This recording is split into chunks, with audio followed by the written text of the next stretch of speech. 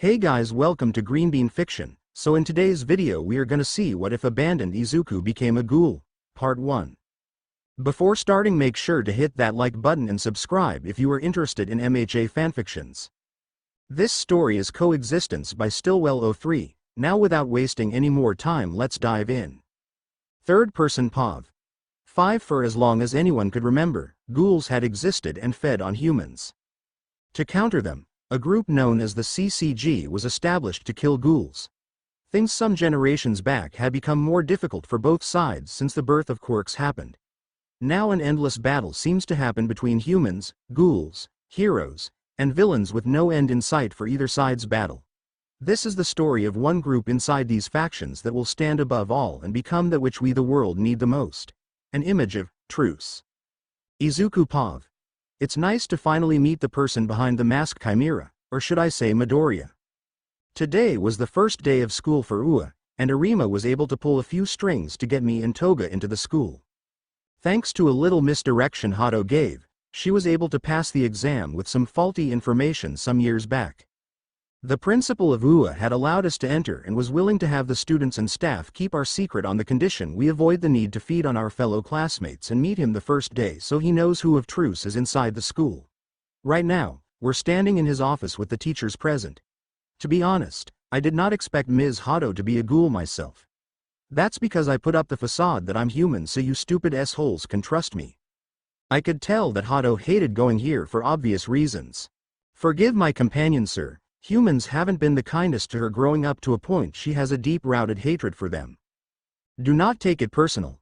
I do not, for I understand the anger of being treated as nothing other than a tool when I was younger. He starts to hold a paw on his eye telling us he knows our pain. Sir, why did you allow this? As heroes, we should just report them to the CCG and call it a day. Perhaps that would be better midnight, but that does not solve a problem that is facing our society today. Ghouls take up a significant amount of our population that killing them off would leave us with a state of genocide. But as things go as they are, this war they wage with the CCG will not end without significant loss on either side that wins. These three are part of an organization that wishes to establish a peaceful coexistence with humans and ghouls. One at that point, a man that looks like he needs a nap very badly speaks up. That's all well and good, but we're forgetting that ghouls need to eat humans to live. We can have peace, but that will be a major issue long before this war is over. I have taken measures against that, sir. You see, I have developed a way to create a synthetic meat that ghouls can eat and not have to worry of feeding on humans. It's not as pleasant as real human flesh, but I'm able to sustain myself on it to a point I don't have to worry of eating humans. If I can get the CCG to stop attacking ghouls that don't pose a significant threat, maybe peace isn't as far-fetched as everyone believes. 2. But you're in touch with the Reaper of the CCG, can't he help you? I shake my head at a man in leather known as Present Mike before answering. The CCG won't listen for several reasons. One is mainly for us being ghouls and others that are not wise to get into about the Washu clan that would be better said at a later date. They looked at me confused before I state why it's better left unsaid. It's information that makes you question who you trust anymore in this world. That and I don't want V to be on your backs as they ride mine regularly.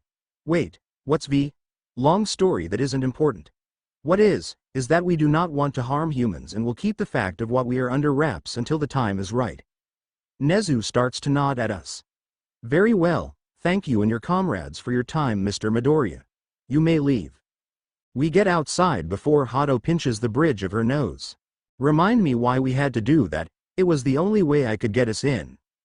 So how do you know the bastard Arima? He gives us information, just pretend he doesn't exist in the faction since he isn't meant to. Hado sighs before putting her fake smile on. I'll manage for now, but I'd rather not be here. I'll see you two around. Hado leaves with me ready to walk the other way before Toga asks me something. Izuku, can this war really find an end with us? I start to look down a little. I really don't know. But this war can't keep going the way it is. It needs to find an end before one side loses the one part that makes them still humane enough to not commit genocide. There's a silence until Toga nods and agrees. With this said, we head to our classrooms with me thinking on her question. Can it really end with our work? I make my way to class 1A that I was going to be in and open the door. I hear some idiot with blue hair argue with a guy over putting his feet on the desk. I completely ignore them and sit down behind them. Okay, so today we need to grab some meat, iodized salt, sulfur, calcium, and chloride for the synthameat today. Hello. I am Tenya Ida from Same Academy. I don't care, Robot Man. I'm just here to do what needs to be done and nothing more. I honestly couldn't care less who all of you are and where your origins are. All I care about is completing my goal by any means necessary. Now get out of my face before I make you. I glare at the guy with a death aura for him to back away. After my statement, everyone went quiet until the homeless-looking teacher from the meeting came in. Wow, you all are completely silent. Good for you. My name is Shota Aizawa and I'll be your homeroom teacher for the year. He goes into a sleeping bag and grabs out 20 uniforms for us. Put these on and meet me outside. We do as he orders and get into the locker room.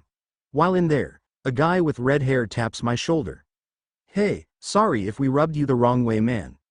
Name's Ajiro Kirishima, nice to meet ya. He smiles at me with me only giving him a glare before shutting the locker to head out. Everyone looks at me with confusion as I head to the field. Once we all are changed, Aizawa talks about what we're doing today with me only ignoring him until the blonde guy from the fight with the idiot enters the ring. He uses his quirk to send a ball flying with me completely unfazed. Today we will be doing quirk apprehension tests to see where you all stand with each other. The one who gets last will be expelled on the spot. Everyone looks shocked as a brown-haired girl speaks. But that's not fair, we worked hard to get here. You can't just do that on the first day. Do you think the world is fair, princess? I ask her this sarcastically, knowing how this isn't the most unfair. Do you think it's fair that villains kill people? Or how about ghouls killing humans or CCG investigators killing the ghouls that don't cause as much of a problem as the others? The world is unfair with some people given even more unfairness than others. The second you understand that, the better. She looks at me confused as the blonde walks up to me. Who the fuck do you think you are trying to get another Mons woman? I told you already, Bakugo, I don't want to date you. I look at him without much emotion before focusing back on what we're doing. Don't fuck ignore me, you emo bitch. Why'd I have to deal with this guy? Grr. Stop ignoring me. The blonde guy tries to grab me with me only flipping him to the ground and slamming him hard. Let's get one thing straight here, asshole. I don't care for you or anyone here. As I said before, I'm here to do what I need to do and nothing more. I don't have the desire to make friends with any of you. Now shut up and don't touch me again. You do, and you'll be tasting the hand in your mouth as I shove it up your ass. He stays silent as we continue with our little test. Time skipped to after the tests. Once the tests were done, Aizawa puts the places of everyone up with some midget getting last. Oh, and by the way, I was lying about the whole expulsion thing. The guy starts to cry tears of joy that he isn't gonna get expelled with me only walking away to the class. Midoriya, wait up. I glance over to see the brown-haired girl run up to me. Congrats on getting third, you must really be strong. I ignore her and keep walking out of the area. She doesn't stop pestering me though with trying to get me to come out of my silence. I finally lose her after changing and leaving for the class to grab a syllabus to leave for the day. Sadly, I don't leave fast enough for the girl to catch up. Midoriya, wait, oh for the love of, what do you want? I turn to show an irritated look at her with her pointing to an alley. Do you mind if I ask you something in private? I follow her to an alley where nobody is around before she stops. Look, I don't know what this is about, but can this wait for another dog? Do you know about the ghoul known as Chimera? I look at her confused before nodding. Some time ago, he saved me from another ghoul that was gonna kill me. I took a shortcut home that day to find a ghoul waiting in the alley. I began to run, but he caught me. I was afraid that it was over for me, but Chimera came to my rescue. How do you know it was him? Because the ghoul was pleading and saying for him to spare his life. He called him Chimera before his head was sliced off his head. I didn't get a good look at Chimera that day, but I did see a set of messy green hair on him. So I wanted to know, Midoriya, are you Chimera? I take a deep breath before asking her a question. Does anyone else know this thought? No. Did you tell anyone you were going to speak with me? No, be you. I stop her mid-sentence by grabbing her neck and holding her up against a wall. Tell me right now why I shouldn't snap your neck. I was enraged at her for finding out with my eye changing on me. Please, I didn't know you were angry about this. You better give me a good reason why I shouldn't kill you right here on the spot. She starts to struggle with her shouting out. Are ghouls really bad people? Quote. She says this with me immediately letting go. She falls to the ground coughing while I turn my eye back to normal. You have 5 seconds to explain yourself before I hold you by the neck again. I am holding back great urge to make you my meal tonight. All my life, I was told ghouls were monsters that needed to go away and believed it until that night. If it wasn't for you, I'd be dead right now. So I was wondering if ghouls really aren't all bad as the CCG says they are. I calm myself a little before answering her. Let's get one thing straight, that ghoul was hunting on my territory without permission. If he was given the opportunity, I would have never helped you. Now I gotta deal with you finding out I'm Chimera. You can trust me with the secret, Midoriya. I won't tell a soul this. I look at her annoyed before answering. I don't trust humans. Trust is something you have yet to earn from me. But here isn't a good place to discuss this, so I'm sorry in advance. For wah, I hit the back of her neck for her to get knocked out and fall in my arms. For that, I immediately take my phone out to call mom to pick us up. Now comes the issue of what to do with this girl. God, today gets better and better. 1 hour later, Ochako Pav. I start to wake up with the smell of blood filling my nose. I try to panic, but realize that my mouth is tied along with the rest of my body to a chair. Where am I? What happened? I start to panic before a door opens with a small woman walking downstairs. It's nice to see you're up, dear. The woman comes up to me with her hands out. Do not panic. I'm only going to take the tape off your mouth so you can talk. She takes the tape off me for me to scream. Somebody help me. Please don't. Nobody will hear you. My ex-husband made this basement soundproof with nobody hearing what's going on down here. Who are you? I guess you deserve an explanation, dear. The lady grabs a chair and sits in front of me. My name is Inko Midoriya, Izuku's mother. Also, I'm human like you. Wait, but your son is a ghoul. How's that possible? He's half ghoul. Right now, you're in our basement and a torture chamber for Izuku. I listen and panic when she says torture chamber. He's gonna torture me. No, this was a torture chamber designed to torture him. I look at her confused as anything. To make it simple, Izuku was born thanks to his father's hunger for power. His lineage had a disgusting concept of torturing and ripping limbs and organs out of their children at young ages to make them strong and numb to pain. Ghouls can regrow their limbs, so Izuku was made to be tortured for years. He nearly lost his mind until his father left. Once he did, Izuku wanted to make sure that cycle ended with him. So he created an organization to establish a peace treaty with humans called Truce. My son isn't a bad person, dear, but ghouls are hunted and treated worse than villains that are serial murderers. He brought you here to avoid needing to kill you, so please don't think ill of him. I look around the room before asking, so why is this place still here with the smell of blood very strong? Because I had a lot of limbs pulled off with a lot of blood spilled that no matter how much bleach I coat it with, it won't go away. Midoriya walks down with a pair of black jeans and a black button-up on. Also, I left this place up as a reminder of why I made Truce. I want to make a world where torture and murder to create the ultimate killing weapons doesn't have to happen. Now that you know this, I need to do something with you. The question is, what? I think for a second before blurting out a suggestion.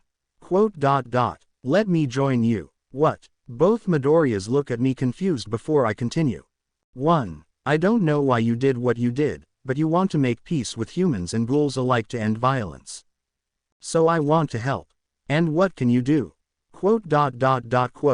I didn't know what to say before he lets out a sigh. Fine. It beats killing you and explaining to Nezu why a first year is dead or missing. Starting today, I own you. You live with me, sleep with me, stay by me, everything. This is so I know you won't betray me. If I find out you told anyone, I will kill you and go after whoever you told. Do I make myself clear? I nod at him before he releases another sigh. What's your name, girl? Oh right, where are my manners? My name is Ochako Uraraka. I start to smile at Midoriya with him looking at me confused as anything. I tied you to a chair, threatened to kill you, basically forced you to be held hostage here, and you're worried about your manners. I smile and nod at him. Sigh God, I hate human girls. And from that day on, I began my journey with the organization called Truce. Ochako Pav. 4. After Midoriya released me from my binds, him and his mother lead me upstairs to a seemingly normal house. I began to walk around a little beside myself on how normal it was after seeing the torture room downstairs. What, were you expecting human carcasses to litter the walls or something? No, but I didn't really think it was so normal cause of where I first saw.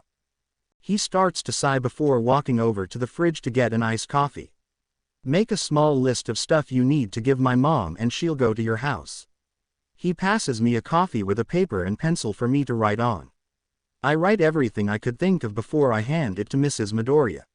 She reads it before smiling at me. I shouldn't be long. Where do you live? I tell her my address and give her a copy of my key for her to get in. She leaves with me alone in the house with Midoriya. He heads over to his room for a few seconds before coming back with some baggy clothes. Put these on and I'll hang your uniform up. I take them and smile at him. Thank you. While heading to the bathroom, he starts to follow me with it being a little creepy. When I try to shut the door to the bathroom, he stops it to let himself in. Can I have some privacy please? I told you before, you're staying by me no matter what. I understand that part, but can't I have the decency to change by myself? I'll turn around, but you're gonna have to deal with me in the room.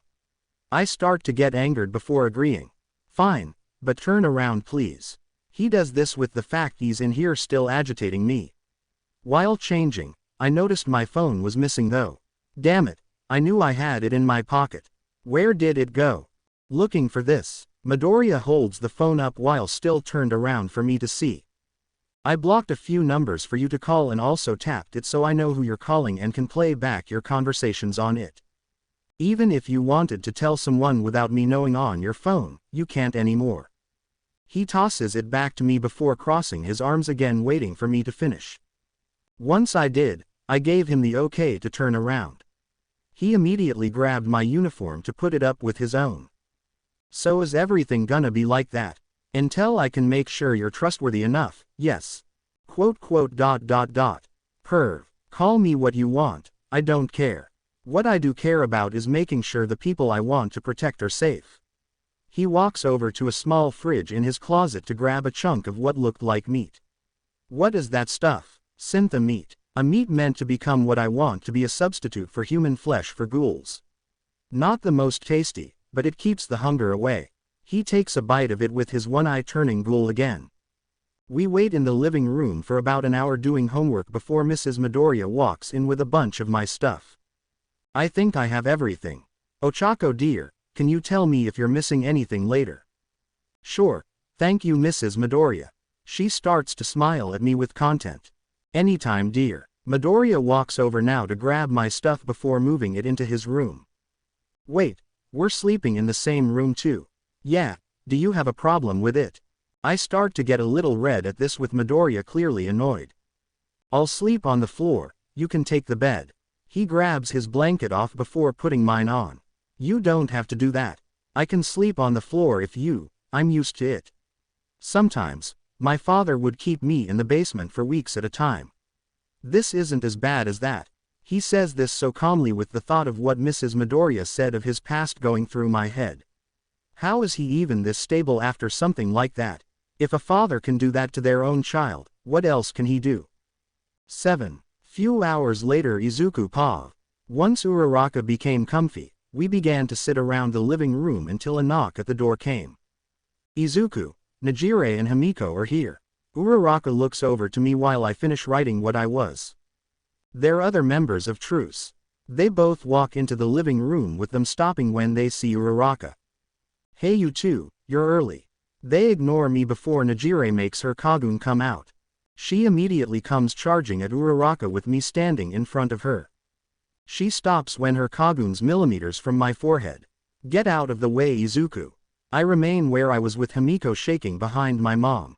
Get the fuck out of my way so I can carve the fucking human to bits. You will not. If you do, you'll have to deal with me. I talk her down enough to pull her Kagun back. See, we can be less hostile. I look back to see Uraraka go completely pale. I'll explain when everyone comes.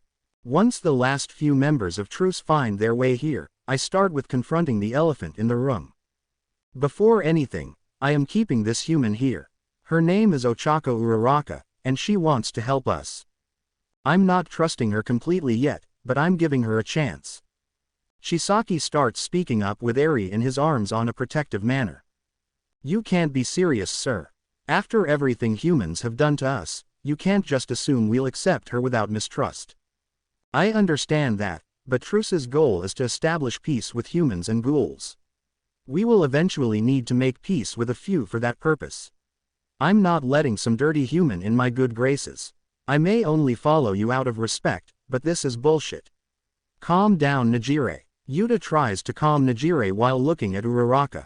So why are you here? She stays quiet until Yuta speaks again. What do you wish to achieve by working with Truce? At this moment, Eri walks over to look at Uraraka. Miss Human, why do your kind kill us? Uraraka was in awe that such a small girl said this. Ghouls like me and Daddy are trying to live our lives as harmless as possible, but humans try to kill us. So why do we have to die by your thoughts? I don't know how to answer that. Until some time ago, I thought ghouls were murderers that killed humans for no reason. But Midoriya saved me one day from a ghoul about to kill me with my views turning around with it. Now I don't know why we do kill ghouls. So that's why you're here. You're not sure about ghouls anymore and want to know the truth why we have to fight. She nods at Yuta with him smiling at her. I say, we give her a chance. You're kidding. You want us to trust a human. Do you not remember what the CCG does to us? As much as I don't want to sound like a hypocrite being half human myself, I gotta agree with Najire on this one. Dabi looks over to Uraraka with a serious look.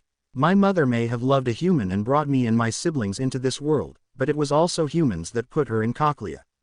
No offense, but my view on trusting humans isn't that great.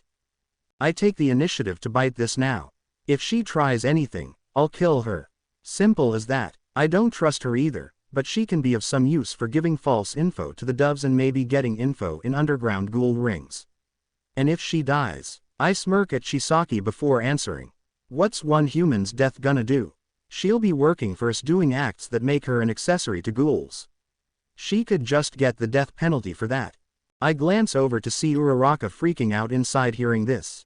Sai, what's our status on Binge Eater and the doves in the ward currently? Thanks to what Yomo told me, Rise is inside the 20th ward of Tokyo right now causing issues.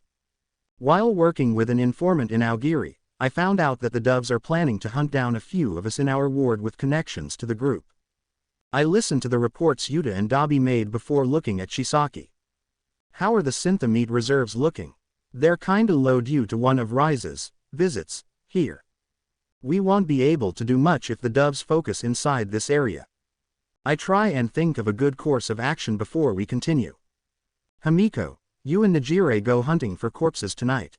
At best, I'd rather we get 3 full humans to ration that died of natural causes.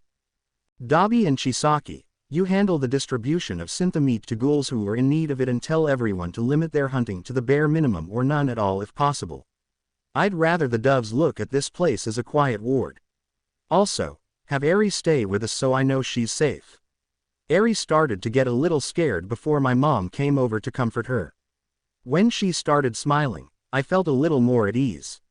She always knew how to treat kids. 3. Izuku, Atori has that information for you. You can grab it now if you'd like. Thank you, Yuta. This meeting is adjourned. We begin to get up before Najire grabs Uraraka's shirt collar. Let's get one thing straight, human. I don't like you and will never like you. You want to play peacemaker, that's fine. But the second you show your true colors and betray us, be mindful that I will hunt you down and end you myself if need be. She throws Uraraka on the couch before walking out with Hamiko to leave only Yuta, Mom, Eri, Uraraka, and myself in the room. Don't worry of Najire, Ms. Uraraka, she just has a grudge against humans as most ghouls do. Get up, we're heading out when I come back. I start to head to my room to grab the payment for the information Atori was to give me while trying to focus on what to do about the doves. I should ask Mom to talk to Arima about the doves in the area when she gets the chance.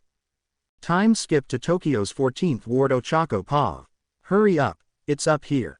Coming. Midoriya and the man with tattoos called Yuta leads me up to what looked like a bar with a woman behind the counter. Izuku. Great to see you again. Hey Itori. The lady comes over the counter to hug Midoriya with him doing the same. How goes the work of being the 8th Ward's head of Mustafar?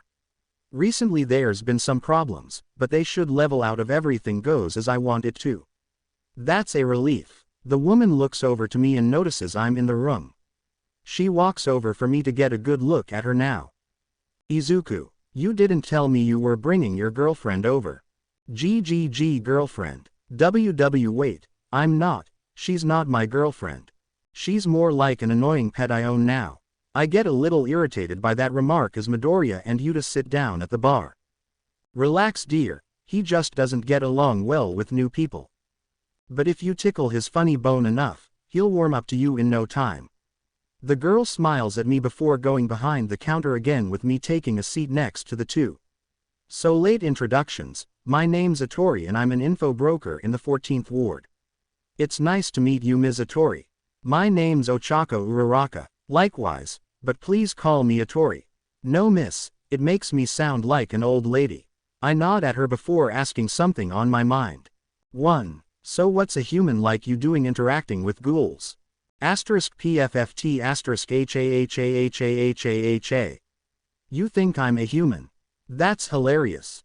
She starts laughing with me confused. She finally calms down and turns her eyes that of a ghoul's. Allow me to introduce myself a little more. My name is Itori, and I'm a ghoul that is also a member of the clowns. I hear the word clowns to know what she's talking about. You mean that ghoul group that does what they want? Yup. And the two lug heads next to you are also members. I quickly look over to them to see them both enjoying a drink.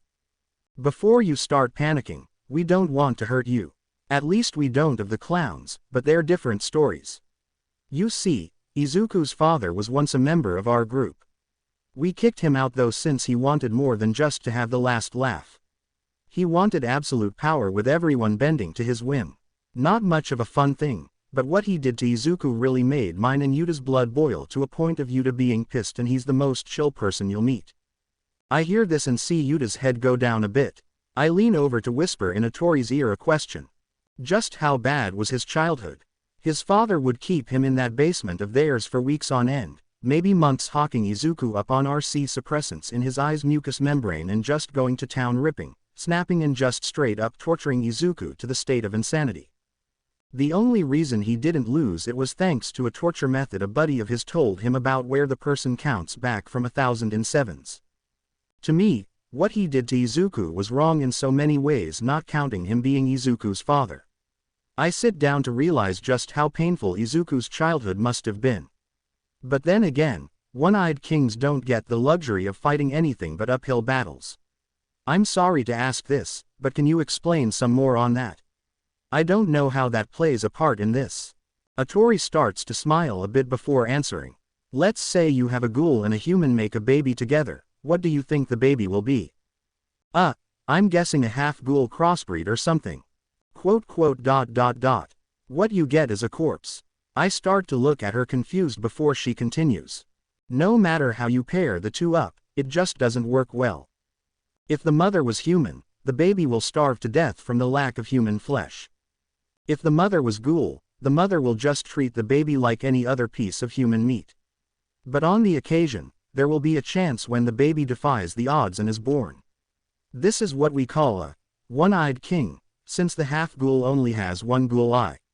Half-ghouls defy odds. Wait, but how do they defy odds? In the case of my mother, she did things no human would be able to stomach if they were normal. I looked over to Midoriya with him biting the air for a clue. Wait, you mean she? I start to go pale waiting for the answer. She did. She was force-fed human meat to bring me into this world. In short, she was forced to be cannibalistic. The thought of this made me want to vomit with feeling the bile in my stomach rise. That's sick. That's just sick and wrong. I know. Midoriya takes a sip of his drink with the reality of it sinking in. Here, this may help. Atori passes me a glass of water before going over to Midoriya. Anyway, here's the info on the CCG officer with your mask and where he's hiding right now. I also added a little info on his connection to Rise in it if it helps. Thank you. As promised, here's the payment. They exchange info and payment with my mind still confused on how to accept Midoriya's existence. Once their business was done, Midoriya and Yuta got up with me following them out. I'll see you next time, Atori. Take care. Thanks, you too. Once we get out to the streets, Yuta leaves us with it just being me and Midoriya. The silence of the walk was so painful that it bothered both of us. My mother did what she did and so did my father. Just accept that and move on. Yes, she ate human to bring me into the world, but she didn't do it out of her own will. Yes, I was tortured. But my life is what it is regardless. If it bothers you that much, then pretend I don't exist. The CCG can do what they can to us because of that. That's also how humans like you can overlook our kind's murder by saying, they're just ghouls. They kill humans, so killing them will be a mercy killing. I felt my heart drop hearing that his opinion on humans was this horrible. Midoriya, I think I know what I can do for Truce. He stops to look at me. And that would be, I wanna get info from both sides for you. If I can help mess up CCG investigations on you all, get info from them and the ghouls you want to stop, then maybe I can be of some use to you all. ... And if you can't, then as you said, what's one human's death gonna do? He smiles at me slightly before walking away. Tomorrow we're going to the 4th ward after school to have you to help you with a mask. For now, let's go home.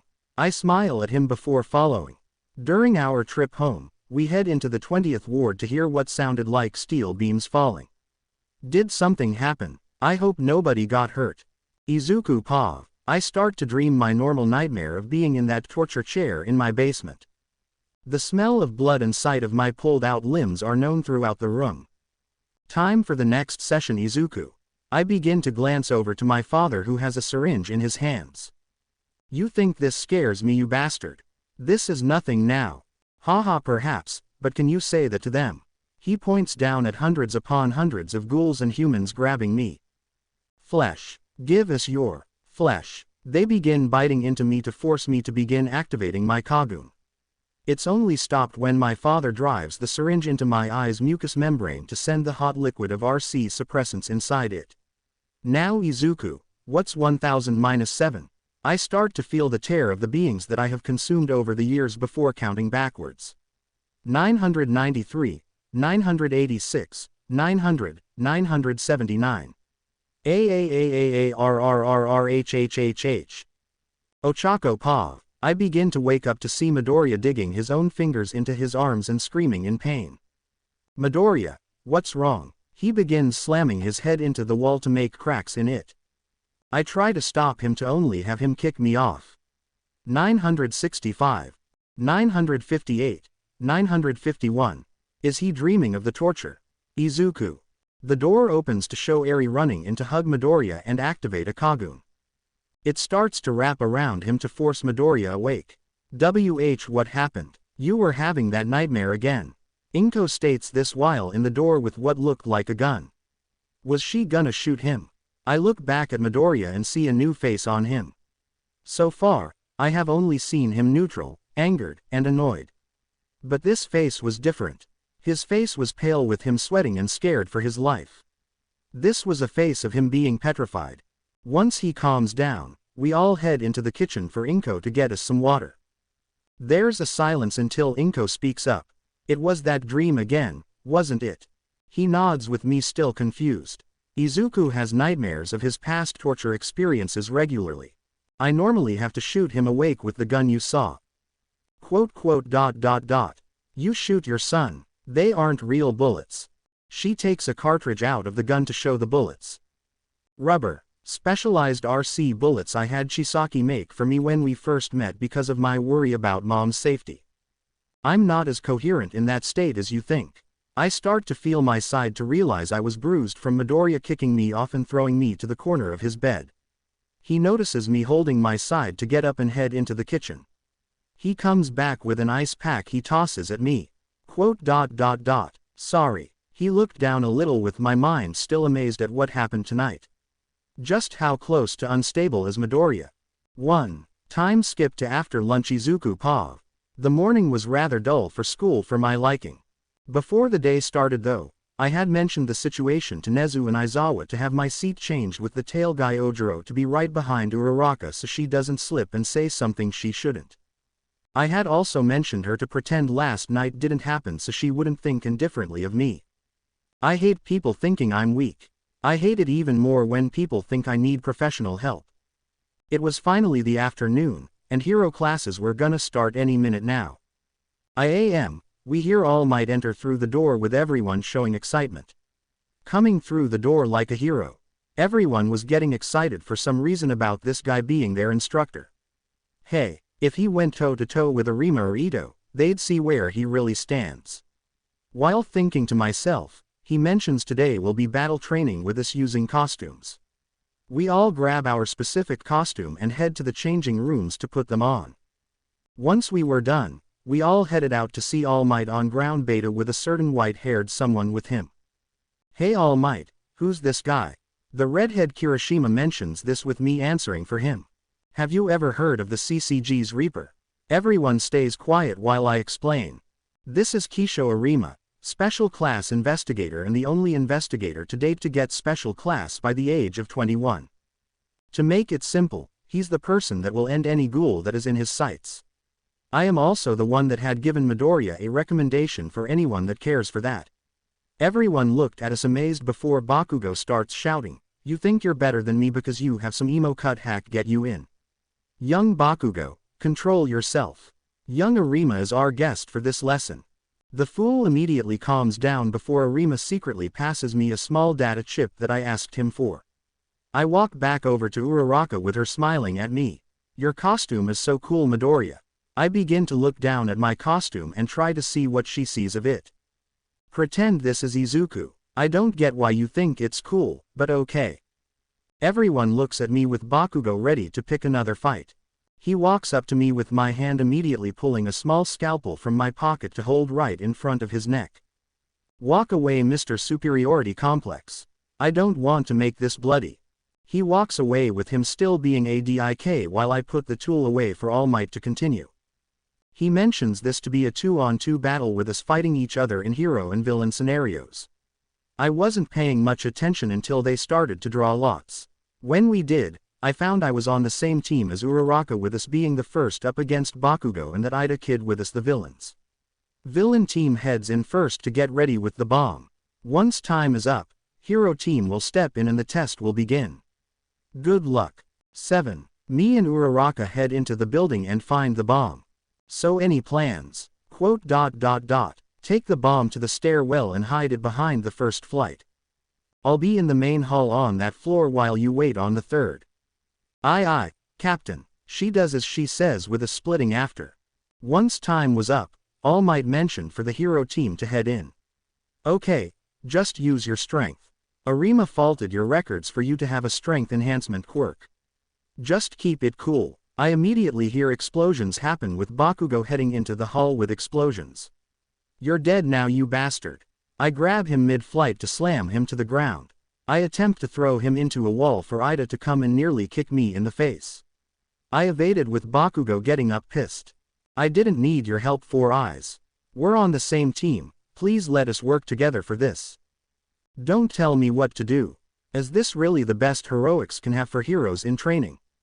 I put my finger on my communicator to speak loud enough for them to hear. "Uraraka, they're on the first floor. Our plan to hide it here is a bust. Do you want me to come down?" "Nah, it's just 2 idiots that don't know where they stand.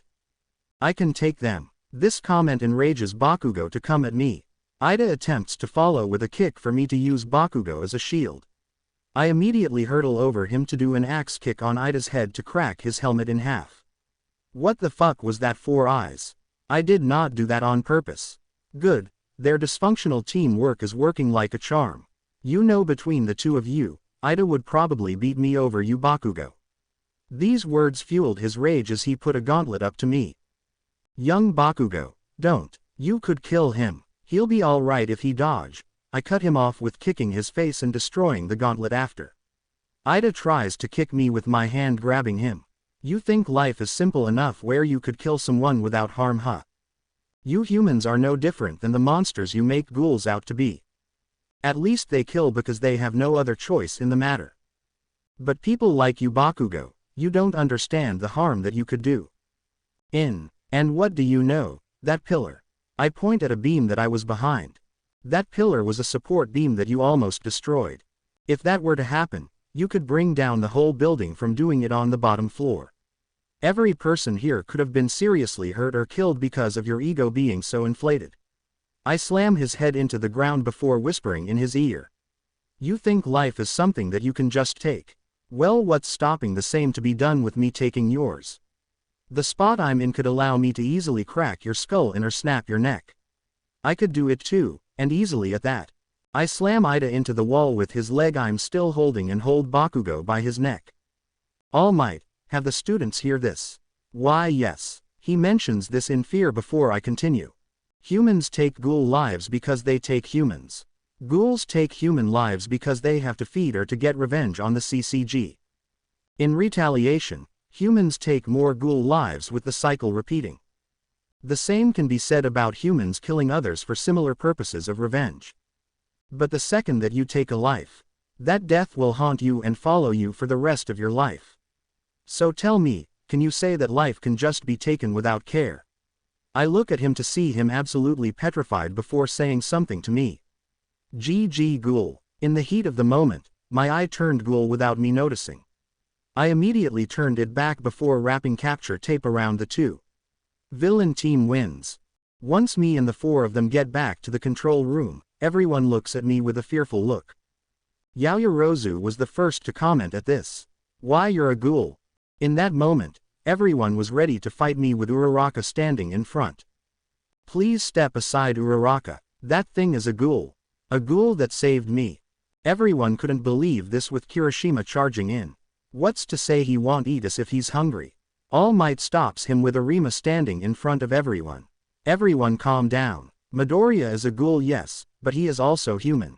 Nobody was willing to listen as I just walk out knowing they're not gonna accept me anymore. Who cares for a bunch of humans anyway? What's your kind ever done to me but hunt me with intent to kill on something I had no say in? Ochako Pav. Midoriya leaves with me glaring at everyone. You people make me sick. Midoriya is doing everything he can to avoid mindless war between ghouls and humans, and here you all are willing to kill him for something he had no say in. Uraraka, he's a ghoul. He eats people. And what makes you all who are ready to kill him any different from the monster you claim him to be? That attack Bakugo was gonna do would have killed me, Ida, and Bakugo. But Midoriya stopped it, incapacitated him, and tried to make him understand what he did could have hurt people. So why is he being persecuted for something like that, huh? I walk out in a fit of rage to catch up to Izuku. Once I did, he was already changed before looking at me. Why are you still here? Shouldn't you be with your human friends? They aren't worth the effort. I walk into the changing room with Midoriya walking in and shutting the door. A silence filled the room before I spoke up. Thank you. For what? Stopping Bakugo from destroying the building. I just did what I had to. Silence held the room again before Midoriya broke it again. You could be charged with protecting a ghoul because of what you did. I know, and I don't care. Quote. You could be put to death. I'm aware. So why help me? I told you, I wanna help you. I'm done, you can turn to face me. He looks at me confused before I state what I mean. I promised I would help you, and I don't go back on my word. I also am owned by you, as you say. It wouldn't be right for the owner to be killed before the property, would it? He looks at me amazed before he starts laughing. Snort a ha ha ha ha. You have to be the biggest idiot of humans I have ever met. Maybe, but I'm okay with that. He smiles at me as we make our way out of the locker room. Once outside, everyone starts heading back with them holding an evil eye to us. You keep that up, and I'm gonna have to question who the real monster between us is. Ida began to speak first. You may be untouchable right now, Ghoul, but we will have you thrown in jail for crimes you have committed against the world. Oh yeah, feed me to the people who you think are right. Just keep this in mind, all of you. When you find out the truth of what both sides hide, you'll question who really is trustworthy among the world. We walked out with Bakugo grabbing my arm. I'm not letting you become some ghoul's snack, Uraraka. I throw his arm off to walk away. Before I do, I say one last thing to them. What makes the accusations you all are making any different than the accusations Midoriya has for humans in general? Time skip to the 4th ward. After we headed home to change into casual clothes, we made our way to the 4th ward of Tokyo to meet with Yuta about making me a mask to do undercover work for Truce. Once we got there, it really didn't look like much. We're here. I begin to look at the place to see a steel door with some graffiti on it going under a building. We begin to enter to see a giant store wall to wall with masks. Definitely didn't expect this when seeing the outside. Try not to touch anything. Yuta hates it when people mess with his works in progress. I listen to this and pull up a sheet to see Yuta in it. Boo. Wah. I jump back with Midoriya walking over. Seems you haven't changed. I just wanted to have a little fun. Yuta motions me to sit in a chair as Midoriya explains the situation. So you wish to become an intelligence broker for us? Not a bad option. Though to enter into ghoul areas as such, many precautions must be made for you. That's why we're here. Yuta grabs a measuring tape from a drawer and begins wrapping some parts of my head in it. Now, would you rather a half or full mask? I think full would be better. Okay. Do you have any allergies to leather, metals, or specific woods? Not that I know of. What type of food do you normally like? Why is that needed? It helps me understand who I'm making the mask for when I am creating it. Oh, sweet things then. He begins to smirk at me before continuing with writing everything down. Last question. What type of men are you into? I start to blush a bit at this. Nice guys. Ones that have a goal and are willing to do their best while being nice, I guess. So you're that schoolgirl sweetheart that people like. Izuku surely has some taste. Wait, what does Midoriya have to do with this? You became a member of Truce because of him, why wouldn't he? 8. I began to hold my head down in embarrassment while he continues. Uraraka, what do you think of Izuku? I stop and think on this before answering. I think he's a little hard to read. 1 minute, he's threatening to kill me, the next he's saving me, then he becomes an ass to me like he doesn't care if I live or die. What about you? I think he's misunderstood. I look up to him confused. He has done so much pain to those he had to kill or was forced to while trying to keep his pain in check. You see, all ghouls hold pain. But his is more special due to it being inflicted on one that he needed to trust. The cause of this made him question this world. It made him see the world in a sense of, why is the world like this and why did nobody attempt to change it? To him he holds what he has dear close to his heart and doesn't let anyone he doesn't near that.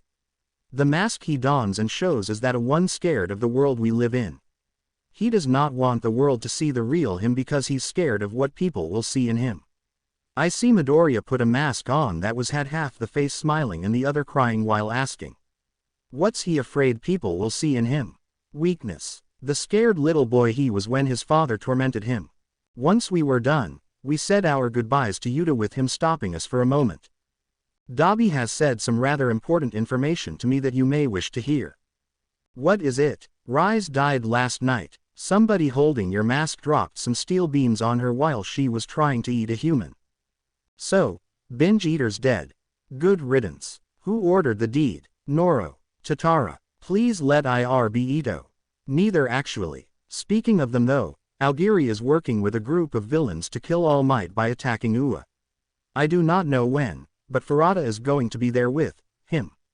Midoriya smiles a sickening smile when he hears this. Perfect. Killing 2 birds with 1 stone. Wait, who's him? My father, Hisashi Midoriya. The first Chimera. Izuku Pav. 1. Yes. Well, be there soon. Okay, I'll see you in a bit. Bye. I get off the phone with Chisaki about giving him some more materials for the synthomeat while looking at Uraraka's unconscious face. I grab a set of clothes to throw at her to put on. Get up, we have a few errands to run today. She groans while sitting up to glare at me. A good morning is a good way to start a day. You want a good morning? Okay. Good morning. Get your ass in gear. We have a couple of errands to run that are kinda important for our organization. She glares at me with my eyebrow raising up a bit. You can glare all you want, that won't make the situation any better. As good as I'm gonna get, I guess. She starts muttering under her breath while standing up. You know the drill. Turn around and I'll tell you when you can look back. I do as she says while looking at my small booklet to make sure everything I need to do is inside it. So what are we doing today that you have to wake me so rudely? We need to get more materials for the synthamite for Chisaki along with dropping Eri off to him. And here I thought she was staying a little longer. We aren't her parents, and she's safer with Chisaki and the Hisekai Ghoul group than with us right now. Fair enough. Anything else? There's a ghoul we need to deal with that isn't following rules and is refusing to limit himself that we need to weed out. A ghoul that's coming back after an escape from Cochlea thanks to Arima that we need to speak to. Disperse a little false info for her to the CCG, talk to Himiko and Najire about the investigators to give them reason to search in different wards, and also talk to Dabi and Ua about the invasion happening in the near future. Sounds like a busy schedule. You can turn around now. I turn around to see her wearing pair of jeans and a big hoodie. Ready to go. Yup. Eri, you ready? I'm ready, Izuku. Eri walks into the bedroom with Mom to give me a goodbye hug. We'll be home in a bit. Okay. Safe travels, you three. Meanwhile, Momo Pav. They left. Okay. Let's follow them and see if we can find some evidence he's controlling Uraraka. Myself, Jiro, and Ashido decided today to follow the ghoul to see if we can help take Uraraka from his evil clutches without hurting her or endangering Ua. Hard to believe that he's got immunity with the Reaper knowing who he is. It's infuriating knowing a killer can't be brought to justice. 1. The day before, Izuku Midoriya is known as the SSS class ghoul Chimera. He has gone toe-to-toe with me and nearly killed me with me almost doing the same to him. We look at Mr. Arima amazed before Ida speaks up. But why is he unable to be captured or killed? To be simple, I want him to live and change the world. Wait, how can a single person change the world? That thing nearly killed our friends. Correction, Kirishima, Bakugo nearly killed your friends. If it was not for Izuku, he would have brought the place down and hurt them to a point one may have died. We could hardly accept this with Mr. Arima speaking a little more. Izuku has not eaten a human or had real flesh in a few years due to him creating a synthetic meat to feed him over the real thing. He is attempting to create peace. Peace. Ghouls eat humans. How can he make peace? I lose my temper with everyone agreeing with me. The only way peace can be obtained is if ghouls die. They're evil and need to die. There's more to this war than you think. If one side were to die, then mass genocide of the entire population of what's left will happen. Also, humans kill other humans with ghouls doing the same with their own kind. You cannot say one is more evil than the other. The only difference with ghouls are that they need to feed on humans to survive. We were amazed that the CCG's best is protecting a ghoul. Assume what you wish, but this information is forbidden to leave this room. If word was given to the CCG, they would arrest and execute the faculty along with interrogating the students. That is all. He walks out of the room with all of us still angry. Back to present. I will not sit by and allow our classmates to become that. Things meal. We continue to follow them in secret into the city. While in it, they pick up some abnormal things. A rather large amount of meat and salt from a grocery store, phosphorus and calcium from a drug store, and the components to make silicone mold sets for some odd reason. So what are they doing with all this stuff? I don't know. But we may find out in a minute or two. Jiro. We follow them into a neighborhood to a large house. A man with a medical mask opens up to let them in. Now what? Write down the address. It may be a ghoul we can have arrested. We do this and wait for probably a few hours until they come out without the child they had. They begin heading back into town with some bags that were smaller than the ones they had. We follow them to a small alley with someone inside it. Who's that? Dunno. Maybe another ghoul. Guys, look at what's below them. We look to see a corpse under him mangled with all of us nearly puking at the look. I told you to stop overeating. We listen closely to the conversation with him being rather angry at the ghoul. You've already hunted 3 times this month. If the doves come after us because of you, I'm not keeping you safe. And what makes me fear a brat like you? You're nothing without Ida Chisaki by your sea. He's CIT off by a weird tentacle thing coming out by the ghoul. You hunt more than you're allowed one last time. I'm going to end you before you can regret it. In retaliation, the second ghoul comes at them with what looks like a blade out of his arm. He doesn't even get within swinging distance before his arm is sliced off. Ah, you PHYCHO. You blew your chances. Now prepare to die. We cover our eyes to hear a slap sound. We immediately look into the alley to see Uraraka in front of the ghoul. What good comes from killing him? All you're doing is proving you're no better than him. They glare at each other before he backs away.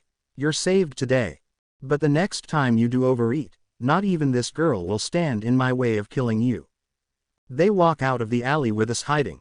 When they walk some distance away, we come out amazed at what just happened. Did Uraraka just stop him from killing that ghoul? Is she some kind of specialist with taking him down a peg or something? I didn't know what to make of what just happened, but this doesn't change much in my mind. Let's keep going. We follow them now to an abandoned warehouse with a woman with white hair and a man with black inside. It's nice to see you again, Dabi. You must be Mrs. Todoroki, a pleasure. Did he just say Todoroki? Okay, now I'm getting freaked out. They keep talking a bit with the ghoul giving them both a package or two. The woman takes some of whatever's inside out to show some strange kind of meat. She bites into it to make a few odd faces. Not the most tasteful compared to the real thing, but it shouldn't be a problem to live on. That's good to hear. Dabi will explain everything to you. We hope to see you again very soon, Mrs. Todoroki. Likewise. And please, call me Ray. Once they leave, they walk for a few minutes before stopping. I know you're back there. We stiffen up at this with the ghoul turning to us. Might as well come out now, you're not fooling me. We slowly come out into view with Uraraka holding an enraged face. How long did you know we were following you? Since we left the house. My eyes grew wide hearing this with Ashido shouting at him. If you knew all this time, why didn't you say anything? ? Because I don't care what you do. As long as I can do what needs to be done, you can tail me till you're blue in the face. We kept silent until Uraraka spoke. What did you think was going to happen after doing this? We wanted to take you away from that thing so you don't become high. I joined his group out of choice, Jiro. Everything he's done today has been to help keep a form of coexistence between species. He holds his hand in front of her to have her stop. We're heading to UA right now to give information about a possible invasion. You're free to join, but following us in secret going into the gates will make some people look at you strangely. We agree with him and keep a bit of a distance from him. At UA, when we enter into the UA gates, Mr. Aizawa met with us with a rather indifferent look. What can I do for you 5? I found out a little bit of information about a possible invasion of UA. May I speak with Nezu about it? He nods and leads us into the school. I'm well aware of the situation with Uraraka, but what about the 3 behind you? They followed me thinking they were gonna find something incriminating to only get told off in the process and look like asses. We start to glare at him with the 3 of them walking away with no real difference. We find our way to the principal's office with Nezu in his chair. Mr. Midoriya, always a pleasure. What may I ask brings you here?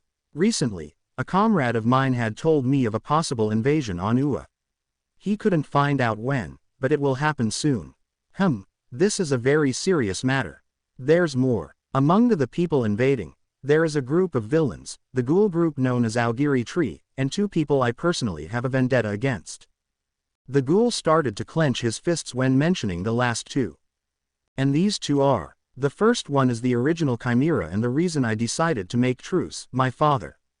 The second is the clown pretending bastard half-ghoul who stole my mask, Nimura Furuta. A first-class investigator of the CCG. Wait, did you just say a CCG investigator is a ghoul? ? He looks me square in the eyes to answer me. Yes, and his real name is Kichimura Washu. You're lying. You have to be. The Washu are the heads of the CCG, they could never be ghouls.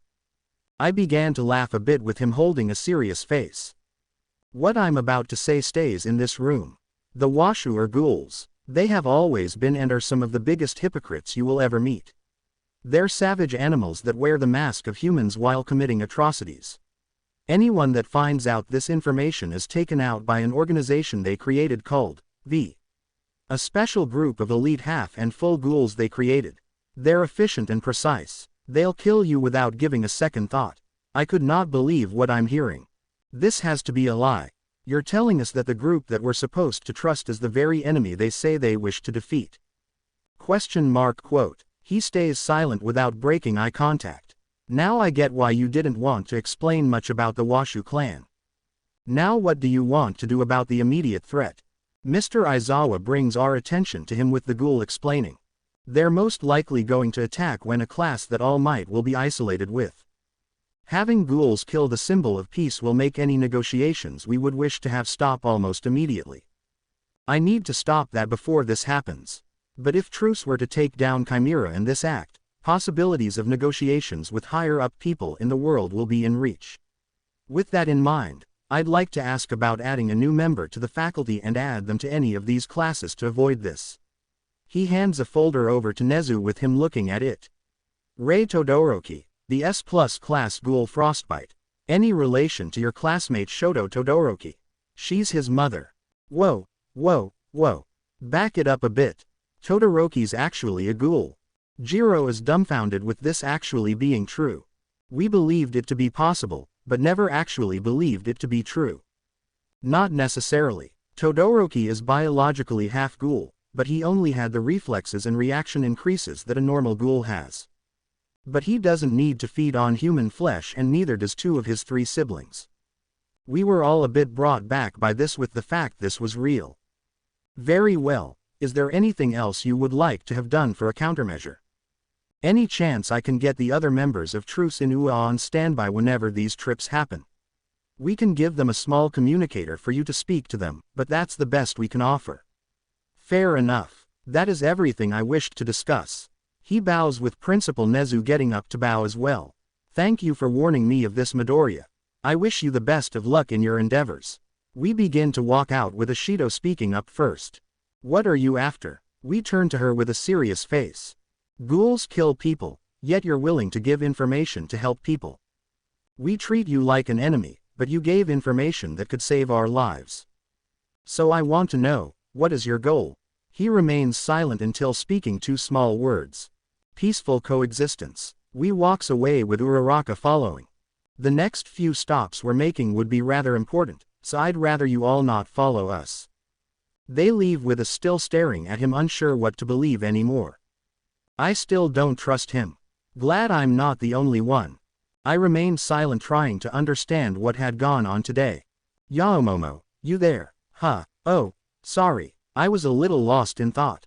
Ashido and Jiro looked at me confused before I reassured them. I can't trust that man yet, but something definitely doesn't feel right about this war between humans and ghouls. We began to walk away with my mind now completely scattered. This makes no sense. Ghouls run the CCG. A group of ghouls want to help humans. And how does the Reaper and Ua play into all of this? Does Todoroki know about any of this? Also, why is Uraraka so quick to take that ghoul's side? My head felt like it was about to explode from everything that was going through it. Whatever's happening, I feel like we'll find out if what he said was true or not soon. Izuku Pav. The day started out no different than I thought it would. As me and Uraraka walked into class, everyone was giving me the death stare like I was some kind of plague on the world. Not that I blame them. Glaring at me won't make the problem go away, people. Just suck it up and deal with it. I take my seat going over a few things with Uraraka sitting down and watching me. Quote. Do you mind? Sorry, I was just curious. I roll my eyes with Iida walking up to me. Do not think I will allow you to sit idly by and use us as your meal monster. For as a hero, it is my duty to, your duty can go find itself up your ass. What we define as right and wrong are things that make this hellhole we call life have sense. If you really want to lecture me on ethics, how about we start with beginning polite conversations like a, good morning, or, hello. Your ethics are bullshit if you're going to threaten me before even giving me a pleasant hello to start the day. He remained silent as he walked back to his desk. That was uncalled for, Midoriya. He started it. I just ended it. That's a 2-year-old retort. Can't you think of something better? Sadly, no. I kept working on some work before Mr. Aizawa walked in. Nice to see you're all silent. He got to the podium to begin homeroom for us. Today you will be doing something that affects your course of life here at UA. Everyone gasped in fear while I was hardly paying attention. You all need to pick a class representative. Thank God it's normal school stuff. Everyone sighed and said this with them all going into a frenzy over who it should be after. They stopped when the guy Iida suggested an election. I didn't think this was a bad idea, but I kept to myself. Everyone agreed and began writing who they wanted on the paper. I didn't even bother to join in on this, and I don't think anyone else wanted me to either. When the tallies were done, I was class representative with 3 points. No way am I letting a ghoul be our class's representative. Yeah. Everyone started muttering under their breath with nobody wanting to have me do it. Things began to escalate when they added some bad comments on how I'm a coward cause of wearing a mask when I fight. I was getting enraged, so as a way to deal with this, I grabbed a quink from my coat pocket I had. He's got a knife. Everyone began to get up with some trying to charge me. Before they could though, I slammed the quink into the podium to look at the class. This petty bullshit you all have against me is getting on my nerves. So as a way to deal with it, I have a quink here that is able to cut me. Anyone with a problem against me can come up and slash or stab me if they want. Like it or not, we're classmates. You're all gonna have to deal with that. So when you're done with this, do not assume that your talking under your breath will fly with me anymore. 3. Everyone was silent until Bakugo stands up. He walks over to the podium to grab the quink and glare at me. In a single moment, he slits my throat from ear to ear to have blood come out of me like a geyser. After, my neck healed with everyone's eyes going wide. I don't die that easily. Even if I wanted to, I can't. Anyone else want to take a crack at me? This began with almost every student taking their fill of stabbing, cutting off limbs, or slitting my throat with me walking away fine after with only the blood and my damaged uniform as proof it even happened. The only people that didn't to this were Uraraka and Todoroki. Both I could see since they understand ghouls a bit more. Everyone good now, or at least a little. They nod with me putting the quink away. Good, cause Mr. Idea Man here will be your class representative. Everyone was silent as I walked back to my desk. Why do I get the feeling these bastards are long from satisfied? 4. During noon at the Midoriya's, Inko Pav. After speaking to Mr. Yoshimura a bit about starting a distribution route of Syntha in the 20th ward, I found myself heading home to think of any possible next moves to help. Maybe I should ask Atori if anyone in her ward would like to make a small area to create the Syntha. No, that would cause more trouble for us to keep afloat. What we really need is a benefactor that will be willing to pay for the ingredients. Sigh, who knows when one's gonna show up at our doorstep. I start to put my keys in the door to notice it was unlocked and open. Hello, I'm sure I locked it before I left. Mr. Arima, Yuta, is anyone here? I began to walk farther in with something not feeling right. I immediately pulled the gun Mr. Arima gave me for protection out. I began to slowly enter into the living room to see absolutely nothing. I was about to leave until I heard a voice I dreaded to hear again. Hello Inko. Long time no see. In fear for my life, I pulled my right arm back with the gun to try and shoot him. I was too slow however. In that moment, he sliced my arm off in split seconds to make me fall to the ground in pain. I tried to grab the gun with my arm that was still attached. That was when he kicked me in the face. To think you had this much spunk left in you. Hisashi grabbed my arm to destroy the gun and take a huge bite out of it. It doesn't matter though, you're nothing but a fat pig now. He spoke with blood and pieces of my arm being spat on my face. I'm going to head to UA and kill All Might. I only dropped by to tell you and see your face as I say I'm going to rip the entrails out of that bastard failed spawn you call a son out. I start to go pale hearing this. That's it. That's the look. The thought of Izuku's hard work going down the drain while you sit here being as useless as the garbage human you are. He starts to laugh as I begin to lose sight one eye. But don't worry, when I'm done with him, I'll come back to finish you off. Ta-ta. He leaves with it difficult for me to get up. I gotta help warn Izuku. I grab my phone out of my pocket to call Yuta. Hello, Yuta. Izuku's in danger. His father is going to kill him at Ua. Inko, are you alright? You sound like you're in pain. I'll be fine. He just got my arm. I try to stay conscious with Yuta trying to stay calm. How far up? I take a look at the stub where my arm was to notice it was pretty high up. Almost to the shoulder. I need you to listen carefully. You're going to bleed out if something isn't done immediately. Head into the kitchen and get an iron pan hot. I stumble into the kitchen trying to stay awake to do what he says. Grab a towel or something to bite down on. I take a washcloth to do as he says. Now this is the hard part. I need you to take the hot pan and burn the opening shut. I'll count to 5 for you so you know when you're safe to stop. I take a deep breath and grab the pan. Trying to get it over with quick, I push the pan on my opening to feel unbearable pain. Muffled screams. Keep going. 3, 4, 5. I let go of the pan and immediately throw up in the sink from the pain. Did the wound shut? I look at my arm to see no blood dripping. Yeah. I sink down to sit on the floor with my back to the counter. I'm going to get some help for Izuku and call an ambulance for you. Yay. I began to black out with only worry for Izuku in my head. Please. Faye. Meanwhile Izuku Pav. We all began to sit on a bus with everyone avoiding me for an obvious reason. Midoriya. Why did you want us to stab you, Ribbit? I begin to glance over to Asui to see her staring blankly at me. To help avoid problems. Neither side wants to budge unless they get the anger out of them. Since I can't die, do I need to explain? So you just let us gut you like it wasn't that big of a deal. I shrug at the question. He isn't a bad guy, Sue. He's just a little bit of a prick. If he wasn't a ghoul, you'd all like him. Doubt it. Bakugo spoke with a bit of venom in his words. I refuse to think something like that can be liked. I think the same thing about you, Firecracker, but here we are. Uraraka began to snicker a bit at this. That was kinda funny. Why did you want to come here though, Midoriya?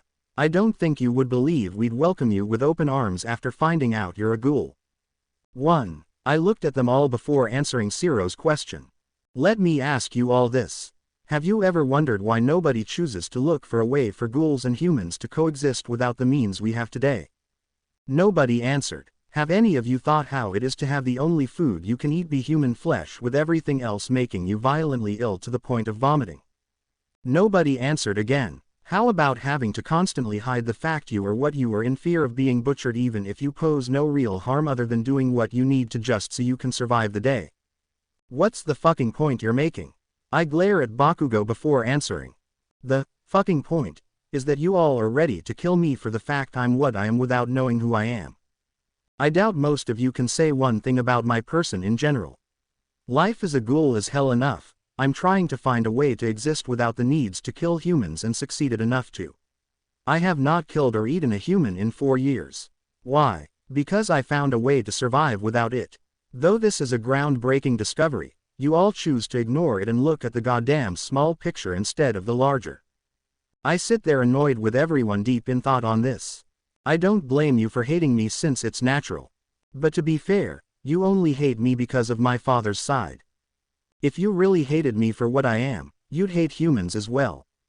Wait, why? Because I'm half ghoul Kaminari. My mother is human, and my whole father is the real chimera. He made me a weapon for nothing but killing people, which I do not want to be. Taking him down is part of my plan to establish a healthy relationship with ghouls and humans. It's a long process that I've worked on for years, and I'll be damned if him or anyone gets in the way. I'm not doing this for me or one of the 2 factions I exist in. I'm doing this for the greater good so people like him don't exist. Nobody said anything as we continued and got off the bus when reaching our destination. Once we got off the bus, we were met with the Space Hero 13 and Rei, who decided to wear black skin-tight jeans, black boots, and a black strapless top that went from her chest to her navel. Who's the fox? That fox, as you call her, is my mother Mineta. She's also supposed to be in Cochlea. Rei looked at Todoroki and then to me. I didn't tell him. I overheard your conversation when I was little with Dad. So I'm a half ghoul. Everyone looked at Todoroki amazed. Biologically, yes, But you aren't like me in the needing to eat human flesh part. Okay then, serious question, how are you out of that prison? Yeah, apparently I was gonna get executed the other night. When they threw me in the grinder, and I mean it is an actual grinder, kids. The machine wasn't on for some reason. So I fell into a pile of ghoul corpses and sat there unconscious until the smell woke me up. Once I left, I was met with your brother and here I am. Everyone looked at her confused. By the way people, I'm the S+ class ghoul Frostbite. Once this was said, 13 explained how we're here to do rescue training and escorted us in. While inside, we found a massive building with something foul in the air. You smell that, Izuku? Yeah, something's coming. Out of nowhere, a portal opens to bring out a bunch of villains and ghouls. The ones that worried me were the guy with hands, the warp gate one, some bulky thing, and the heads of Aogiri. Mr. Aizawa, steer clear of the 9 down there near the blue-haired one. Those are very dangerous ghouls. Under, Yamori. You got fat. Ray began to walk down to the center insulting one of them. So you escaped like the rumor said.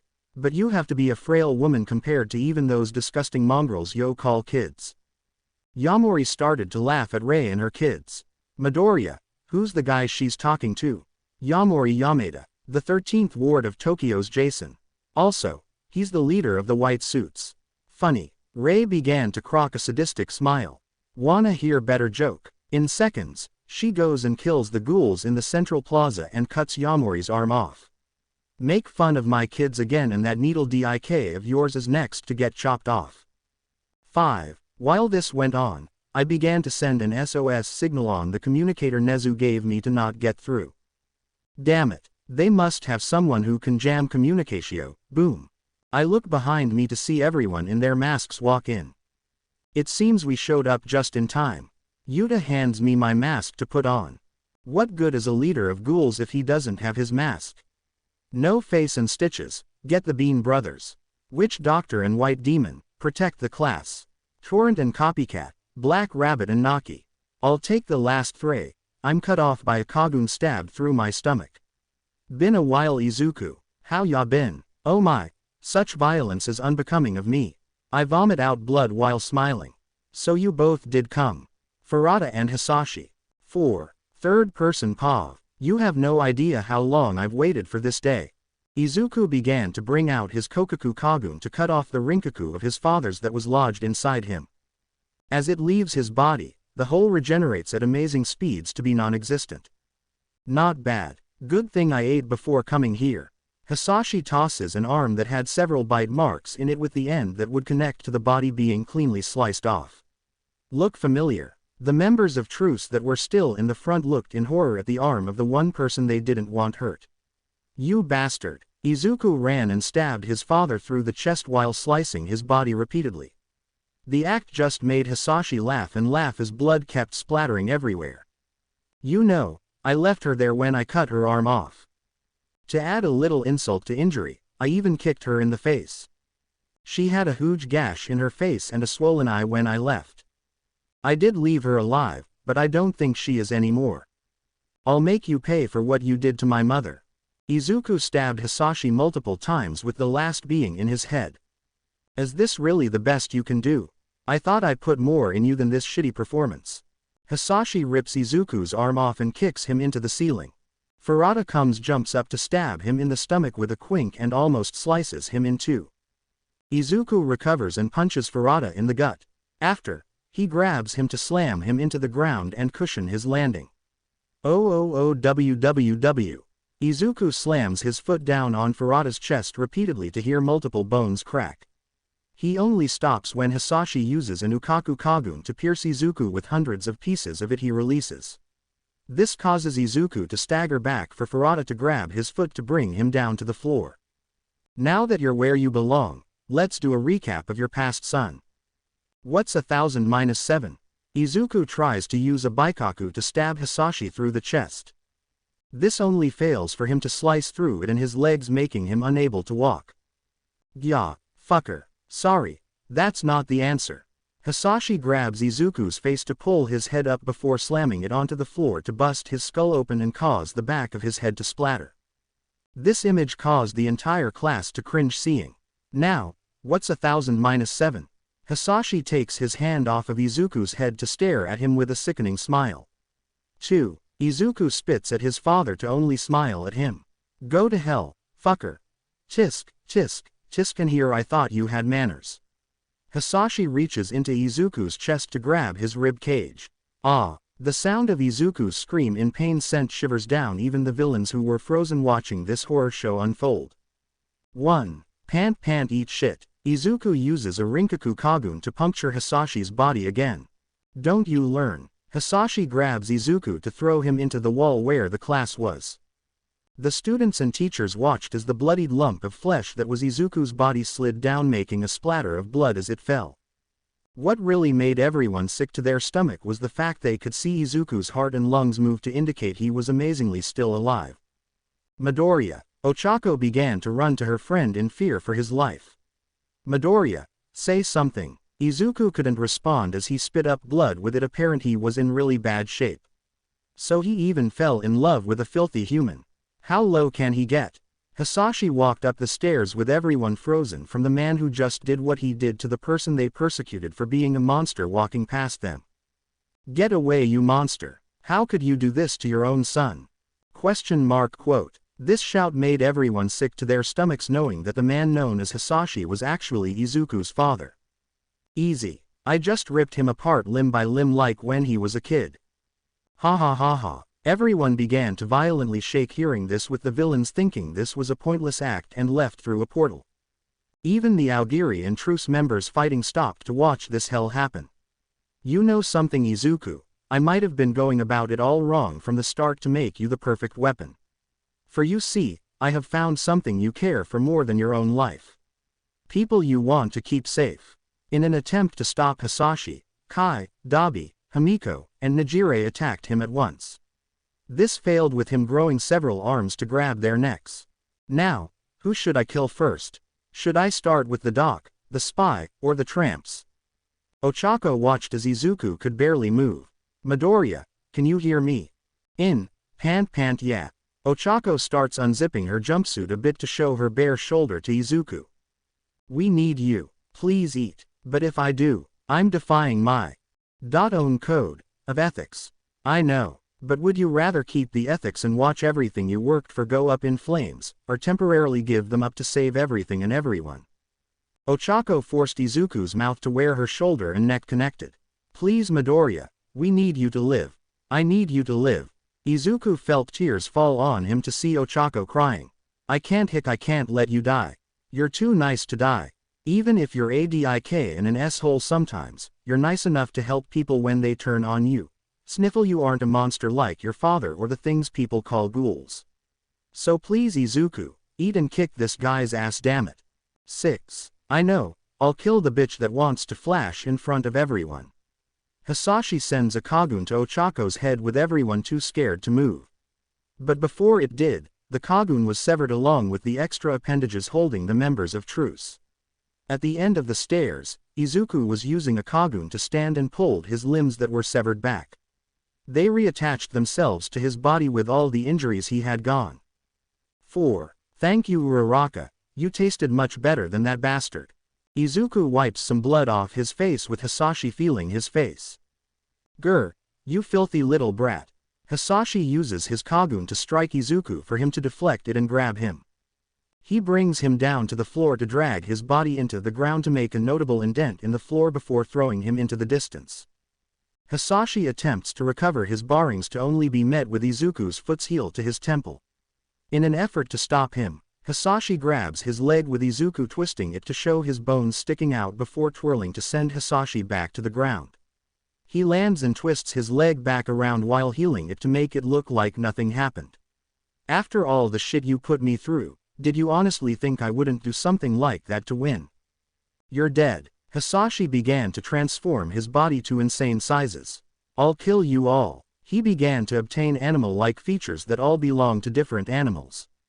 And when I'm done butchering you all, I'll devour your corpses for messing with me. Hisashi's body was enlarged to a point, his head could reach the ceiling of the enormous plaza while staring down at Izuku. So you finally show your true face. Izuku started to snap one of his fingers with his thumb. Revolting that I'm related to the likes of you. Hisashi started to stomp on Izuku with him dodging to run up him. His tail began to turn to show it was a serpent and attempted to bite him. He evaded and ran up the tail for Hisashi's other heads to try and bite him. Izuku only smiled as he evaded them with more growing to attempt to outnumber his dodging. This failed with Izuku reaching the top head. He transformed his body into a giant monster himself to rip Hisashi out of his form. 5. Izuku grabbed him in his mouth and spat him onto the floor of the center plaza. Now, Izuku began to create Rinkaku Kaguns to plunge into Hisashi's limbs with more going farther up to where his body bent. Gya, what's 1000-7? Izuku cracked his fingers with his thumb continually twisting and prodding at Hisashi's body with his Kagun. I can't hear you. Ah. Izuku kept this up with Aogiri leaving knowing this ended differently than they thought. 9. 993, 986, 900, 979, 97 T2. Hisashi began to lose his mind to the pain with Izuku looking at him with an emotionless look. After all this time of you tormenting me, you're the one on the receiving end now. A pity really. Izuku glanced at Furuta who was trying to leave to use a Kakuja to steal his mask back. I'm taking this back. Furuta looked in fear while smiling. Hey. Guess this is where we part ways Hisashi. Sayonara. Furuta runs away with Izuku turning his attention to Hisashi again. You said you wanted to eat us huh? Well, you'll get what's coming. Izuku leaned down with a psychotic look. When I eat you instead. Izuku opened his mouth to attempt to take a bite out of Hisashi's neck. But before he did, a pair of hands wrapped around him with something warm soaking his back. Izuku, stop it. If you keep going, I don't think I could tell who's the monster between the two of you anymore. Just please, stop. Izuku came back to reality to see Ochako crying with him on top of Hisashi beaten bloody and his mask in his hands. He started to begin panting as he lost his self to his own accord and become what he was originally meant to be for a moment. A monster. 4. Uraraka. Thank you. Thank you for stopping me from crossing this line. Izuku began to cry with all his emotions showing to make the class only watch in amazement. The man who they mocked had just stopped someone that was going to kill them with ease and is on the verge now of a mental breakdown. There was only one thing going through all their minds as this went on. Just what is this guy and how is he able to be this unstable? Ochako Pav. It's been a few days after the incident at the USJ with all of us still a little shaken from it. Thanks to a little help from Mr. Arima, we were able to make it so he ended up walking into the incident to capture Midoriya's dad Chimera. Since he doesn't die that easily like most ghouls, he's being held in a maximum security cell as deep down as Cochlea can put him. As a safety measure as well, Principal Nezu had us put in dorms since the ghoul organization known as Aogiri Tree saw all of us and would be able to take us out outside of the reach of the school without difficulty. Since this would hinder a lot of plans, he also allowed the members of Truce to travel in and out of the school so long as they don't cause harm to the students. I think the one that's shaken the most by this incident though, is Midoriya himself. Hey Midoriya, I glance into the room we share to see him looking into space with a look as if he wasn't there. Midoriya, Earth to Midoriya, he looks over to me to finally acknowledge my attempt to get his attention. Everyone's downstairs. You still good to do this? Why yeah. Let me just get a little coffee or something.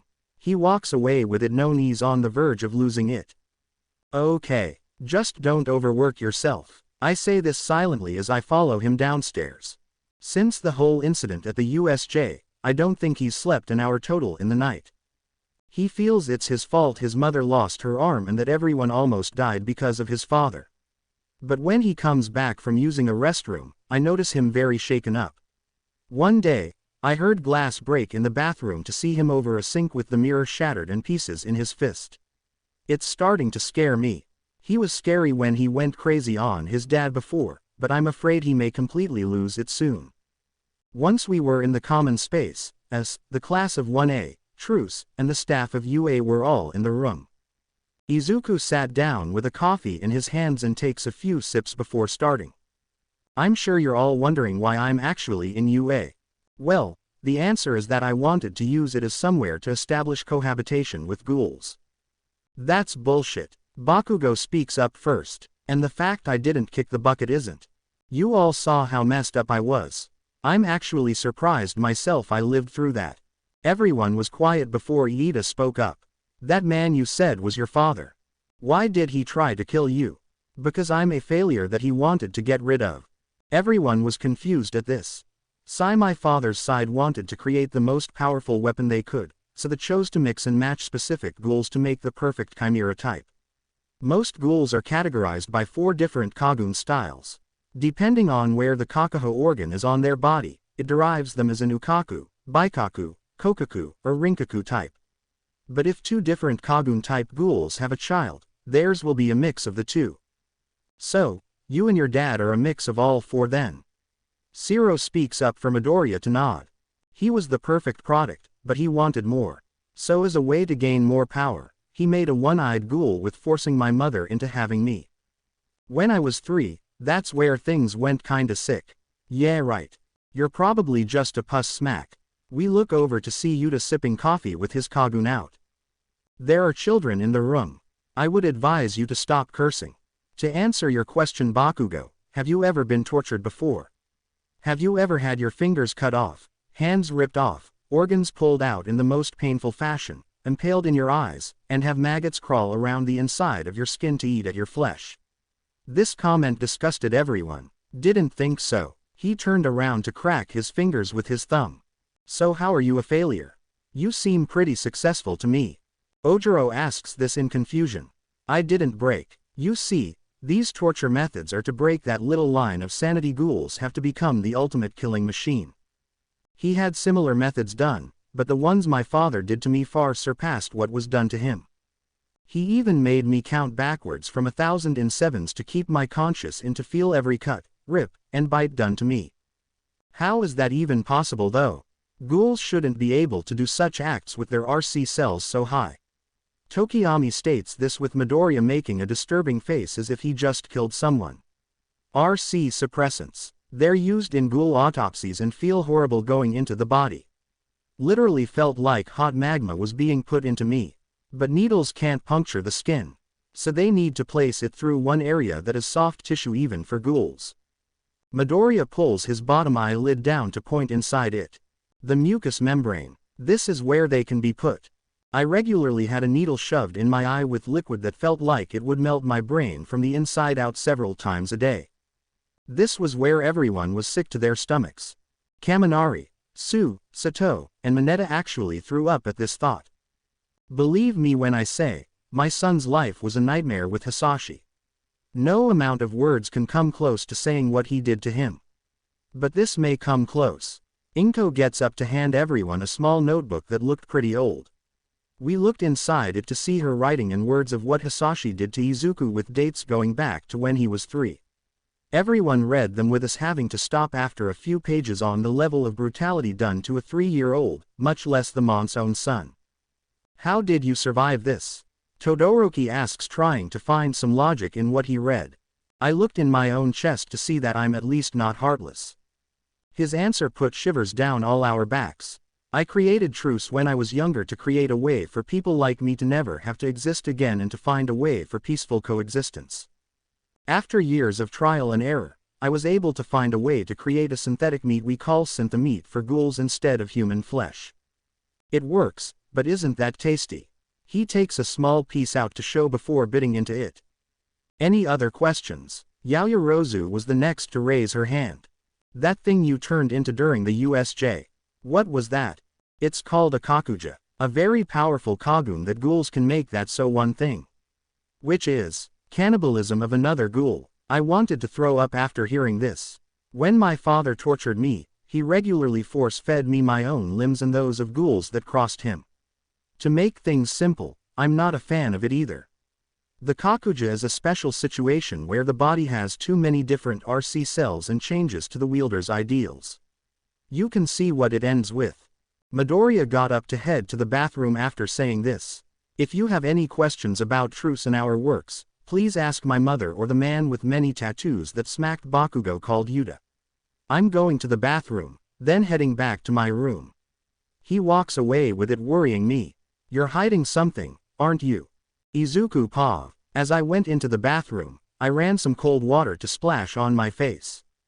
When I finished, I grabbed a towel to wipe the water off to look in the mirror. I should really get some sleep. Suddenly, my reflection started to warp and show a more sadistic me smiling. Common Izuku, let me out. You know you want to wreak havoc and kill everyone here. That isn't me. You can't lie to yourself. You were made to be a weapon meant to kill everyone and everything in your path. Why fight it? I'm not like him. I'll never become him. I shout under my breath before my image came out to grab my neck. Just accept it. You were made to be a weapon. Now let me out so we can wreak havoc on all that cross our paths. Hehehehe. My breathing started to become short and quick gasps. The memories of my past started to warp my head a bit. I gripped the sink in fear of losing myself. I don't want to be a weapon. Tears began to fall as my mirror self started to strangle me. 1. Hey loser. I come out of my state to the sound of someone behind me. I quickly take back my composure to see Bakugo. Oh, it's you. Don't act fucking confident like you're better than me. Who said I acted like that? He began to grab my shirt in anger. Listen up, monster. I don't know what you did to Round Face, but she's mine. You got me. Funny, 'cause she doesn't see it that way. He began to get angrier with this. I wonder how far I can push him till he loses it. If you think you can take her from me, then you're dead fucking wrong. Oh, but I already took her. His eye began to twitch at this. What did you say? Oh, this is gonna be fun. 1. I already took her as my own. The first day of school, I brought her home with me and made her mine. I own her. She sleeps in my bed, changes in my presence, she does everything with me. He began to clench his teeth at this. That night though, I can tell why you're infatuated about her. She's an animal in the bedroom. The feeling I had when I plowed into her unused womanhood sent shivers down my spine. Hearing her sweet moans call my name as she wrapped around me, I thought she was going to drain me of everything. I will say though, her plump little ass was the best part of the night. Watching it bounce on me was probably a moment I will remember for the rest of my life. I couldn't tell you how many times I destroyed her, all I know is that it was morning by the time we were done. I can tell you that she likes the feel of my fluids on and inside her though. I smile with Bakugo ready to lose it at me. 3. That erection tells me that you were willing to do this, but failed. It must piss you off that a monster like me got to her before you. Now no matter if you get her or not, she'll be thinking of me even when another man is in her. That is, if I ever want to cut myself loose from such a fine woman. He began to make explosions in his one hand. You're fucking dead asshole. I dodge his explosion for it to hit the mirror. You're going to kill me. Don't make me laugh. The CCG can't, Aogiri can't, Arima can't, even my own father can't. What does the likes of you have against me? Bakugo. I smile at him for the fool to now be so enraged, he's shaking in anger. He walks out with it known now that Todoroki was in the room. Out of the way, I see hot. He leaves with Todoroki walking up to me. Did you actually do it with Uraraka? Nope, but it sure lit a fuse in him. I start to laugh at my own act waiting to see where this goes from here. You know he probably hates your guts now, right? Did he even like my guts from the first day to now? Fair point. I begin to walk out to see Ray and Mom talking happily with each other. At least you're okay now, Mom. I'm sorry you lost your arm. I look at the stub of where her arm once was to feel disgust in myself for what I failed to do. I should have been there. I should have done more for you. I should be the one armless instead. Anger starts to rise in me to punch the side of the wall. Sai, you need to keep going. Mom wouldn't want you worrying about her, so why are you? Time skipped to late that night. As the night went on as it normally would, I could feel Uraraka stare at me. Can't sleep. ... Why didn't you say that you weren't sleeping well? It's not your concern to worry about me. Focus on your soul, none of my concern. ? I work for you, you better be damned sure I'm concerned for you. I open one eye to look at her. Why do you care? It's not like I'm human or anything. That doesn't make you a monster to me. Your father, however, He's a monster. Some CCG officers are monsters, ghouls that kill just because are monsters. As far as I'm concerned, you're as human as any of us. I couldn't hold back my laughter at this. PFF, you think I'm as human as you? That is just hilarious. If it was any more pathetic of what you said, I'd have to kick your butt. Do it, I dare you. She smirked at me with it making me laugh more. Once I settled down, we looked at the ceiling in silence. Why aren't you sleeping? Too many nightmares. About. I stayed silent before she looked at me. Look, I trust you enough to take a bite out of me. The least you could do is trust me to hold your dirty laundry for why you have nightmares. I try to think of words before answering. For as long as I've lived, I've had the goal of putting my father down in the name of peace. I've sworn off eating flesh of humans and ghouls as a way to help my morals. But at the USJ, I broke one of those disciplines and nearly took my father's life because I just wanted to kill him. In that moment, nothing mattered but killing him and proving I was the top dog. But when you stopped me, that one string that kept my sanity didn't break. It came close, but it's still holding by a thread. Uraraka looked at me amazed before I continued. Now that I achieved my goal, something my father told me before is coming to my surface. What did he say? Sigh, when you end my reign, you will become the most powerful weapon of all. Wow, that's really intense. It is. I was made to be a monster, and that part of me that was supposed to be a monster is finding its way out now. I clench my chest in fear while shaking. I don't want to be that. I want to be me and only me. Hick, I'm scared beyond belief of what will happen if he comes out. If he does come out, I may never be the same again. Tears started to fall down my cheeks. When I was little, Yuta told me that when someone's true nature comes out that it's unknown what will happen after. I'm scared that if my true self comes out, that I'll become the same thing my father is. Sniffle, a monster that can only destroy. I don't wanna be that. I don't wanna be some freak of nature that can only kill. I started to feel arms wrap around me. I look over to see Uraraka hug me. You're no monster. You never were and never will be. You're Izuku Midoriya, a hard ass that hates showing when he's in pain. The hug felt reassuring before hearing Uraraka wince in pain. You okay? I glance over to see where I bit into her bleeding. It's nothing. Now who hates showing when they're in pain? She started to laugh as I went to the drawer to grab some bandages. Take your shirt off. Perv. Sigh, take your shirt off so I can wrap your injury. I'll keep my eyes at the shoulders. She does so knowing I'm not taking no for an answer. As she does, I notice the blood-stained bandages from before. This may sting when I start. She nods as I lift the bandages off to put some disinfectant on it. TCH. Did warn you. Once the cleaning was done, I wrapped it up the best I could before taking the old bandages to the trash. I'm done. You can put your shirt back on. She does this with me going back to where I slept. 6. That's gonna scar really badly. Just gonna put that out there. That's fine. I'm happy I was able to do something for you anyway. You're a nice person, Midoriya, and I'm happy I met you. Izuku. What? Call me Izuku from now on. I hate being called Midoriya since it reminds me of my father. Okay, but you have to do 2 things from now on. Which are? Call me Ochako, and get the hell off the floor and into the bed with me. I started to laugh a bit. Was my joke with Bakugo not that far off with you? What joke? I went into the bed before answering. One where we did it together and you being an absolute animal to drain me dry. You jerk. She started to hit me with it being kinda funny. Yeah, you may be asked about it tomorrow. If you do something like that again, I'm kicking you in the balls. So violent. My kind of woman. I turned to the side with her turning opposite. What am I to you, Izuku? I stayed quiet for her to turn to me.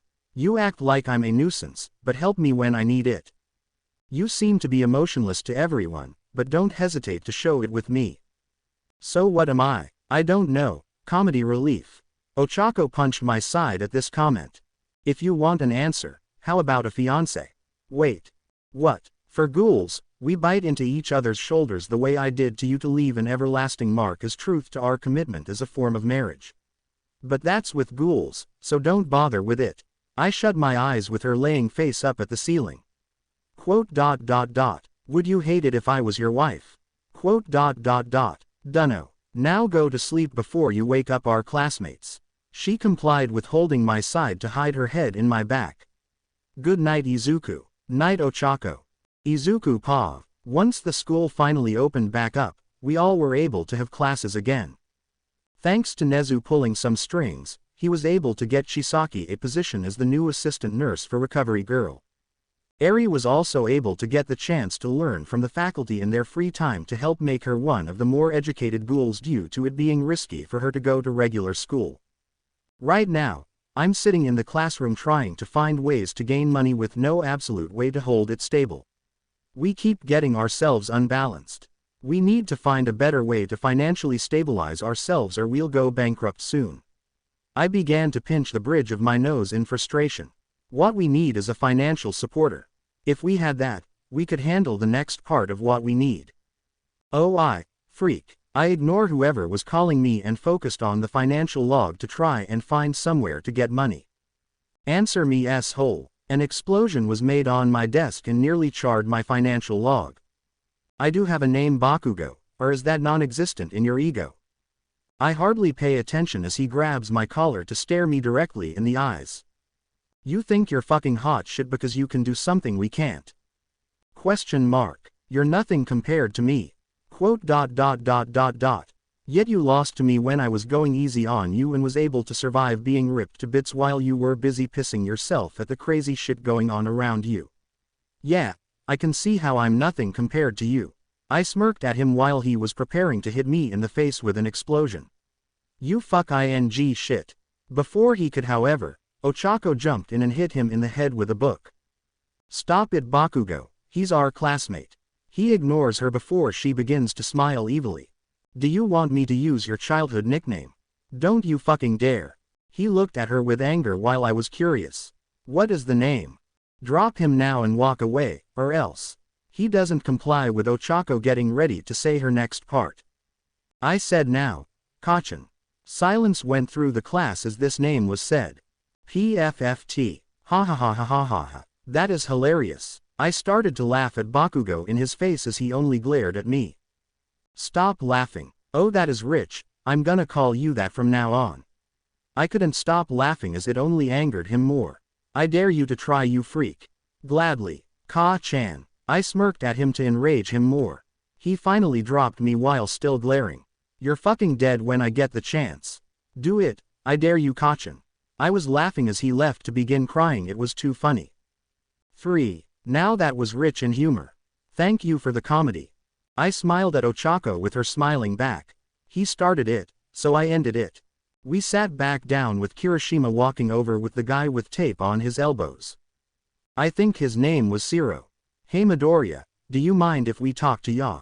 Go ahead, but I'm still gonna work on what I'm trying to while you do it. There was a silence before Kirishima spoke. I'm sorry, I stopped what I was doing when he said this. Why are you apologizing? You didn't deserve to be talked to like a common serial killer, but we all thought you did. So as a way to try and make it up, me and a few of our other classmates want to help you. I turned to the two with a straight face before answering them. I don't need recruits right now, the bigger thing is financial support above everything. I appreciate the offer, but I need money more than anything to work around the problem of there being too many people already. I think I can help with that. Yaoyorozu raises her hand with me looking over. Why, last time we talked, you thought I was just a cold-hearted killer that needed to be put down. I know, but I did some secret looking into of what you said to realize something. You're right. About, quote. Everything. What you told me now has it hard to find out who I can and can't trust in this world. The people we thought were our allies are wolves in sheep's clothing. The monsters we think need to die aren't all evil and untrustworthy, and each side is killing the other with no end to this war in sight and it going in a constant loop. All I know right now is that you're able to be trustworthy, so I want to help. I stayed silent until I asked her a serious question. You realize you're offering to help a ghoul-oriented group that the CCG do want dead with many high-ranking ghouls in it, right? If word got out that your family was helping us, you all would get the needle. As you said, We can do whatever we want until we're blue in the face as long as you can do your job. Yaoyorozu smirked at me while using my own words against me. You clever little rich girl. I place my feet on the desk and smile. If you want to join, then it's your choice. Who else wanted to help? Kirishima, Shiro, Asui, Todoroki, and Shoji raised their hands. Okay, you all are aware that any form of knowledge on ghouls legally has to be given to the CCG and that any withholding is grounds for imprisonment and possibly execution, right? You're literally saying the exact same thing you did to Yaoyorozu. I roll my eyes at Kirishima's comment. Fine, but don't blame me if you get caught. Also, you lot will just be handling giving false info to the CCG for now. Any objections? They shake their heads no. Good, we have a meeting today after school in the 14th ward of Tokyo. Follow me when classes are over. They nod as Mr. Aizawa walks in. Meanwhile Inko Pav, here you are. I hand a cup of coffee to Ray as we speak with some of the other teachers in the lounge. Thank you. How's your arm holding up? I look over to the stub where my right arm was and smile. It doesn't hurt that bad. I still have the other. If it makes you feel any better, Inko, your son did a number on Hisashi in return. I smiled at Kai's comment a bit with Eri walking up to me. Ms. Inko, I'm sorry I couldn't be there to help you. She started to tear up before I patted her head. You did nothing wrong, Eri. This was Hisashi who did this. She crawled up to sit on my lap before hugging me. It's okay, Eri, you don't have to worry about me. I'm a tough mom. How do you think I was able to raise Izuku for so long? I held my arm in the air to flex a bit to make her smile a bit. 2. At least things worked out in the end for Izuku's sake. Kai sighed as he looked at the ceiling from his work. That reminds me, Kai, why are you in Truce? Ray asked this with curiosity. A death oath. I was hunting in some grounds that had a group of doves in it. I would normally avoid them, but some of my men were weak due to starvation and Eri was gonna follow suit. Because of what some ghouls were doing in the area, it was dangerous and almost impossible to hunt in. I had no choice though. It was either hunt with the risk of death, or have people starve to a point of cannibalism. I took the earlier and ran into a special class investigator. I was weak from hunger at the time, so I couldn't fight him so well. I was literally on death's doorstep with the guy holding his quink to my neck. I thought I was gonna die there. Eri held onto me close hearing this. So Izuku came and saved you. Yup, he killed the investigator and lugged me to the Hasaikai base upon request. He even gave my men and Eri the synthomeat saying what it was and how he wants to change the world for the better where ghouls and humans can live in peace. We were saved by his ambition, and I offered my services to him in return. He thanked me and brought me in after. We stayed quiet as his face looked like it was smiling under his mask. I will give that man my life if it goes to his cause. It's the least I can do for someone like Izuku. Ray smiled at this. So how did you get into Cochlea? Ray looked at Eri and smiled. It was to save my family. We listened closely as she said this. As you both know already, I was the former head of Tokyo's 11th ward. Anyone that crossed or rubbed me the wrong way didn't live long to regret it. That was just how I was raised and learned on my own. Around 28 years ago, I met Enji the Flame Hero Endeavor. One thing led to another and we began to see each other. He didn't even flinch when he saw me butcher an investigator one night by accident. On the walk home, he said he didn't care what I was and loved me for who I was. To me, I was happy I heard those words come from someone I actually loved. He even helped me when I was pregnant and put himself through hell eating the bare minimum to not starve as a way of support. He sounds like a nice husband. Ray smiled at me and nodded. Sadly, the CCG was on my tail and was close to me. One night coming home, Enji was sitting at the table with his head down asking me to talk with him. He asked me to please leave our home. To be fair, I was kinda ticked he suggested this until he said the reason. What was his reason? I will definitely be killed as well as him.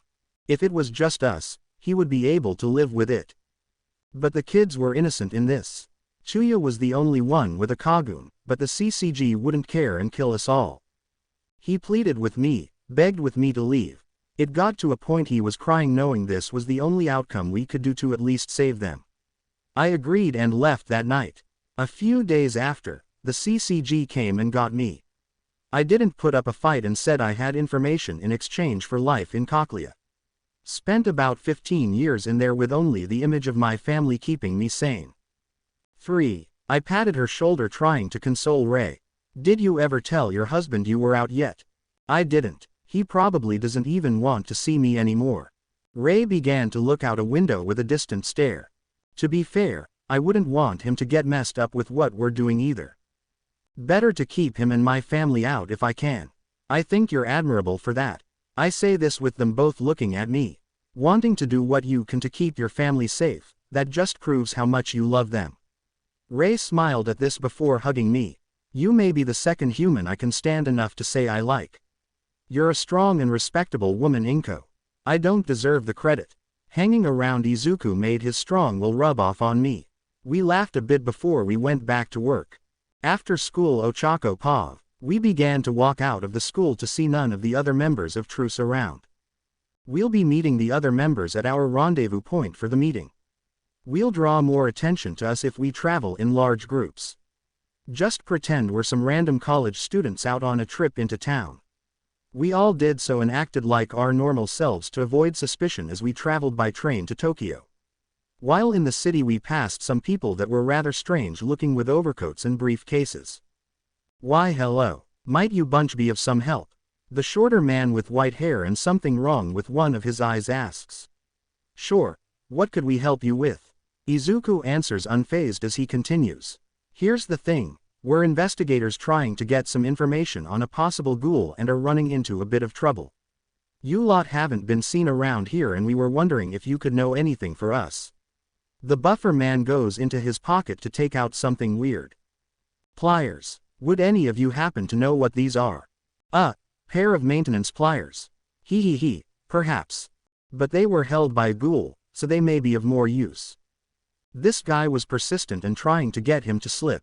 Izuku only shrugs looking at them while staying calm and collective. Maybe the guy works as an electrician or something. That would be a good guess if they weren't covered in blood of ghouls. So, did this ghoul have some kind of sick torture method or something? We are led to believe, but all our leads come up empty-handed. That's a shame, sir, but I don't know how we could help. He looked over to everyone who thought on it and gave possible opinions as well, to which he seemed to not argue. We were normal people. Very well, so what brings you lot here? We're going to a nice cafe I found here earlier. I would believe that if the ones here weren't garbage. The smaller man didn't let this go, with Izuku thinking of something better. Okay, you caught us. We're going to a party that has booze in it. We didn't want to tell you because we're under the legal drinking age and didn't want to get caught. We all bowed our heads to him as a way to make this look believable. Kids shouldn't be drinking at your age. We know, sir, but we just wanted to try it. Hiroshima says this with Zero going up to the guys. To be honest, we were trying to get our green-haired friend with our brown-haired one and our friend with the red and white hair with the black-haired one. They both like each other and won't admit it. So this is our way to help get a ball rolling. Wait, you tried to what with me and Ochako? Izuku started to act mad and flustered, with Todoroki and Yaoyorozu doing the same. The two started to buy it and walk away. We'll let you off with a warning today since we're busy. But don't come crawling to us if you get into trouble. Have fun. As they walked away, we walked a little of a longer path to avoid any possible trailing they could do before getting to Atori's bar. Before getting in, Izuku stopped to speak to us. If we would have slipped there, we all could have died. I want you all to be aware of that. The bulky one was a first-class investigator and his partner was a senior-class investigator. Going after them would have meant we bring more heat on us than we need. Investigators are like ants that crawl out of a mound when you step on one. Be very cautious of your words speaking to any of them from now on and go with every lie you tell to the letter. The older one was a perfect example of one you need to choose words very carefully with. One slip in words or actions, and you can die. We all felt a shiver down our spines as we opened the door. As we entered, Najire looked at me and everyone angered with her Kakugan going active. Sorry we're late. Some investigators were hanging around the area forcing us to take a longer route in case they were tailing us. Izuku went to the bar to sit next to Mr. Arima before speaking. 2 quick announcements. First, we officially have a financial benefactor. The Yaoyorozus have officially offered to support us. With their help, we can officially start phase 2 of our main goal. Chisaki looked at Yaoyorozu before speaking. I'll tell you the finer details later when the meeting's over. Yes, sir. Now for the second announcement. These students are joining our group to specialize with spreading faulty information about ghouls. This will allow us in the combat faction to complete the next step in weeding out the troublemakers. Mr. Arima walked in with 2 different people that were looking like investors as well. Okay, what are 2 investors doing here? Najire asked this with aggression towards them. They are important to the next part of the plan. After some time, I was able to get them to join us with explaining some finite parts of our work without telling them about the actual group until a few moments ago. Sorry for the late introductions. Yukinori Shinohara, Special Class Investigator. This is my partner Juzo Suzuya, a 3rd class investigator. Hi, the guy said this with a little excitement with his image confusing me. This guy is a guy, right? Sorry to ask this ribbit, but are you a boy or a girl? Sue asked the question everyone wanted to know with him getting annoyed at this. He walked over to her with an eye raised. What are you supposed to be, a frog or a toad? Sorry if I hit a nerve. I speak what's on my mind and I didn't mean anything bad by it. Suzuya walked back to Shinohara with Izuku walking up to them. 1. It's good to have you both on board. Hope we can work together. Izuku holds his hands out to them both with Shinohara being the first to shake it. Likewise. Never thought I'd be working with a ghoul, but it's good to know you're one of the nicer ones. Suzuya went for his other hand to quickly pull it away. Sorry, thought you'd be the type to like a little humor from your file. Izuku holds his hand up to show a joy buzzer. That's actually kinda funny. Suzuya started laughing with Izuku joining in. Okay, time to get down to what we're doing next. The first target will help stop groups like the restaurant and the auction in the ghoul world by having its financial support severely cut. Yuta passes out a few folders holding info on a very obese-looking blonde woman and a skinnier blonde woman inside. Our first target will be a ghoul known as Big Madam. But before that, we need to capture a ghoul known as Miss A for information. Ochako Pav. It's been a few days since Izuku told us who our target was. From what he said, Big Madam is a very dangerous SS-class ghoul that has many affiliations with the underworld black market. We were told to memorize everything about her and Miss A. Our prior objective is Big Madam, but we needed to get to Miss A to get to her. We were also told of the sports festival and started training like crazy. Izuku helped with this to give us a boost. Between ghouls and humans, it's kinda obvious ghouls win in physiology if we're doing the same thing. This was also a hurdle Izuku wanted us to surpass. Also as a precaution, Mr. Arima had given us all quinks to fight with if we had to. A lot of us had misgivings training and thinking of the chance we need to kill a ghoul, but Izuku said we may not have a choice in the future with our line of work. He did say we were going to have the members of Truce that specialized with this deal with the ugly part, but it was better safe than sorry. Right now, all of us are waiting downstairs with Izuku coming in and tossing me and the others in Class A that are in Truce bags with something in them. Put these on. We opened them to see clothes that smelled used. So why are putting on used clothes? Ghouls have a great sense of smell Todoroki. They'll easily find out if you're human or not because of your body odor. We're going out tonight to start phase 1 of the extermination of Big Madam. I want you all to shower to get any lingering scent off you so the scent of the clothes is what people smell.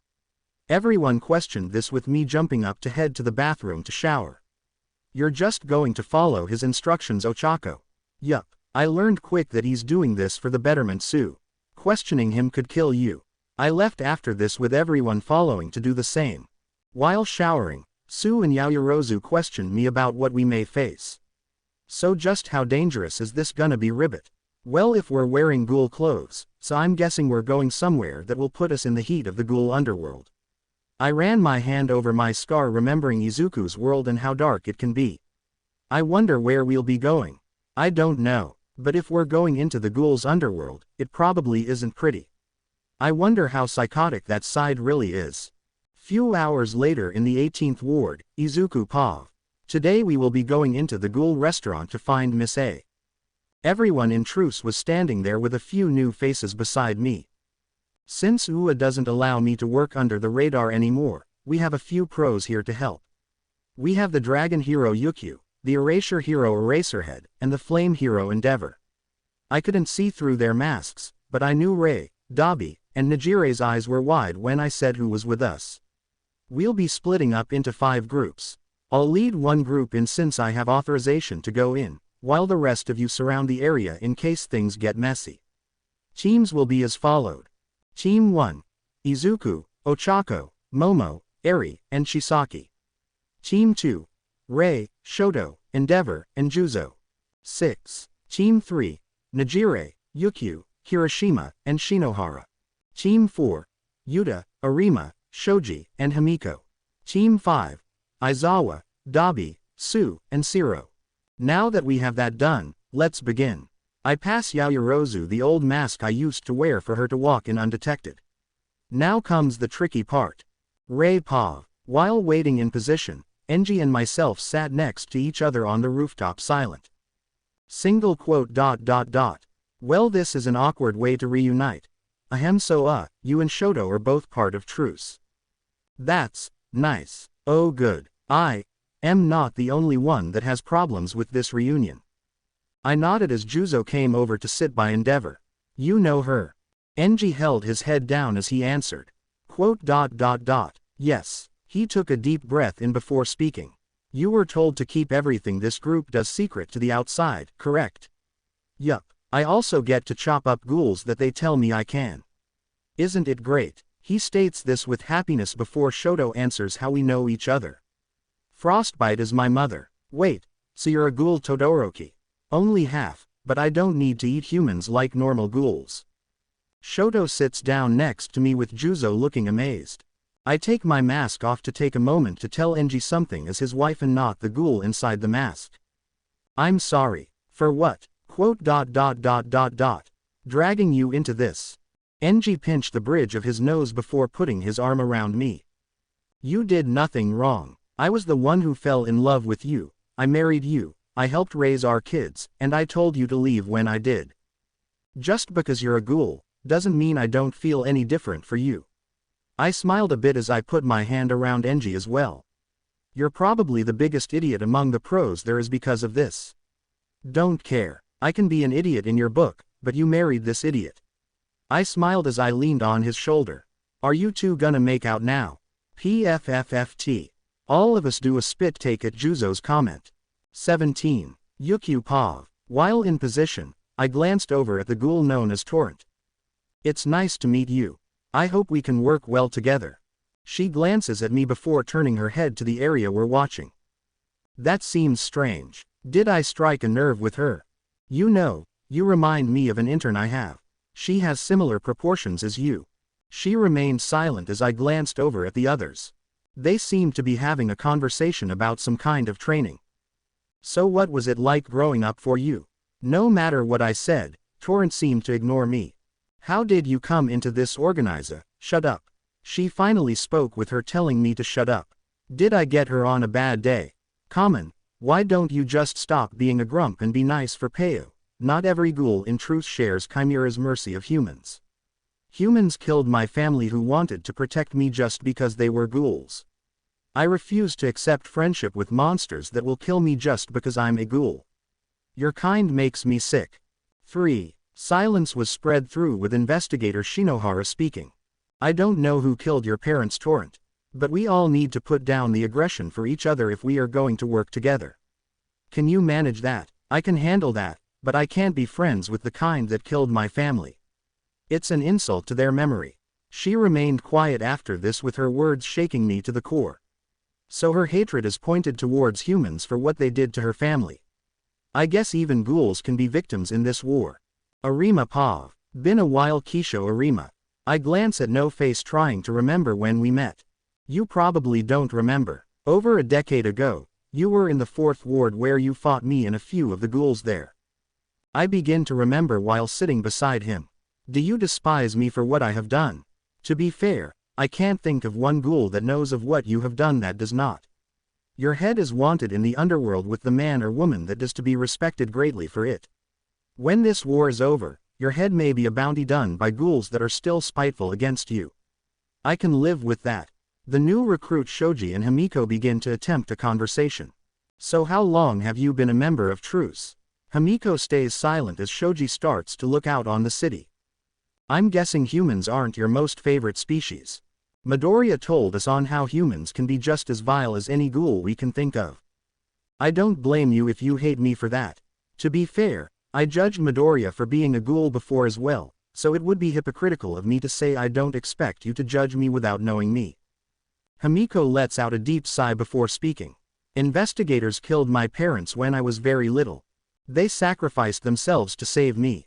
I do hate your kind for making me deal with the hell I faced when I was little, but you're trying.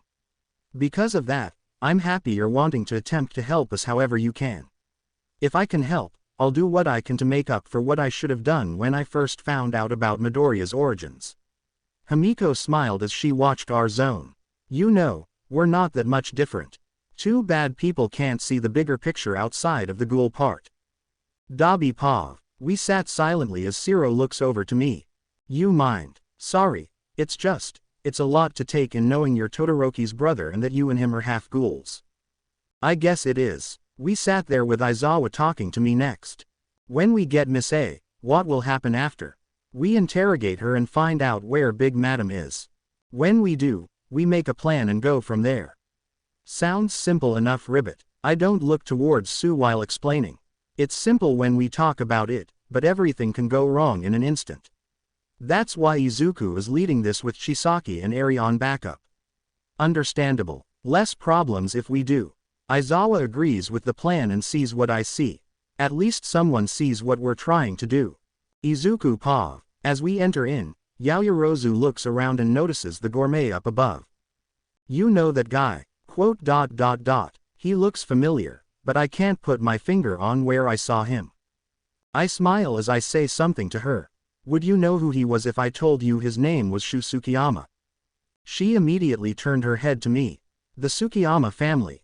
As in, the Tsukiyama family. One of the most wealthiest businesses in the country is actually a family of ghouls. Yes, she glanced back over to Tsukiyama in amazement. Ghouls have many faces, though very few are. There are some educated enough where they can hold a significant strong point in society. The Tsukiyamas are no different. The crowd started roaring with applause as we glanced over to see Miss A. I leaned down to whisper into Ochako and Yaoyorozu's ear. Our target is to the left of us on the balcony just below ours. We'll make our move when the show meets its highlight. They didn't know what I meant, but I knew they weren't going to like this. Tonight, we shall dine on a most exquisite set of specimens. The first is brought to us by Mr. R, a woman who has been let go of acting and forced to find work as anything she can. The next is given to us by a purveyor who could not come here today. This is a man who has owed much money for debts he could not handle and chose to do nothing for. Our final dish will be one of an artist who has reached his end as soon as he has come on the scene. Such as the beauty of art is fleeting, his fame was the same. The three were standing in the center of a ring with Yaoyorozu and Ochako looking confused. What's happening? It's a dinner show. Dinner show. As I say this, a scrapper comes out to attack them. The scrapper was a dirty blonde woman with a sickening smile, snake-like body shape, and a giant machete she held on her shoulder. This was the darkness that this world would show. As it began, the scrapper ran to the trio and attacked. They ran with hopes to run. They looked around for an escape to find none. The one that had the debt tried to attack her with a chair that was in the room for his guts to be sliced out of him. He spat blood as the scrapper flung his entrails to the audience. They attacked and devoured them like a bunch of savage animals. This is messed up. I think I'm going to be sick. The scrapper dragged the dead core to the table and held him there before going back for the next two. This time, she went for the woman. She tried to reason with her by saying she'd pay her anything she wanted to spare her, but this did nothing. As the former actress ran, she sprained her ankle to have the scraper slash her Achilles heels to stop her from running anymore. Ochako tried to head down there with me grabbing her arm before she could. We do something now, we'll have to fight off every ghoul in this place. You're telling us to sit back and watch someone die. I clenched her wrist a little harder while looking down. We're gonna have to let this happen.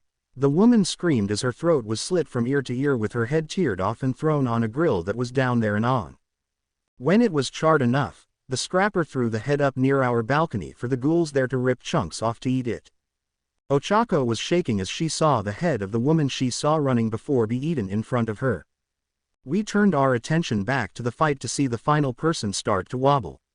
What's happening? They must have drugged him. The scrapper went to him and smiled as she rammed the machete in the mon's chest and ripped it out.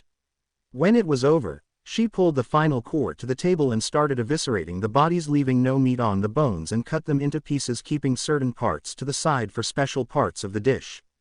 When the act was done, everyone was cheering and prepared for the dishes to be served. Let's go. I pulled the two away with us, heading down to the level Miss A was on. I let Ochako and Yaoyorozu hang back with Chisaki and Eri as I did what was needed to be done. You move or speak, I'll kill you. I held my Kagun to her back as she turned with fear in her eyes. Do as I say and follow me outside. She agreed and we left the restaurant with me speaking into a microphone in my suit. Mission accomplished. Target is secured and ready for extraction. As I said this, Mom came with a truck holding everyone in it. I tied up and knocked out Miss A so we can travel a little better. I glanced over to see Ochako and Yaoyorozu take their masks off and cry. Ochako, Momo, what's wrong? Sue tried to console them with it doing nothing. We couldn't save them. We saw 3 people get butchered in there and fed to ghouls like they were nothing but meat. Yaoyorozu started to throw up in a corner remembering what she saw. This is sick. Why didn't we stop it? How were you planning to get out of there then? If we were to do something, how do you think this was going to change things? I questioned her with the members of 1A and the pros looking at me. Like it or not, this happens. The ghouls you saw in there were the prime example of what we want to stop. I'm not saying what happened in there wasn't wrong. But if we intervened, we would have scared off the only source to the person that funds these things greatly. You will watch people die in this group, I will not lie and say you won't. But understanding that what we did will cause less deaths is the important part. The group looked away while hearing this. Yaoyorozu, what did you see on the faces of the ghouls who were in there? How would you describe them? They looked like they didn't see the people that died as anything more than food. Take that to heart as a ghoul who doesn't see a human as a coping method. Coping method for what? I glance at Kirishima before answering. Killing. When a ghoul or investigator kills someone, they say things like, it had to be done, or, I had no choice, as some means. Unfortunately, the end result is the same either way. They took the life of someone. The only difference is if you can live with the guilt or not. Humans slaughter animals all the time and don't normally see the animal when they eat meat. This is an example of what those ghouls saw. They weren't looking at the person, they were seeing their own meal. 2. Everyone holds their head down knowing that death is going to be something they'll have to deal with. Look, this is exactly why I want to change things. I find this wrong on so many levels along with many ghouls I know. If we can find Big Madam and take her out, we don't have to worry about this happening and make sure nobody else suffers the same fate as those 3. Everyone sits in silence as Zero asks me a question. How can you be so strong, man? I need to be, all for the greater good. Momo Pav. I begin to see an endless void that seemed to go nowhere. Hello. As I call out, nobody answers. Is anyone there? In an instant, a spotlight falls on me with Midoriya sitting on a railing over top me. Welcome all to the first ever Chimera Dinning. Tonight's morsel is a delectable woman from UA. I hope you enjoy. I start to hear an accordion in the background with the members of Truce that were ghouls standing above me. What's going on? It's as it seems, Yaoyorozu. You were right not to trust me before, now you'll die because of your false beliefs. He snaps his hands for Uraraka to walk over with a machete in hand, smiling at me. Wait, don't do this. She smiles at me while licking the blade like a madwoman. Hope you all enjoy. She raises the machete up and slashes down at me before everything goes black. I wake up in a cold sweat over what happened. It was a dream. Just a dream. On instinct, I run my hands over my body to make sure everything is there before getting out of bed to head to the common space. When I get to the bottom, I see Midoriya and Uraraka sitting in the dining area. Midoriya looks like he had just seen a ghost with Uraraka a little shaken up as well. I walk over to have Midoriya notice me first.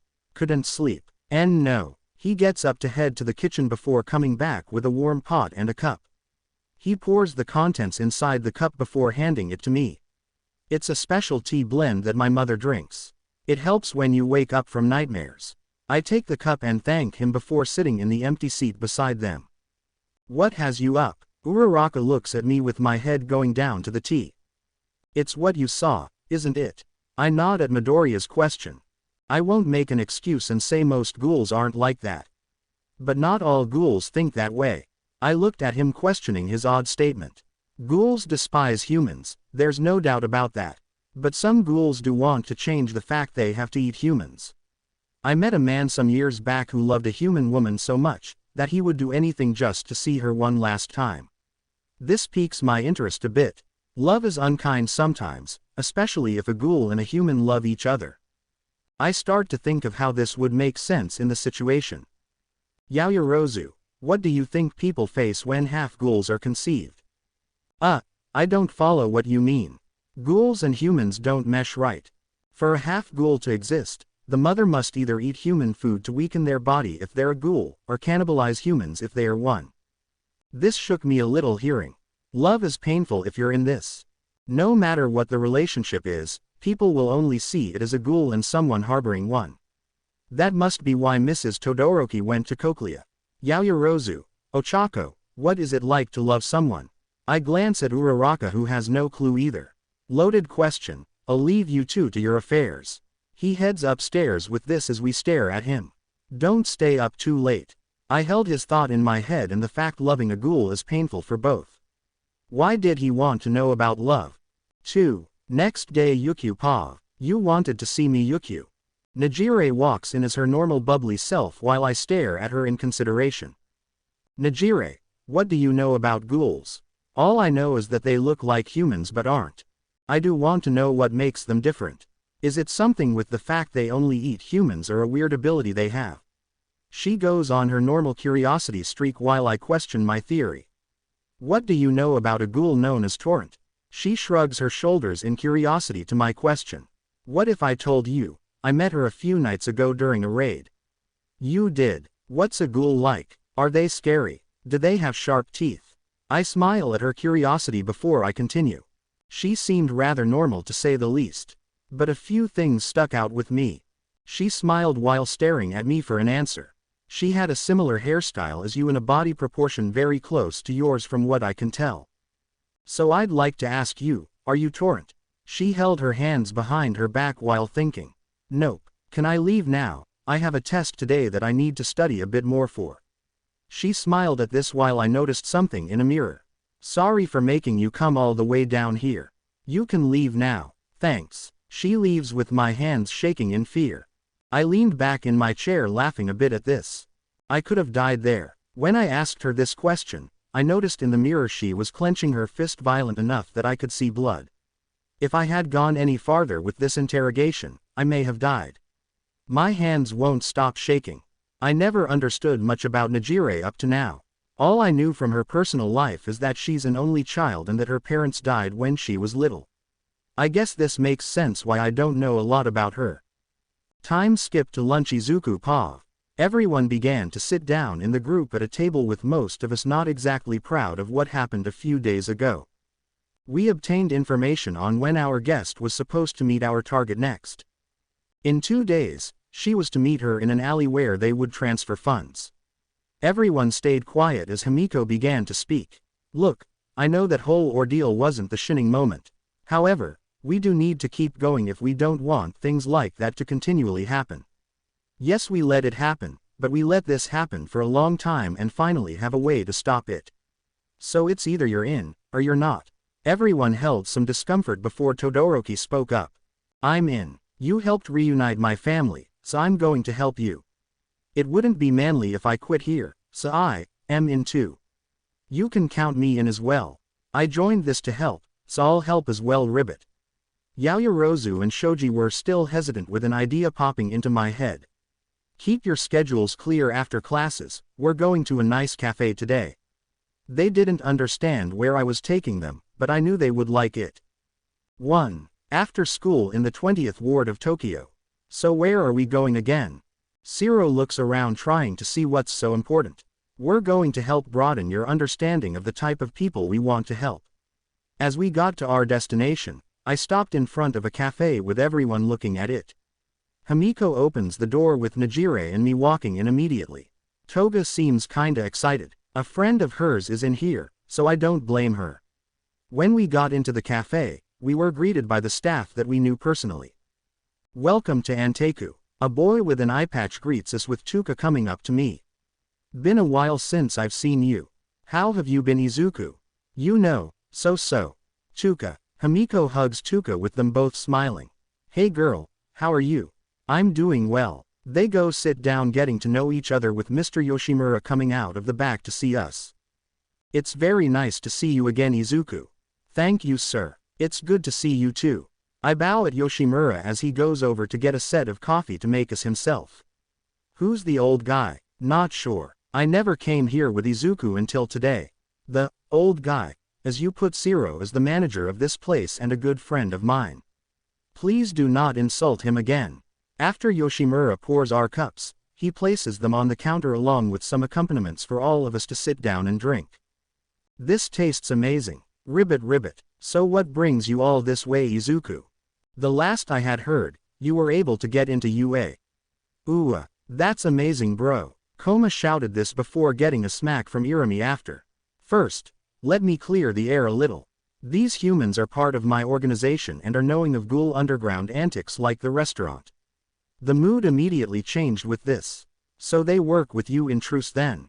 Yes. Yoshimura turned to everyone who had a look as if they just pissed off the wrong person. Thank you for helping my friend in his work. I worry for him like any other friend would. Wait, what? Kirishima was beyond confused until I pointed something out to them all. This whole cafe is run by ghouls, just so you all know. On the outside, it seems to be a relatively normal cafe. But when backs are turned, it's the center for the 20th ward's info gathering and the ones that lead it in a way. I took a sip of my coffee before explaining wards.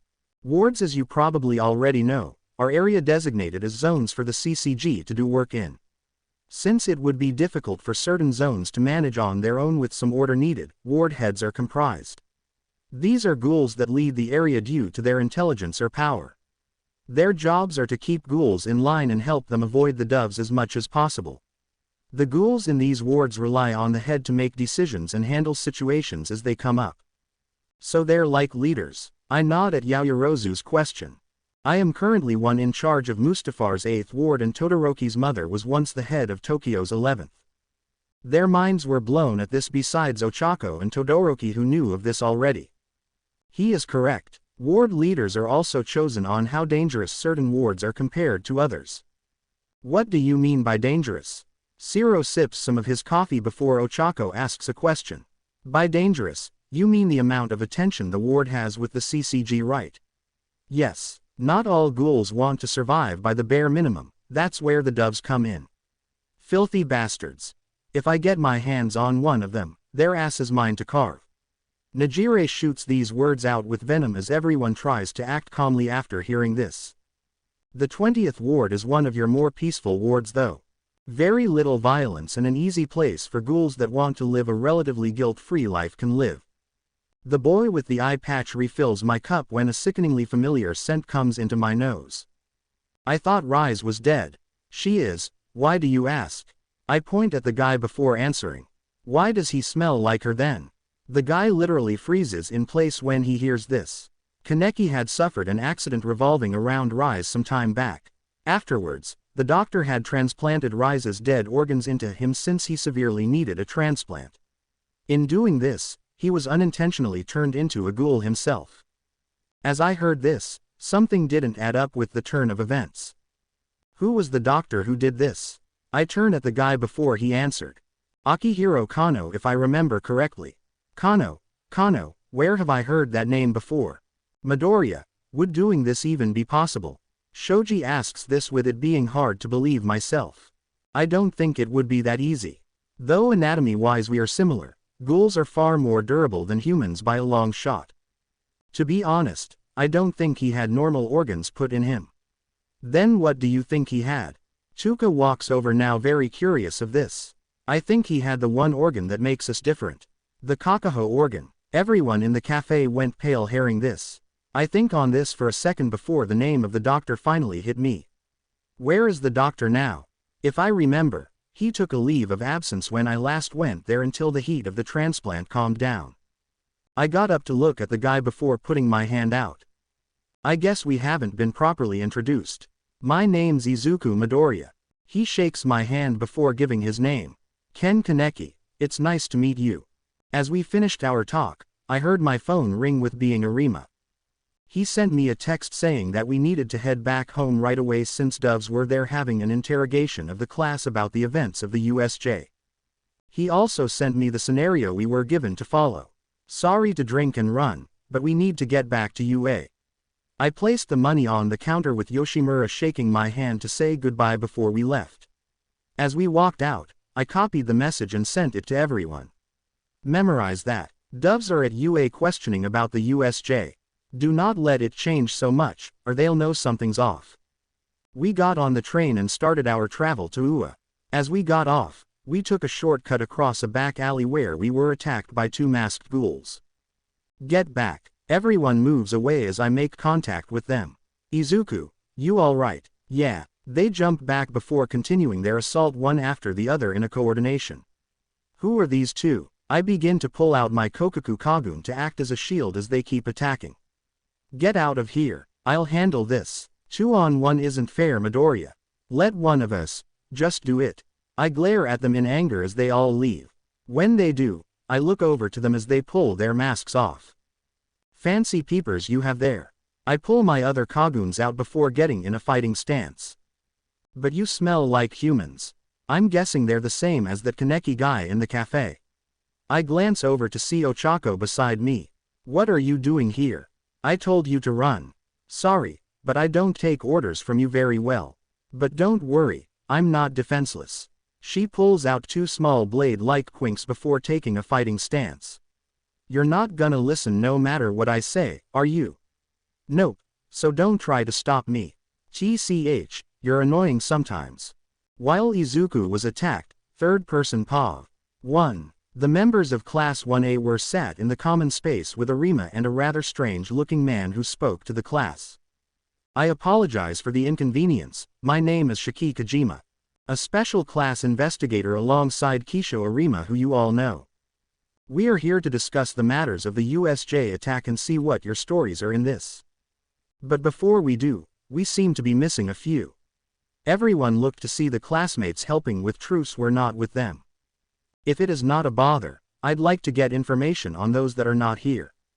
It didn't take a rocket scientist to tell that something was off with how things played out. Arima noticed this more than anyone. Not only was it a moment when all the members of Class A that were part of Truce were gone, but also was when they were going to transfer Misa to a spot in Tokyo's 4th Ward, along with the person that lead the investigation being an investigator that was notorious for breaking code of ethics to achieve his information. This smells of Faradas. He without a doubt grabbed us by the neck on this one. You must hurry before you arouse too much suspicion, Izuku, or this man will initiate a thorough investigation on you. Arima thought this while containing a calm and cool demeanor. Izuku POV. The two ghouls came at us with their Kaguns aimed at our chest. I grabbed Ochako and jumped up onto the roof of the building. Stay here. This is too much for you to handle. What did I tell you before? ? I'm fighting with you. I ignored her and jumped down, unleashing a long-ranged attack with my Ukaku Kagun. They evaded and got to both sides of me. I grabbed their clothes and slammed them down into the ground. I'd love to stay and chat, but I have more important things to deal with. I'm cut off by them piercing my gut. Shit, I was careless. I backed up with them getting up and coming at me again. This would be easier if we weren't in such a confined alley. I was withheld in this fight, and these two knew how to fight simultaneously in close quarters. Dodge. I look up and jump away to have my head nearly get chopped off. Ochako stands up from her psychotic drop with her blades just missing the white-haired one's neck. I told you to stay where you were. And I told you that I'm fighting with you. This woman, she makes my fucking blood boil. I glare at her before a smirk crosses my face. You really are crazy. I take out my Rinkaku Kagun and stand beside her. I know how to pick them, don't I? And you're stuck with this crazy. We get into position as they prepare to attack us again. They charge with me taking the lead. The black-haired one holds me up, while the white-haired tries to attack me. By using my Baikaku Kagun, I was able to grab her and hold her in place. Ochako. Ochako jumps over my shoulder to slash the white-haired one. She pulls her Kagun apart to jump back with the black-haired one doing the same. They're coordinated and smart. No matter how I cut this, we're not gonna get this done quick. I tap Ochako on the side before telling her a plan I had. I'll act as a shield to grab them, while you go in and take them down. But how are you going to act as a shield? You're crazy. Must be why I can stand you. Crazy works well with crazy. She scowls at me before smiling a bit. I gotcha. Third person Pav. Shiro, we should end this before our benefactor gets mad we took too long. Agreed Kuro. The mysterious duo prepared their attack as Izuku came charging at them again. Both were able to stop him by piercing their Kaguns into him. You surely must have realized that this move will not work. The black-haired known as Kuro stated this with Izuku smiling. I don't think you realize this. Izuku moved to have the Kaguns that were impaling him go deeper inside until he was in front of the two. I don't die easily. Izuku grabbed the two and held them tight. Now, Ochako came over to stab the two through Izuku's open flesh wounds to get the two of them in their sides. You know, I'm fine when you use me as a shank hole. But aim for a fucking instant kill if you're doing that. I'm trying. I never stabbed anyone before, nor had a reason to until now. While the two were fighting, Kuro and Shiro were able to cut off Izuku's arms to free themselves. Your call you two. Come at us again, or run. Izuku reattached his arms as he stated this. I won't say this twice. The two began to glare at Izuku when a clapping was heard from one end of the alley. Bravo Midoriya, truly a spectacle to behold as a member of the clowns. Furata came into the alley to enrage Izuku. You son of a, If I die here, you're called in for questioning. Or have you forgotten that the CCG is questioning your class? Izuku was enraged now. He had a feeling this was all some ploy for the timing, but didn't want to say anything. Anyway, we have what we need from UA. Ta. Furata left with the two following him. They already have what they need. What did? Izuku realized what was in UA that he now realized was possibly taken. We got played. Izuku grabbed a towel to wipe off most of the blood on him before passing it to Ochako to clean her arms and hands. Let's go. We're heading back to UA. Time skip to UA Izuku Pav. Me and Ochako ran into Heights Alliance with everyone in the common space and the investigator gone. What did we miss? Investigator Kojima wants to talk to you all at the CCG tomorrow morning at 9. Aizawa says this with the name Kojima forcing me to kick a wall. Had to be him. Izuku, do you know this Kojima guy? Ochako asked me confused who he is. He's a psycho. Some CCG members are kinda out of the ballpark if you get what I mean. Though their main objective is to save people, many doves forget that they are taking a life and lose their code of ethics. When this happens, the investigators become no different than the monsters they claim to be saving you from. Iida was not in belief of this knowing some of Kojima's success. I fail to understand someone who succeeds in finishing almost every case he is given is worse than a ghoul stereotype. I look at him like he said the stupidest thing ever before explaining. Success and sanity do not go hand in hand. Iida didn't want to hear this from me, so Arima stated the next part. What the populace does not see, is that Kojima has broken the code of ethics on a number of occasions. If he did not obtain a success by his methods, the CCG would have taken him off of active duty a very long time ago. That man tortures people. Everyone looked at me as I stated this. And I'm not meaning just ghouls. I don't use the term psycho very loosely since I don't have all the screws in my head tightened, but that man is as psychotic as some villains. Some would even look at his methods and say he's insane. The room was dead silent until Nezu walked through the door with Mom, Kai, and Rei. Mr. Midoriya, we have some bad news. Worse than a born nutcase wanting to interrogate me and Ochako tomorrow at CCG headquarters. Chisaki sighed before saying what they had. Miss A escaped. Should have figured. Somebody was able to enter and take her out of the holding cell we had her in while we were dealing with the investigators. This had made the day even better. I took a deep breath in before exhaling to try and think. Now we need to worry of our rendezvous being compromised. Do we have coverage on who sneaked in? Ray put a laptop in front of me and pulled up the footage. This may piss you off, just as a forewarning. She started the video with all of us looking. As we watched, we saw the s-hole who had my mask walk in while humming a tune to break Miss A out and led her out of the school. Before he left, however, Farada looked up at the camera and waved at it. I hope you don't mind I took something of yours again, Izuku. Enjoy the rest of your day. As it cut, I walked out of the dorms to find the nearest tree. Deep inhale, son of a bettcccchhhh. I punched the tree into bits, scaring everyone. Where's Farada Arima? I don't care if it goes against what I said, he's going down. I need you to calm down, Izuku. I understand your anger, but do not think this is right. We will find a way around this. And what? We lost a major lead. I have to be interrogated by the CCG in their stronghold, and to top it off is that the second I walk through their RC detectors is when they'll make me a wanted target in the place. Nezu walked up to give me something. I hope you don't mind, but I was able to implant a chip on your prisoner. She will not get far. I looked at the sensor to see she was on the move. Kai, Ray, Ochako, and Shoji, you're with me and we're getting our rat back. Yaoyorozu, tell my mother what's going on to have her contact the other members of Truce. Have her say we're moving her to Yutas.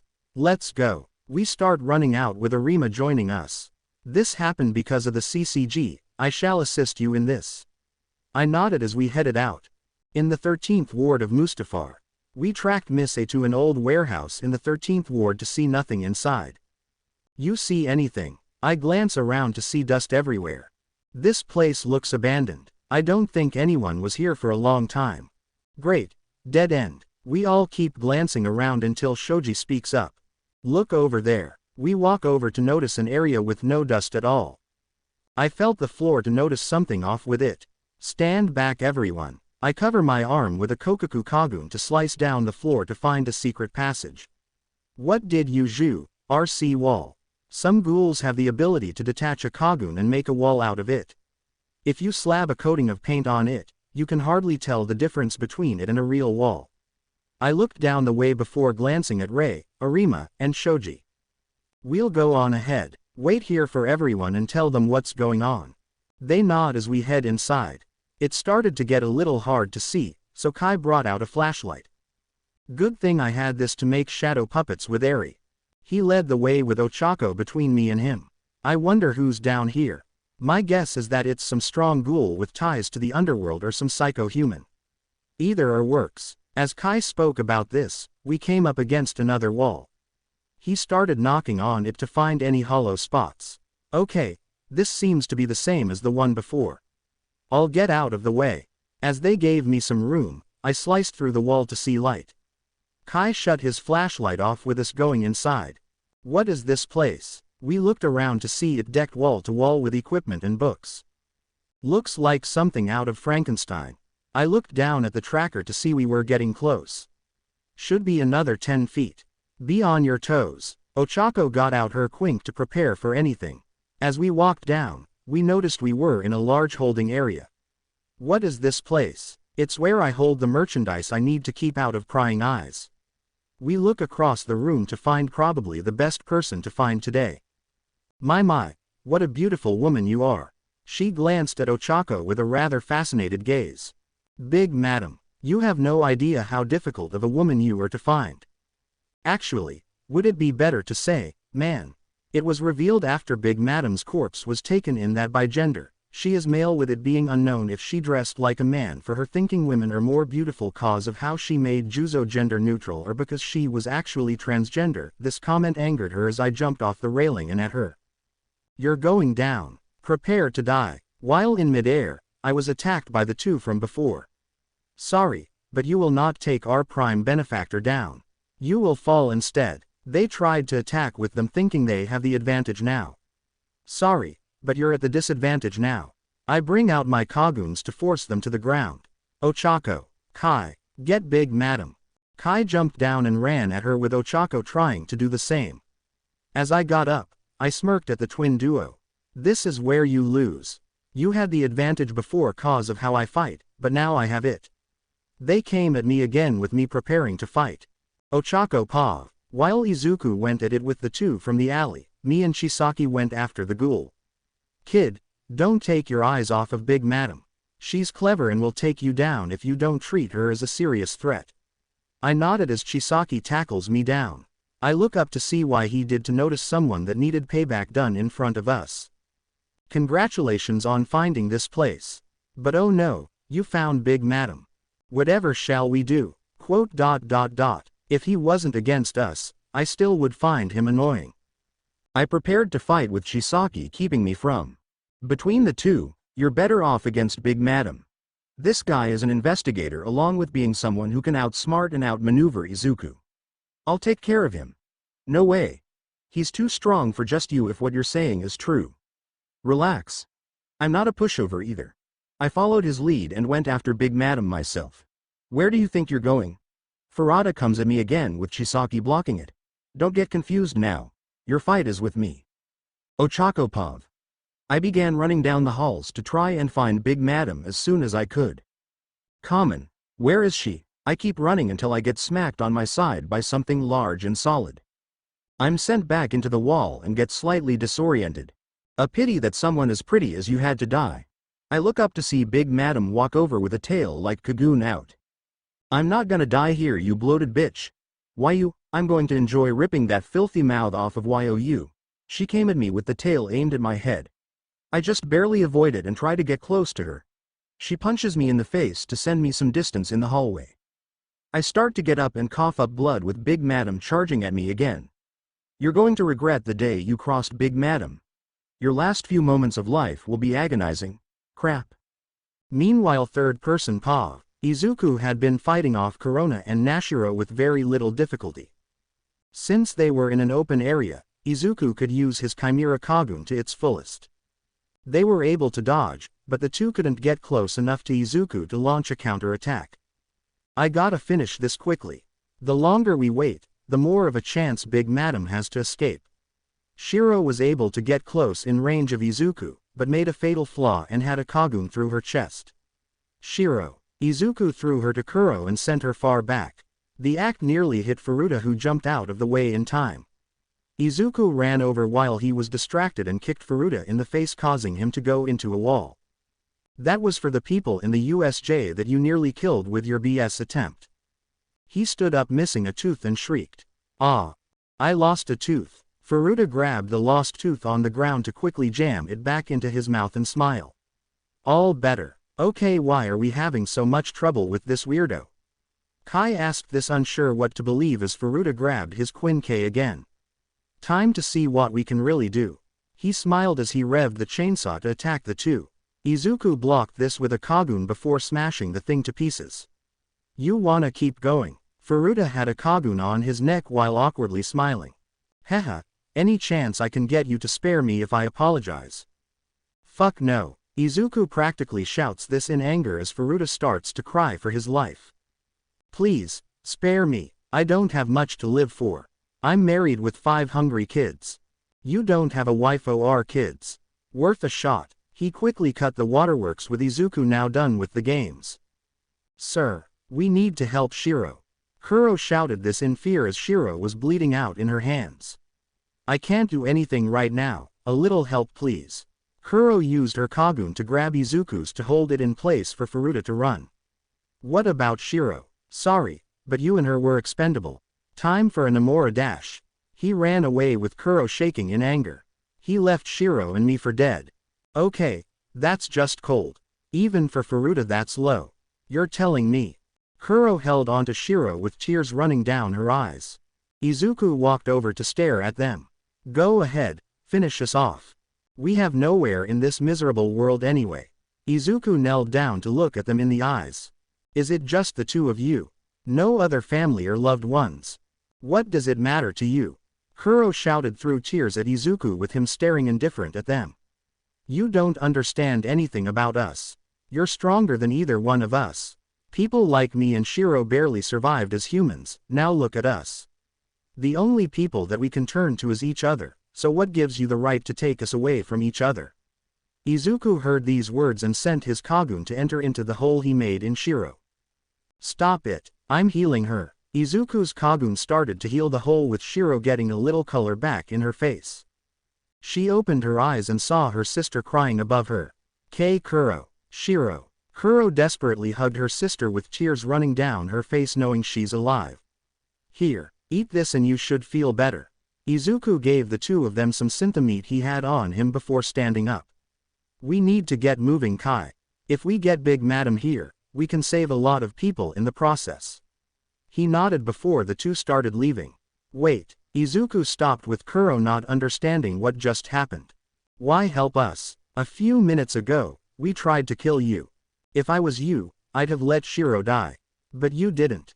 Izuku stood there for a second before answering. If I let you die, I'd be no different than the people I want to stop. You have nobody but each other, so I have no right to take Shiro from you.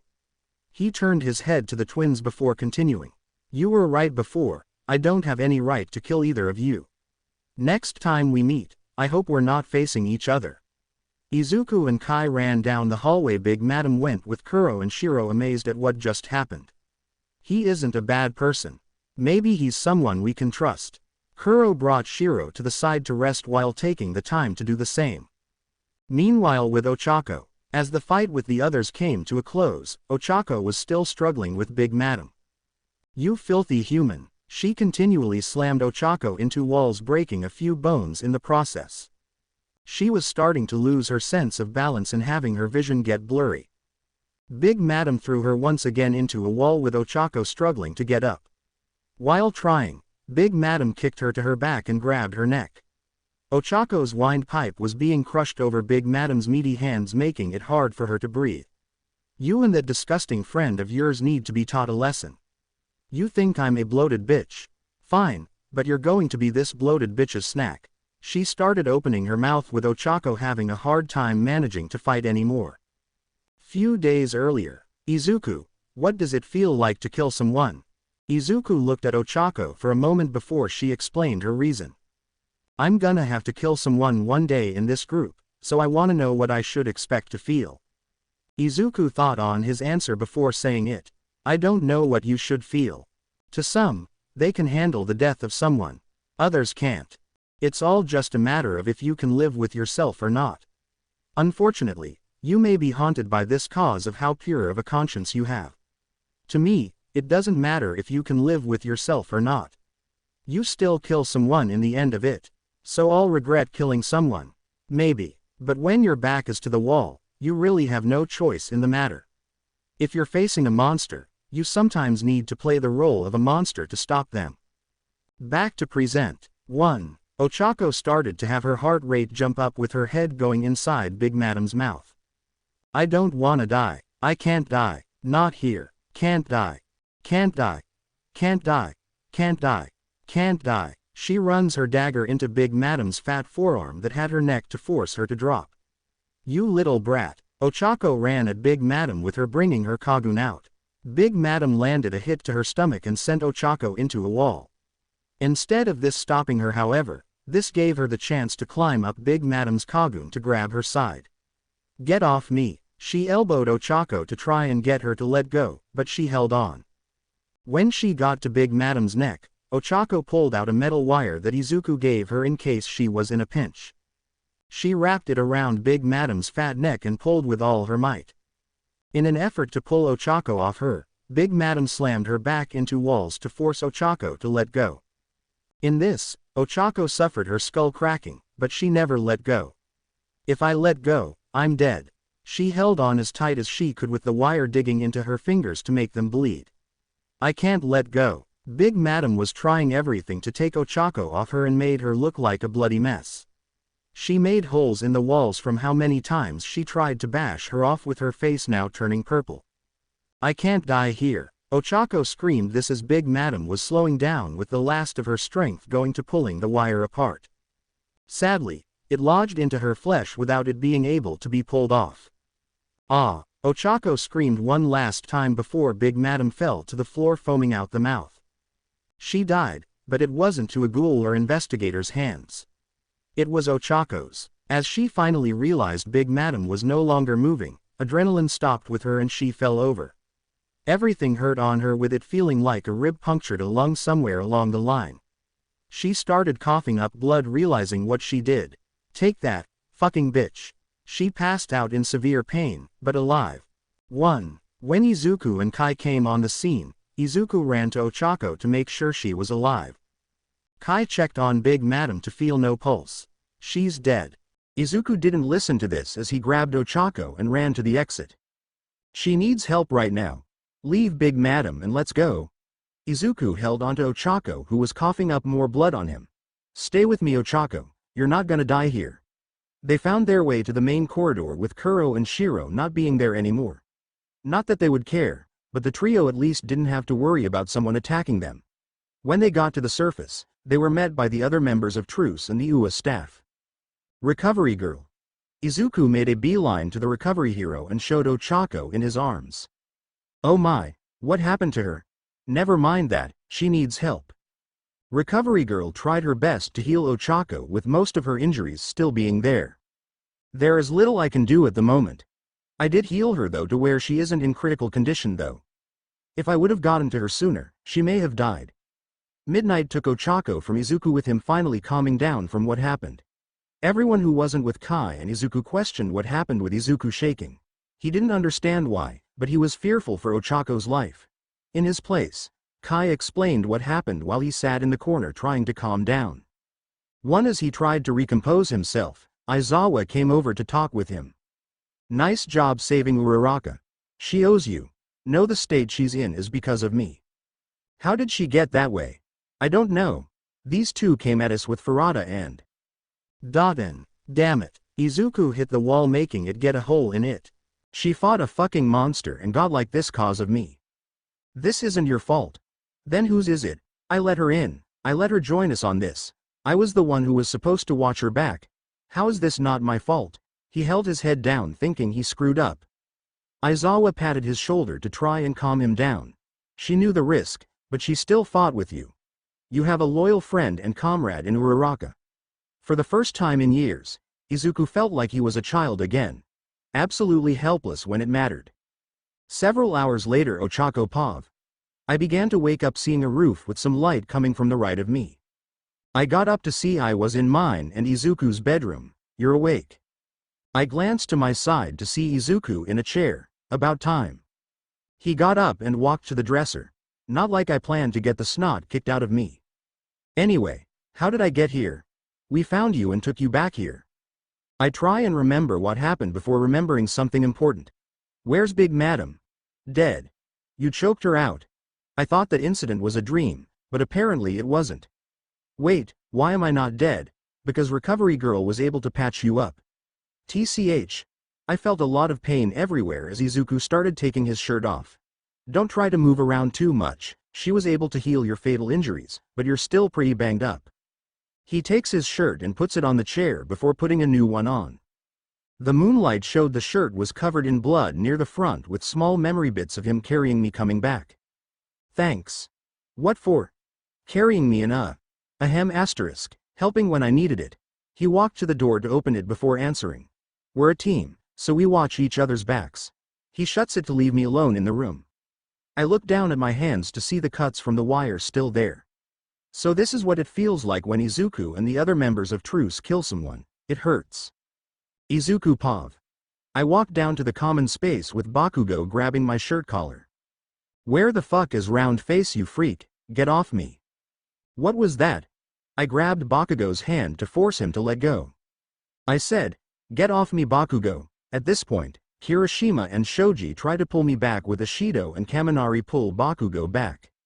You think you're hot shit cause you have some power. Well you're nothing but a filthy GHOU. Shut the fuck up. Do you even understand the amount of frustration I'm put under? You're not hunted by the CCG. hunted by a freak show that wants to fuck with your head, or even have a clue what I have to deal with daily. How about you take a day living in my shoes and realize it's not gumdrops and unicorns like you believe it to be. I walk into the kitchen angered to grab a cup for water. While grabbing it though, I use too much strength in my blind rage and have the cup shatter in my hands. I kneel down for the small dustpan and broom with Zero coming in.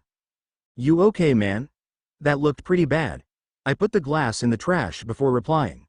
Ochako should have never been down there. All the pain inflicted on her is because of my garbage leadership. I walk out of the area and up to the roof to get some air.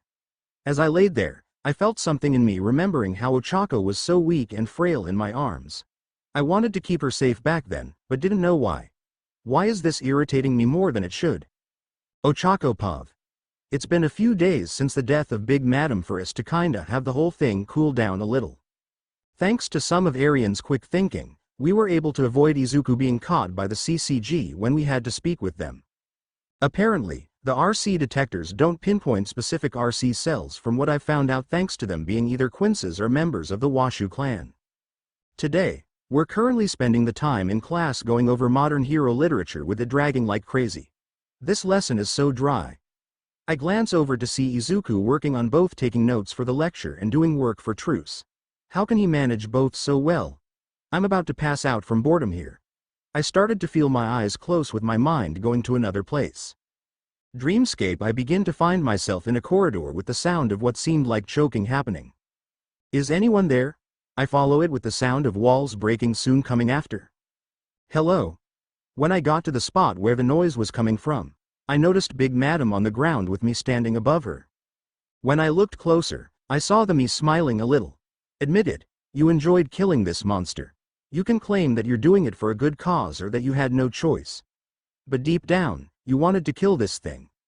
I glanced over to see my eyes on this version's or that of a ghoul's. You know just as much as I do that killing them is right, just like him. The dream me pointed to Izuku who was tied down. 1. His race is a curse.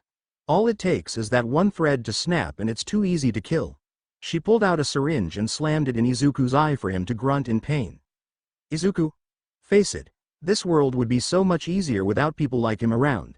Because of that, he'll die. She held a knife to Izuku's neck while I tried to run to save him. Like a dog. Stop. She began slicing his throat ear to ear in one quick motion. Back to reality.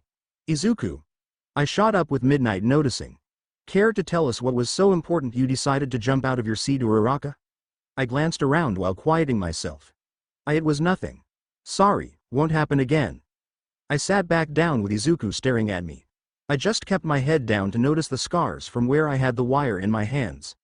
At least this one wasn't one that Ua had to worry about questions for to heal. At lunch while getting lunch, I went to sit by everyone in Truce with Hato holding a bit of a death glare at me. So what was that whole shout about Uraraka? Kirishima asked me with everyone kinda curious. It's nothing. I just haven't been sleeping so well recently. I went to grab some of the rice I had to eat. Before going to the beef stew I was able to get today, I noticed what looked like meat juices on a chunk. Seeing how it was oozing out reminded me of an image I wanted to forget. The memory of the wire cutting into Big Madam's fat neck. The look on her face while she breathed her last was inside my mind. She seemed so willing to live, and I took it. I started to feel the urge to vomit and ran away.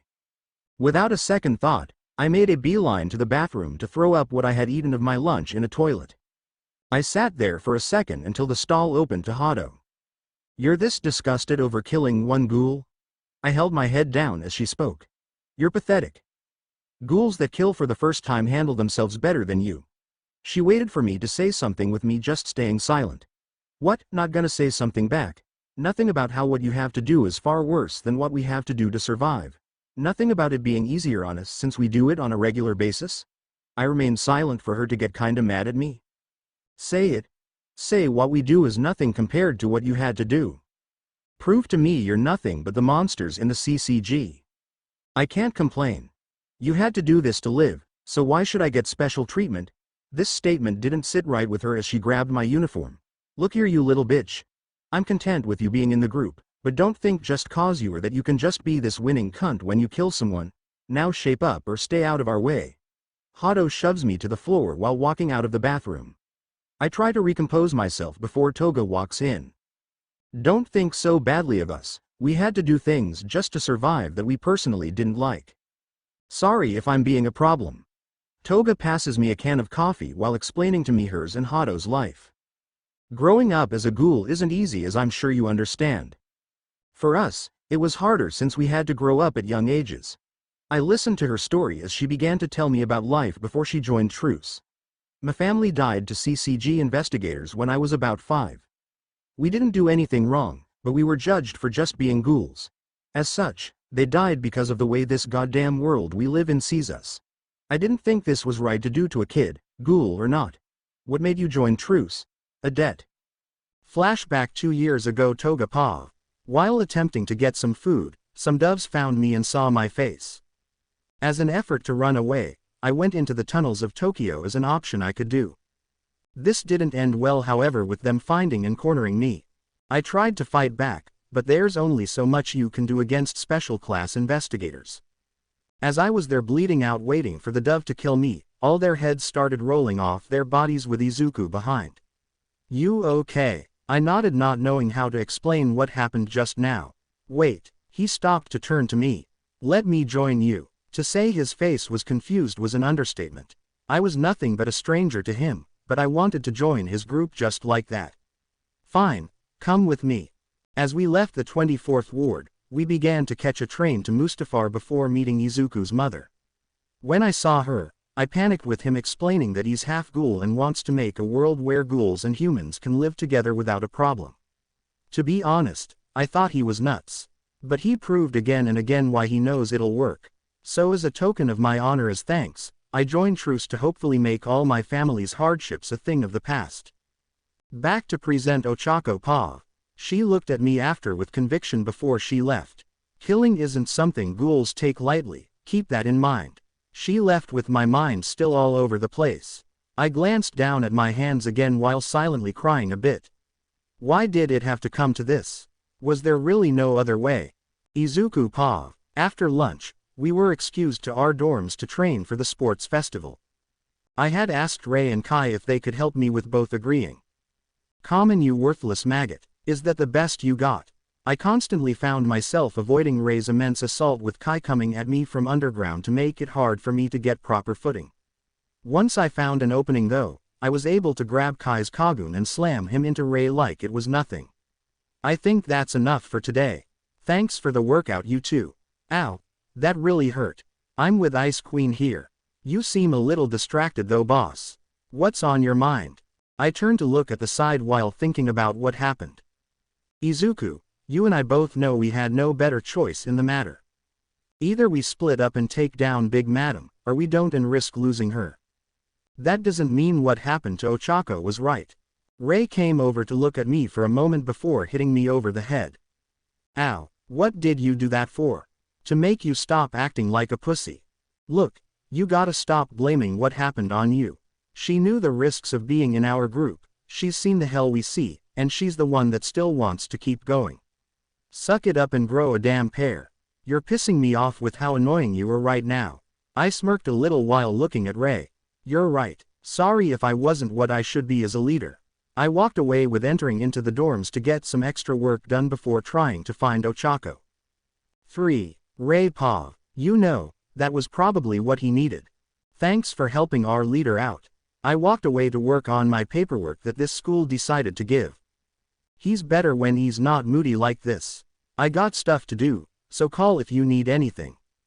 As I was walking, I stumbled upon Shoto training by himself, trying to manage both his ice and fire at the same time. I wanted to walk over to help, but I thought it would be better not to. What would I even say? Sorry for being gone for 15 years of your life, but here I am ready to help train with you or some stupid shit like that. I took a deep sigh before going back to the faculty lounge to do her paperwork. He's better off not being around me. Several hours later, third person Pa. The members of Class A had sat down and ate dinner with Izuku, enjoying a cup of coffee while they do. Since food for him is kinda like a normal person eating candy, he rarely does it and won't do it unless necessary. While glancing over at everyone, he noticed that Ochako wasn't at the table. Has anyone seen Ochako? I think she went to the roof ribbit. I'll check there first. As Izuku got up, Kirishima gave Izuku 2 meat buns. Pretty sure she didn't eat much. She could be hungry. Izuku nodded before attempting to grab them. However, Bakugo decided to grab them first to attempt to take them himself. Monsters like you don't deserve to help someone like her. Stay out of my wa. The blonde was cut off by having himself brought up by Izuku's Baikaku Kagun. The fuck, I'll take those. Izuku flung Bakugo back towards everyone before making his way to the stairs. Hey, get the hell back here you little shit. Bakugo was about to go after with Shoji stopping him. Let him do this. She saw and did something we can't imagine or comprehend. Out of everyone here, Midoriya is the only person who can manage that. Bakugo didn't like this answer and shot Shoji a scowl. What makes him so special? Do you regularly have to kill people just so you can live and have deep-rooted emotional trauma that a normal therapist can only begin to help you work through it? Yaoyorozu states this with taking a bite of her food. Didn't think so. While this happened, Izuku found himself walking to the roof. It was kinda cold tonight, so he grabbed his black hoodie. Once he got to the roof, he noticed that the latch was not locked to indicate someone was up there. He opened to see the brunette he was looking for in deep thought. Ochako sat on the roof of Heights Alliance looking up at the sky pondering how all she knew went wrong. She prided herself on doing the right thing, but this is the first time doing the right thing meant someone had to die. Yo. She glanced over to see Izuku walking over to her. Hey. She gave an emotionless response as Izuku handed her a meat bun. You didn't eat much today, did you? She looked at her legs before shaking her head no. I'm just not that hungry. Izuku began to get annoyed at this. If you won't eat it, then I'll eat both. Won't you get sick by eating human food? And make these fresh meat buns go to waste. I'll eat them even if I gotta vomit on you. Ochako grabbed the meat bun after hearing this to take a bite out of it. As she ate it, tears started to fall off her. I know why you're in pain. But it's the course of this world. Ghouls right now can't survive without taking a life. CCG investigators take the lives of those ghouls. We can make excuses all we want, but it all boils down to one simple fact. We killed someone. The fact you're so sick over it proves you have some moral justice in you.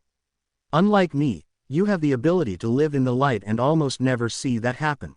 Sniffle then how do I stop it from hurting? I killed someone, how do I make this pain stop? Izuku looked at the stars and sighed. The pain remains. There's nothing in this world that can erase it when the memory comes back.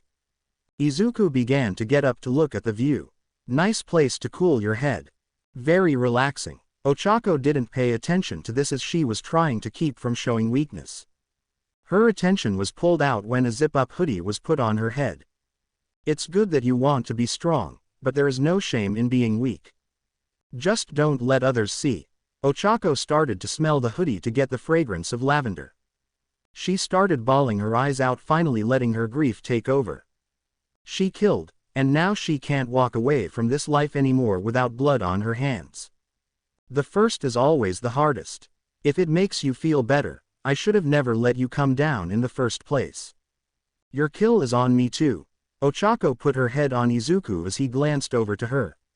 Thanks. I didn't do much. She started to wrap her arms around as a hug. You did more than enough. The feeling of someone hugging the green-haired boy was kinda new to him.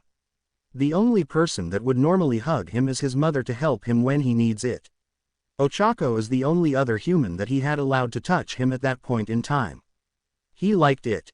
4. As this went on, Inko had stood by the entrance to the rooftop hearing the whole thing. She smiled knowing her son is warming up to humans. Good for you Izuku, you're learning to be human. She walked away with Ochako's kindness going through her mind. Maybe Uraraka's kindness will let you trust humans more. You'll need both sides on yours to end the war you wish to. Ochako Pav. The day of the sports festival finally came with Izuku forced to participate.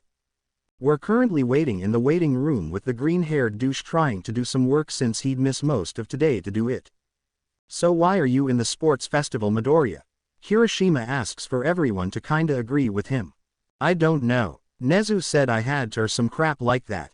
To be honest, I'd rather not do this. Waste of my time if you ask me. Like anyone would want a freak like you. Bakugo was cut off by Yaoyorozu throwing a baseball in front of his head. Whoops, my hand slipped, my bad. What the fuck, ponytail? He starts stomping over to her with a chair being thrown at him next. This time, it hit him in the face.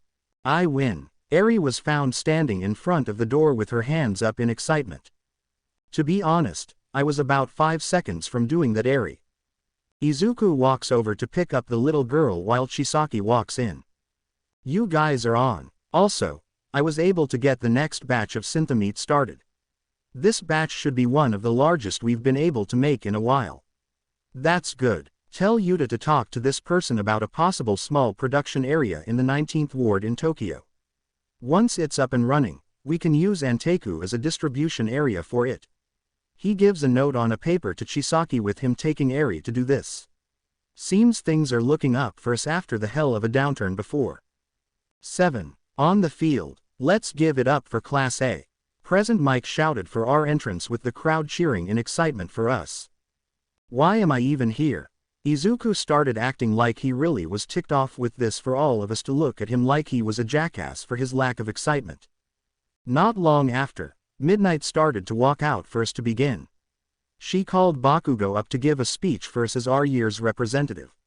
I'm just gonna say, I'm gonna win. His announcement angered everyone and made our class a target. Could he be more self-centered? He just made all of us a target for everyone. Unbelievable. I can't believe he's even thinking that was a smart. I stopped my in-mind rant to see Izuku looking as if he realized something bad. Ochako. The one group over there. The person in the middle of it. I look over for Izuku to hold me back. Don't look directly at them, or you'll blow our cover. I glance over to see who he's talking about to ask him about what's happening. That person is a ghoul. Wait, what? I couldn't tell before, but there's no mistaking the smell. It sticks out like a sore thumb in this crowd. I thought on this before asking. Should we tell someone? He shakes his head no before getting in a spot for our first event. For now, pretend like you don't know and I'll confront them later. He walks away with me taking another look at the person. Is this person someone we should be careful of? Ray Pav. I began to watch silently in a spectator room with it opening to show Tuya come in. What's up, Mom? They're just about to start. We sat down to watch the event go on with the door opening up again. Ahem, Ray, Tuya, nice to see the both of you again. Enji walked in with Fuyumi behind him looking kinda shocked. Mom. I gave her an awkward smile to see her white as a ghost seeing the both of us. Hey Fuyumi, nice to see you're fully grown. She runs over to hug me while crying tears. I'm sorry. I'm so sorry I had to make you go away. I didn't understand this, but patted her back trying to console her.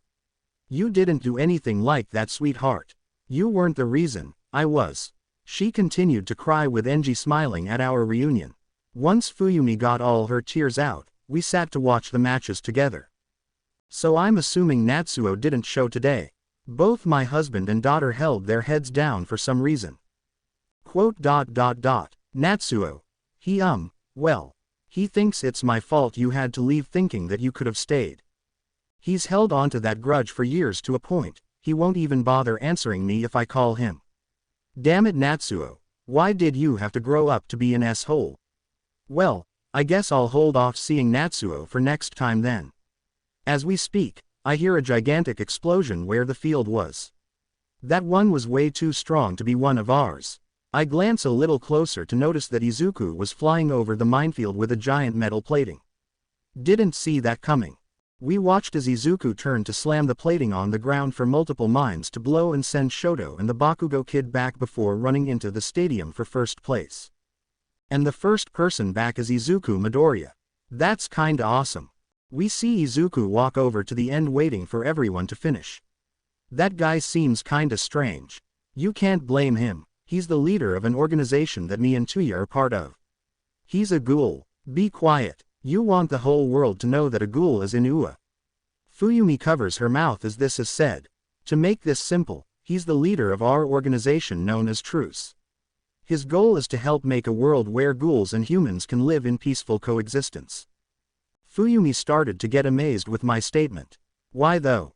To be honest, it's cause he was tormented by his own father along with his mother being treated like a tool that was forced to raise him.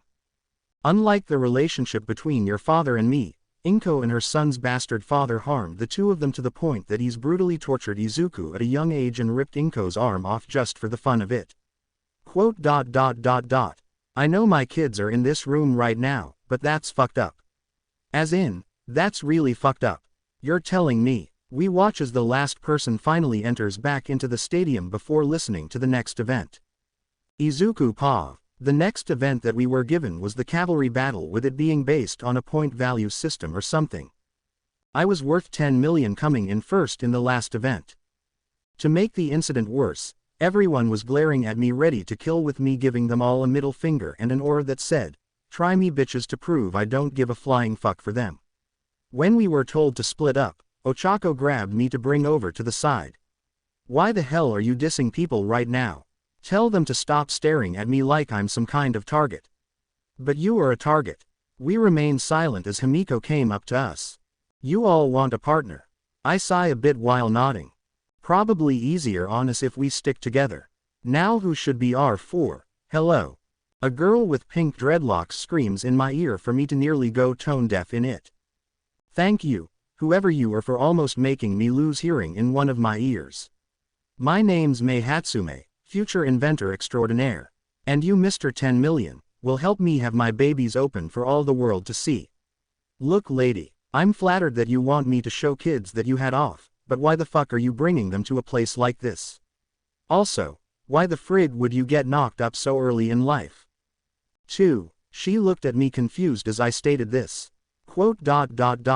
Not gonna answer. I don't have kids, I'm talking about these babies. She shows me some inventions to look towards Ochako for an answer. Are most people this weird? I think she's just an inventing extremist if you ask me. Hatsume started going off on a spiel of how she wanted to have her babies shine brightly and how she needed me to do that. I was starting to get annoyed with it to just tell her that she's on board for no other reason than to just shut her up. Alright, what you got for anything we can use to help evade lady? Well, I have a pair of hover boots and a jetpack. She showed them to us with a smirk growing on my face. Hatsume was your name, right? Yup. Quote. I'm starting to like you. 2. After we got set up, the bell to indicate the match was beginning started to ring. I stood on top with Himiko being the head while Ochako and Hatsume on the sides. Begin. We immediately went off with most of Class A avoiding us for obvious reasons, for it to be looking like an easy win for us. Get back here, you bastard. Great, the annoying prick is coming at us. Bakugo, I'm telling ya to avoid him. We don't want to piss him off. Kirishima, who was leading the group, was trying to get him to avoid fighting us to have no luck at it. The idiot started jumping off to come at us with his explosions to get hit in the junk by me. His face went colorless as he started falling down. That was brutal, Izuku. Not like you would have done differently, Himiko. I know, but still. 9. We started heading away with some chick with a red ponytail from Class B coming at us. I don't know what's got Class A riled up about you, but we're going to get the 10 million for ourselves. She went to attack me with her hand becoming larger. I jumped off to avoid and flick her forehead rather hard. Ow. I landed back on Himiko's shoulders before getting back in position to see the girl start to get a little pissed now. You are so dead. She kept coming at us again and again for some guy with blonde hair to come at us as well. Having a bit of trouble or weekendo? Shut it, Monoma. She kept attacking me with the blonde coming behind ready to take the headband. If only I didn't have to worry about using my Kagun, this bastard wouldn't get close to me. Before he could, however, Todoroki came with a wall of ice keeping the guy at bay. Thanks for the assist. You helped my family, consider this me returning the favor. The blonde started to get mad at us to jump at me. Don't do it. I began to see his eyes change for me to punch him down to the floor hard enough to knock him out. The girl stopped her assault, realizing what just happened for her and her group to walk away. Midoriya, what was that about? I was a little shaken up by this, with feeling my eyes starting to change. Give us a bit of cover, please. Todoroki did as I asked for a dome of ice to be made with both our teams inside. What the? Hatsume. What you hear right now does not leave here, understand? She stiffened up in fear as I shouted this at her. Oh okay. I calmed down a bit while explaining what I saw. That guy from Class B. Monoma, I think his name was, he's a ghoul. Wait, what? Everyone from our group stiffened at this comment. How do you know? I saw his Kagugan activate and I could smell it. Do you know if he's on our side or not? Yaoyorozu asked a little concerned as I answered. I don't know. Maybe. Possibly not. I can't tell you right now if he is or isn't. Why can't you? Iida questioned a little worried as I get annoyed by his answer. Look, until today, I wholeheartedly thought that the ghouls in my group were the only ones in this school. You want me to be honest, this S-hole took me by surprise. Now if you don't mind, I'd rather ask after the match so I can get a better answer if this guy is someone to be worried about or not. Iida shut his mouth for me to look down at Hatsume. What we said here shouldn't be said to anyone outside, got it? Question mark quote. Why yeah, no problem. Hatsume looked a little scared before Ochako patted her on the shoulder. I know it's hard to believe, but this prick is on our side. He's trying to make a way for ghouls and humans to live in peace, he's doing well at it too. I ignored the prick comment first to hear the timer buzz for the end of the match. Alright folks, in first place we've got Team Midoriya. In second, we've got Team Bakugo. In third place, we've got Team Shinso, and in fourth place, we've got Team Todoroki. We'll be taking a small hour break for lunch, but come back after. Once we were being dismissed, I pulled the members of Truce that were students to follow me into the stand where Ray was. You're that Midoriya kid, right? Nice job winning both events. A woman with white hair that had a little red in it complimented me on my skills thus far. Thank you. Endeavor, miss, may we have the room in private please? Endeavor understood this was something important for him to take the woman out of here. Kamen Fuyumi, let's go find Shoto and congratulate him on getting into the third event. They left for me to look at Ray, who was confused at what was going on. Meeting. 10 minutes. Call the other members. I walked away with her still kinda confused. Third person Pav. As Izuku walked out, most of the members of Truce that didn't know what was going on began to ask Ochako. So what's this about? Ray started to do what she was asked while still listening. To make a long story short, Kirishima, Izuku found another ghoul in UA. The group went pale hearing this for Zero to start asking about this. How does he know? When we were about to start, he smelled the ghoul before to know him, and the ones in our group weren't the only ones in the school. He almost blew Izuku's and Toga's cover also in the cavalry battle if Izuku didn't knock the guy out. So who's the guy? Yuta walked in with a folder along with Nezu and the rest of Truce. Nito Monoma. Yuta states this while opening a folder to show ANS class ghoul picture in it. Shit. Hamiko and Ray were internally cursing knowing who Monoma really was. Meanwhile, Izuku had pulled Monoma out of his group, finally remembering his smell to know who he really was. When they got to an empty area free of people overhearing them, he slammed the blonde to the wall in anger. Nice to see you again, Ripper. Monoma only smiled at Izuku while remembering him as well. It certainly has been a while, Chimera. Izuku held back the urge to rip the Mon's head off his body to only ask in anger. Talk. Why are you here? Ochako Pav. Let's go over everything we know of Nito Monoma as both his actual person and this Ripper. Principal Nezu started opening up his student file first to listen carefully. There isn't much on his past after his high school records, with very little of that to begin with. He joined in his second year, did no after-school activities, but received high marks. When it came to the entrance exams, he scored enough to just pass, along with using some kind of strength quirk from what we were led to believe. Nezu kept looking through with explaining that Monoma had no relatives as far as he was aware, slightly interacts with his class, and seems to get information on them whenever he can. Most of the time, this info was slightly personal that raised a red flag with everyone in the room. There's no doubt in my mind now that Monoma is Ripper. Hato opened a file she was given by Yuta, who was sitting calmly. Ripper is a SS class ghoul that gains his name by the level of sheer brutality he has for his opponents.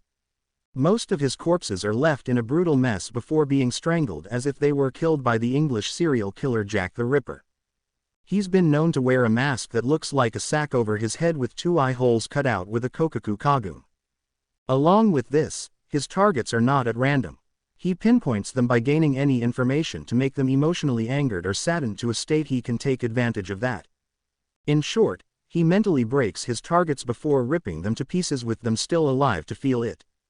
I had a chill down my spine hearing this. So in short, we have a total of 19 to 20 possible targets for him. That's assuming he'll go after a Class B student. We have no idea if he'll go after someone else. For all we know, he could go after one of us. Or Izuku. Oh please, if he goes after Izuku, he's gonna die. I wanted to believe Izuku was okay, but something in my gut was telling me it was him he was after for some reason. Let's just hope this doesn't turn out like last time Ripper tried to attack Izuku. Yuta starts to get up with all of us looking at him. What happened the last time? 2 years ago, Ripper tried to take Izuku's territory. He didn't die, but he was close to it. His limbs were ripped off, body beaten, he even had his eyeballs ripped out of his skull after trying to go after Himiko. Geez, that's messed up. You don't know messed up Zero. So what now? We wait for Midoriya. If he can find any information out for if this Ripper is of any danger to the students or faculty here, it is best that we know and keep an eye on him. We sat in the room in silence not long after this, waiting for Izuku to return with any information he can about if Nito Monoma was actually someone we need to be careful of. With Izuku Pav. So why are you here? If you wanted somewhere to get humans from, a third-rate college would be just as fine. Monoma remained silent with smirking at me. You see Izuku, I've come to pay you back for what you have done in the past. ... If you come after me, I'm going for organs before limbs. Oh, I would never start a fight in open area like this. Somehow I don't believe you. He walked over to whisper in my ear with confidence. Besides, I know how to get back at you in ways that hurt both your pride and spirit. That little organization you have is quite cute, with you thinking you're making a difference in this world. But what makes you so certain people will listen to you? You're nothing but a failed experiment of your father's that he doesn't need anymore. I smirked at this while replying. He doesn't need me anymore because he's in Cochlea serving out a sentence before being executed. Perhaps, but that man was a means to an end. Such as you and that little group you call Truce. This your best attempt for a threat, cause it's not working. Most of the members are investigators or ghouls. The only humans in the group are around me regularly, so you will never harm me by them. Perhaps, but every great man has 1 or 2 chinks in their armor no matter how amazing they are. Yours just happens to be a little brunette. What was her name? Ochako Uraraka. I pull out my Kagun immediately to hold it to the back of his head. You try anything to her and I'll yank your fucking head off and shove it up your ass. He began laughing while walking away. Be warned, Chimera, anyone that is near you is faced with death. Whether it's theirs or someone else's. Enjoy the rest of your day. He left with my Kagun retracting in. I didn't understand why him saying Ochako's name angered me so much, but it seemed to make my blood boil with the thought of him going after her for no apparent reason. I need to reconnect with Truce. Ray most likely has everyone together now. Once I made my way out of the area and down the hall, I came back to the room with everyone that was on the grounds who was a member inside. To make things simple, I don't know if Monoma is going to target anyone in this room. Do not go around alone, especially if you aren't a ghoul. He's going after you all to get to me, so keep your guard up. I walked over to Ochako to sit by her before we were called back down to the field for our matches. Time skipped to after lunch. Once everyone finished lunch, we were called on the field to announce the final event's matches. While we were about to draw lots, I raised my hand. Midnight, I withdraw. What? Why? Due to personal reasons, I am no longer able to participate. Though it is not in the sport of this, I wish to give up my position to someone else. There was a silence while Midnight spoke to someone over a communicator she had in her ear. It is allowed. Midoriya of Class A has withdrawn. I walked away with Bakugo stopping me. What's the deal, freak show? You participate and stop the second you get into the third event, that's bullshit. I glare at him for a solid minute before answering. You'll probably thank me later for this. I walk away with him shouting at me. The fuck do you mean by that? I find my way to the stands where I notice Monoma sitting calmly. Quite the spectacle you've done. I wonder how you will manage to get a good agency now. I take a notebook out to begin working on certain reports and information I needed. Word of warning, go after anyone and you're dead. Everyone starts to return after this with me passing a note to Ochako. She read it for her to look at me worried. For some reason, she started to hold my hand. How bold of you, Ochako. We glanced up to see Ishido smiling at us. Being so flirty with Midoriya of all people. You sly fox. She immediately let go of my hand to try and make an excuse or something. It's not like that. Izuku and me are just friends and nothing more. Sure. Friends with benefits, that is. Ochako went red while I ignored this. My main focus was to make sure Monoma didn't walk away with worry he'll try something if he does. 1. Time skip to before Ochako's match. The time for Ochako to go against Bakugo began to come close with me walking her to the waiting room.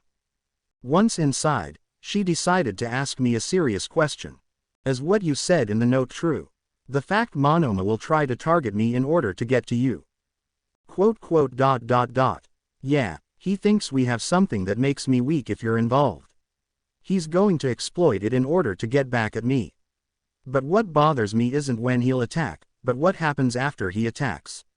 Ochako held her head down while I walked over to pat her on the head. I promise, I won't let anything happen to you.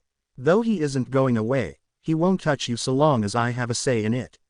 Ochako began to smile while standing up.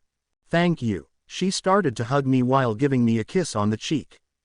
The hell you think you're doing? Kissing an S-hole? If you wanted to kiss an S-hole so badly, I should have brought Kachin here. We started to laugh a bit before she placed her forehead on mine. I want to tell you something when the match is over. Promise me you'll come to find me after. I nodded while Ochako let go of me to leave with her getting herself calm. I walked down the hall a little happy for some reason to get back to the stands. Before sitting down, I glance over to Class B's side to look for their Ghoul bastard. When I noticed he wasn't there, I asked the one with red hair about it. Hey, where'd your classmate Monoma go? I think he said something about needing to use the restroom. ... When? Probably about 20 minutes ago. Shit, I ran as fast as I could out of there and back to Ochako hoping I'm wrong. Few minutes earlier, Ochako Pav. I began to hear a knock on the door to think it was maybe Izuku again. Geez, haven't you ever learned to give a woman some space? I opened the door wide to see it was Monoma. I didn't know Izuku never gave you space. He sounds like a prick to me. I freeze with him pushing me inside while shutting the door. He held his Kagun at my chest while smiling.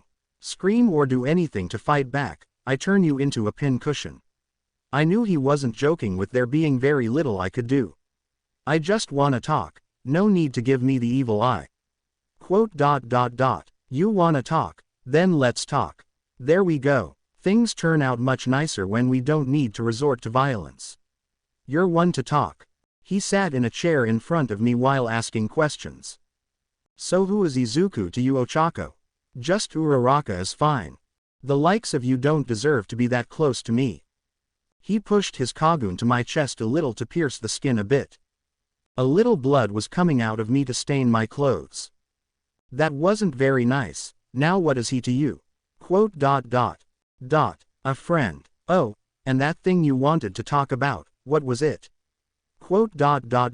It's personal. Then don't make it personal and give me an answer. He put the Kagun now near the center of my neck while I answer. ... I wanted to ask him if he had feelings for me.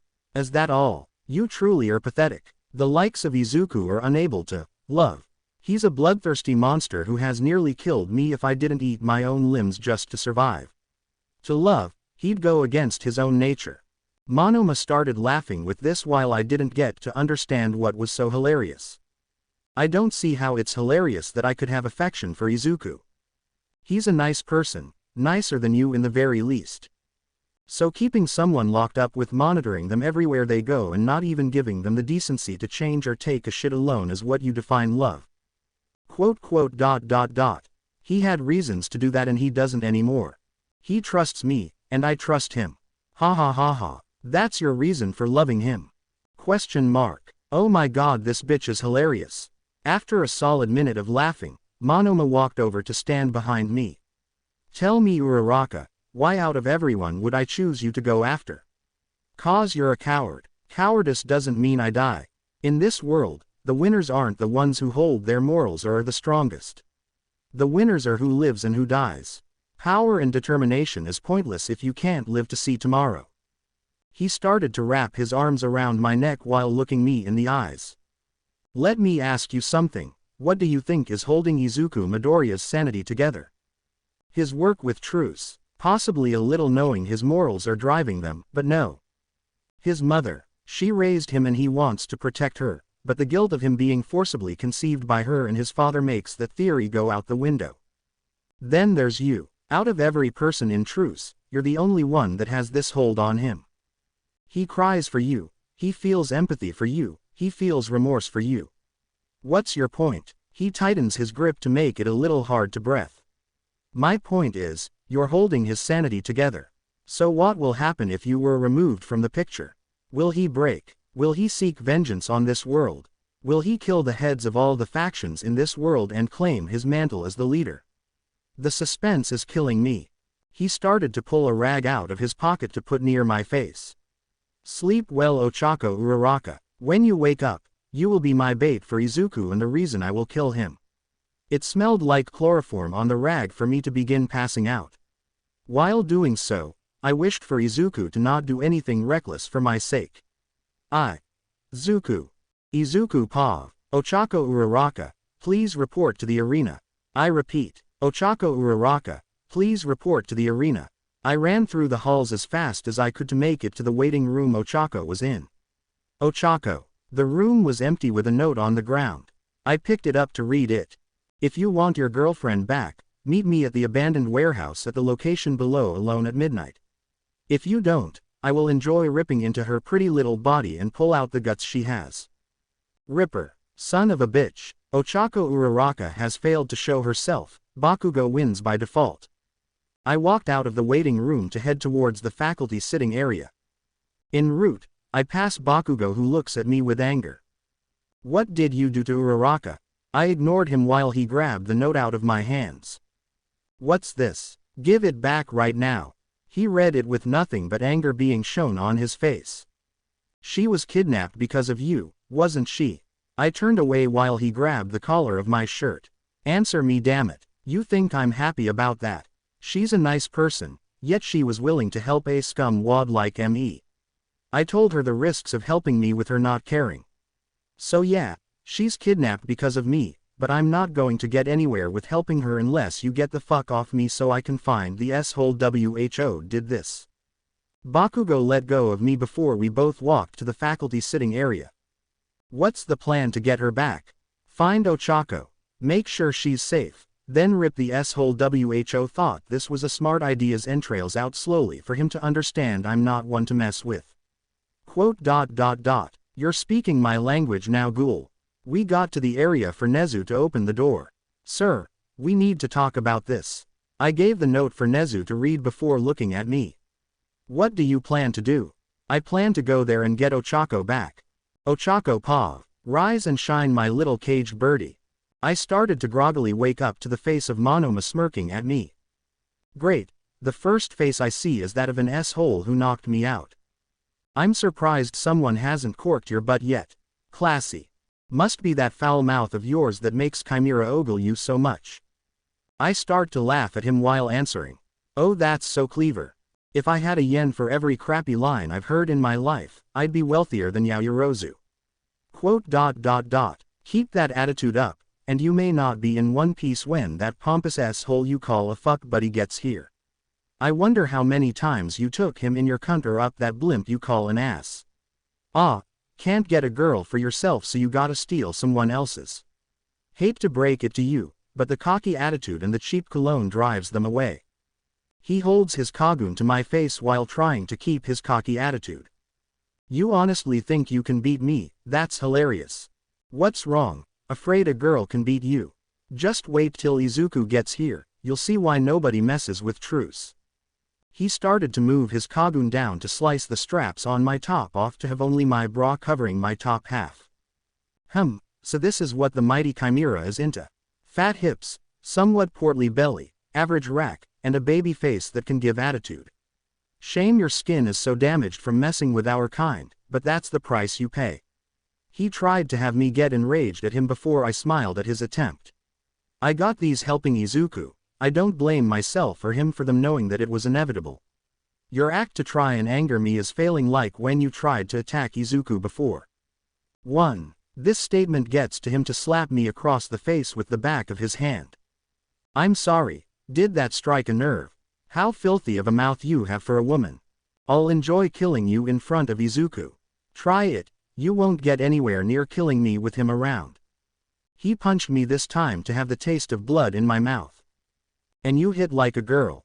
I spat the blood in my mouth at his face for Monoma to now kick my stomach.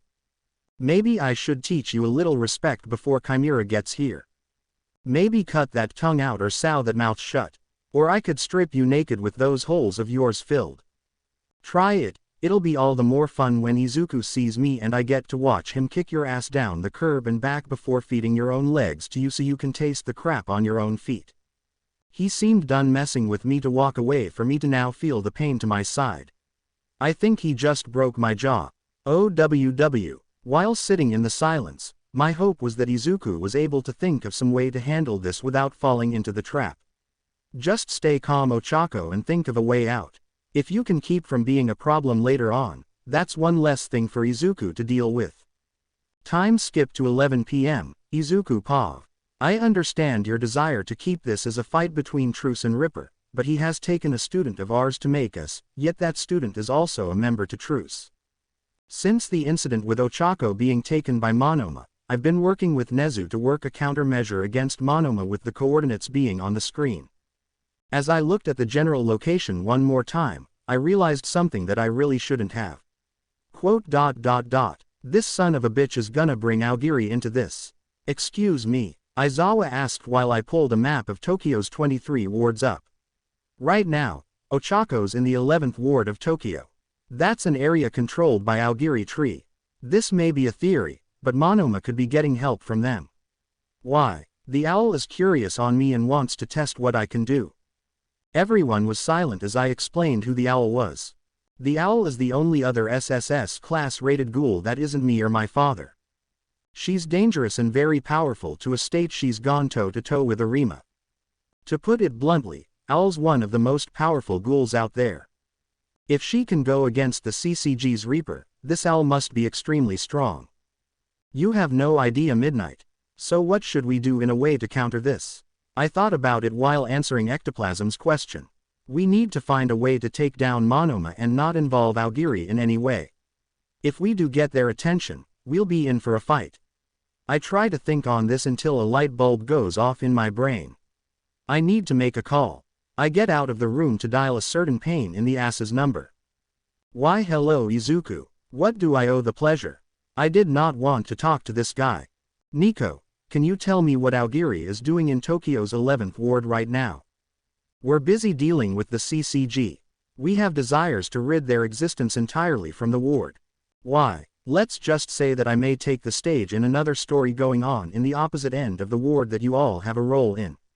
Nico begins to laugh on the phone while answering. Oh my, I may have to watch your performance myself. Why don't we call it, the tragedy of the damned? Call it whatever, but warn me if you all chose to do business on the other side of the ward. Certainly. I hang up to feel someone listening in on our conversation. It's rude to eavesdrop. The person walks over to show it was Bakugo. So you're on good terms with someone in Aogiri. Didn't they come with intent to kill us? I wouldn't say we're on good terms, but Nico is a clown that works with one of the big-time members. Bakugo looked at me a little questionable while I explained. The clowns are members of a group that watch the way of the world goes on center stage. In short, we don't play lead roles. But that doesn't mean we can't play parts in this tragedy known as life. What a load of bullshit. You're a load of bullshit. He was about to reply back when the door opened to hit him in the face. Midoriya, Nezu wants to know if you have a plan or not. Mike came out to ask with me nodding before walking in. I explained to him that Aogiri at the moment won't be a problem, but I still wanted this to be just Truce in case it does. The rodent allowed as long as Aizawa and All Might supervised. I had no choice but to accept to say we were heading out in 10 to the destination. You picked the wrong man to fuck with Monoma. With Ochako, third person Pav. Can you please let me go to the bathroom? I've been holding it for like 2 hours. Ochako started shouting in annoyance, having held back the urge to pee for a while with Monoma ignoring her. Will you shut up? I don't care if you have to pee, you're gonna die when I kill Chimera anyway. That is, if you kill Izuku. Ochako states this for the blonde to raise his hand again. This honestly the best you can do. Hitting a defenseless woman. No wonder Izuku kicked your ass last time. You're all bark and no bite. You can't even beat someone without using dirty tricks to win. Monoma slashes her binds while passing a quinch knife to Ochako. You think you're that much better than me, then let's see just how strong you are. We have 30 minutes until Chimera gets here. You have until then to survive and keep away from me killing or catching you again. Ochako got up while grabbing the weapon before stating something serious. Can I at least pee before this? I wasn't joking about the bathroom thing. Monoma gave a scowl before pointing to a room with a toilet in it. Ochako ran in to finally relieve her bladder with the blonde standing outside the door. The second she comes out, I'm gonna rip of her head and show it to Chimera. I'm done with this bitch playing the act of a cocky CU. Monoma was cut short by Ochako kicking the door down while holding the quinch to his throat. Figured you'd try a dirty trick the second I walked out of the bathroom. So what now? Are you going to kill me? You'd be no different than the monster you make me out to be. Ochako thought on this while her opponent kept talking. Face it, sweetie. No matter what happens, you'll never be stronger than a ghoul. Even that half-bred freak you call a fuck buddy is nothing. Monoma pulled his Kagun out while attempting to slice Ochako's head off. But a useless waste of space. Ochako dodged in time to only have a few hairs cut while Monoma got up. All you are is a human. You're nothing like us ghouls. You're weak and fragile. Monoma came at Ochako with his Kagun for her to barely dodge each time. Where'd all that big talk you had go? Did it leave with your piss? ? Monoma was able to get a kick on the brunette, sending her into a wooden crate that broke on impact. Die. In an act of anger, Monoma came at Ochako with her evading just enough to get a gash on her arm. Common. Is this the best a cocky bitch like you had? He came at Ochako again for her to dodge and impale the quinch in his stomach.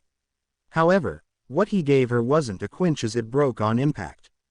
The blonde immediately kneed her in the face with Ochako on his knees, panting in pain. You fuck ing cheap dik. What's the matter? Sad your little quinch broke. Monoma kept laughing until Ochako ran at him again, pulling a hidden quinch from her thigh that Izuku urged her to keep on hand in case of emergencies. She jabbed the small knife into Monoma's eye to make him scream in pain. You fuck ing bitch. Monoma grabbed Ochako by her hair to yank her off the knife before slamming her face into a wall until the worn-down wood broke from the act. He held Ochako down while she whispered something. I'm sorry, I couldn't catch that. Are you begging for your life? He held his ear down for a silence until Ochako grabbed the quinch in his eye by her teeth to yank it out and slice his cheeks open. The fuck is wrong with you, woman? Ochako got up to attack Monoma again for the blonde to be done playing nice. He immediately grabbed Ochako's hand with the quinch to dislocate the arm along with taking her only weapon to shatter it. I'm through playing nice with you. Monoma kneed Ochako into a wall before holding his Kagun to her face. I'm going to fuck ing kill you cunt. Monoma raised his Kagun up before coming down prepared to slice Ochako. Am I gonna die? I can't yet. Not here. Not here. Before it made contact though, Monoma's arm was sliced clean off with both looking in horror. Ah, I should thank you Monoma for making Ochako stronger. They looked to the side to notice Izuku beyond pissed to the point he looked demonic. 1. See Chimera. Nice to see you again. Monoma tried to play a sympathy card as Izuku walked to make sure Ochako was okay. I'm here now, everything's gonna be alright. Thank you. Ochako started to fade out of consciousness since adrenaline began to wear off for her and all the pain was now registering to her. Izuku took off his vest to place on the semi-conscious brunette before glaring at Monoma. You're gonna fucking pay. Now I know this looks bad, but maybe we can sort something wa. Monoma felt his second arm get sliced off by Izuku's Rinkaku Kagun as he walked over to him. He pulled a syringe out of his pocket while holding the armless Monoma up.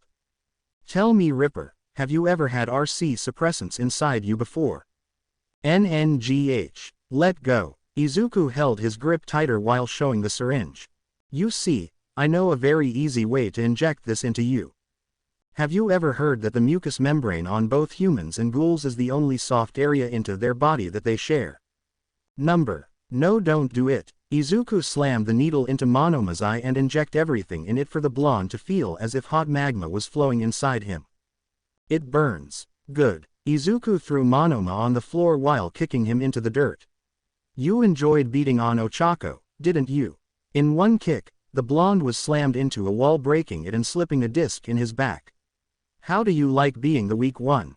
That fear, that agony that I might kill you, all that was what you placed on your victims. Does it feel good? Izuku held Monoma's neck while applying slightly more pressure to watch him flail, trying to breathe. Do it. Kill him. End his life. I want to. He tried to kill Ochako. He deserves it. He tried to kill you. He has no right to live in the world we're trying to make. End him. Izuku's hands started to shake as he violently panted. Inside, he knew Monoma would never change and could easily end so much trouble by ending him.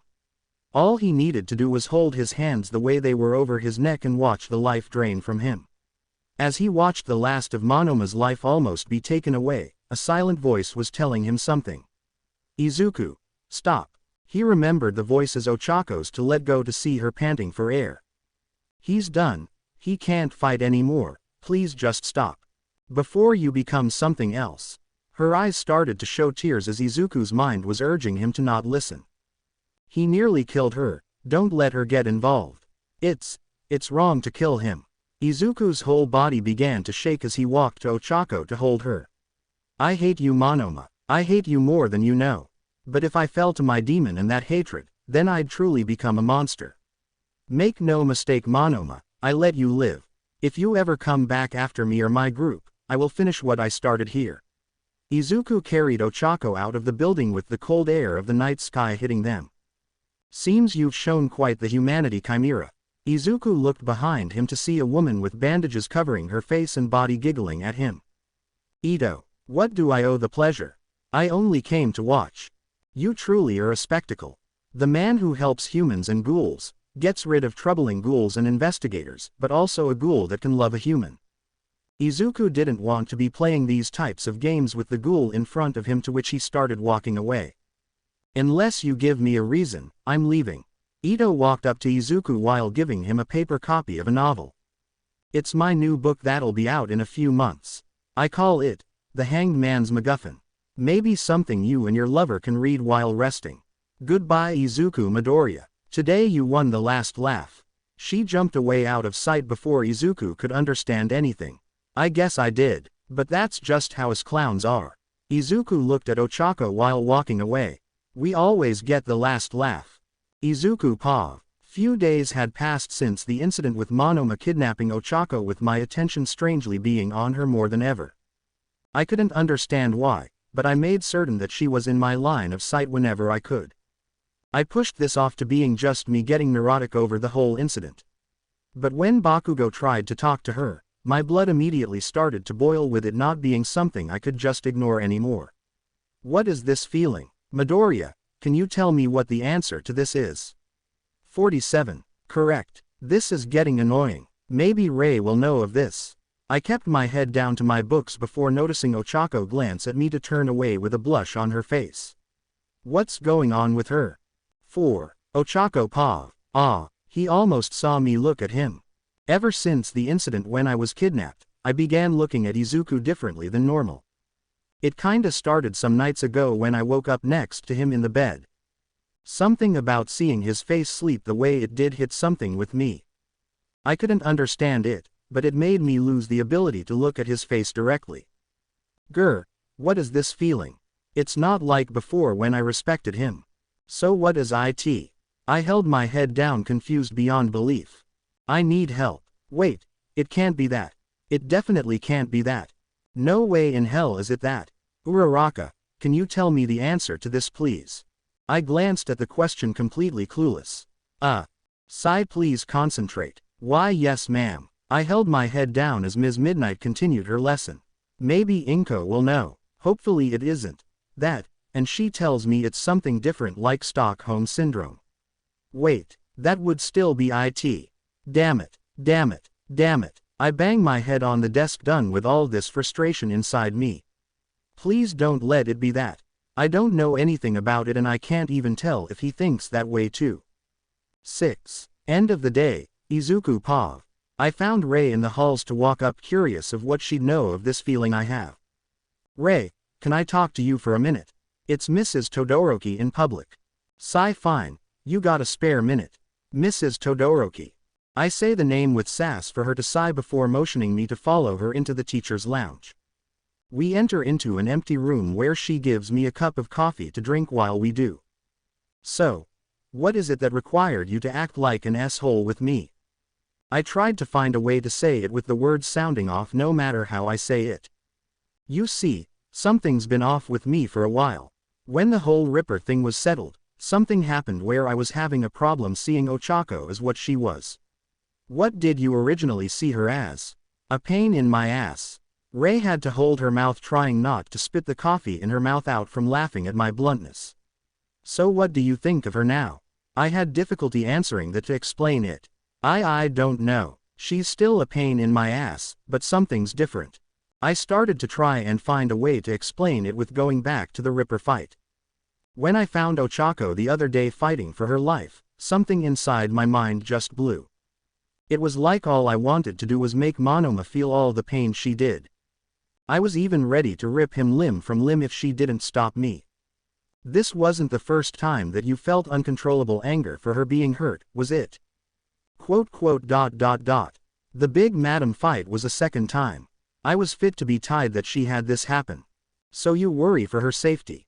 That's not it. This feeling is different. It's not like the groups, Eri, or even my mother's form of safety. It's like I'd rather nobody hurt her and I'll kill anyone who wants to take advantage of her kindness.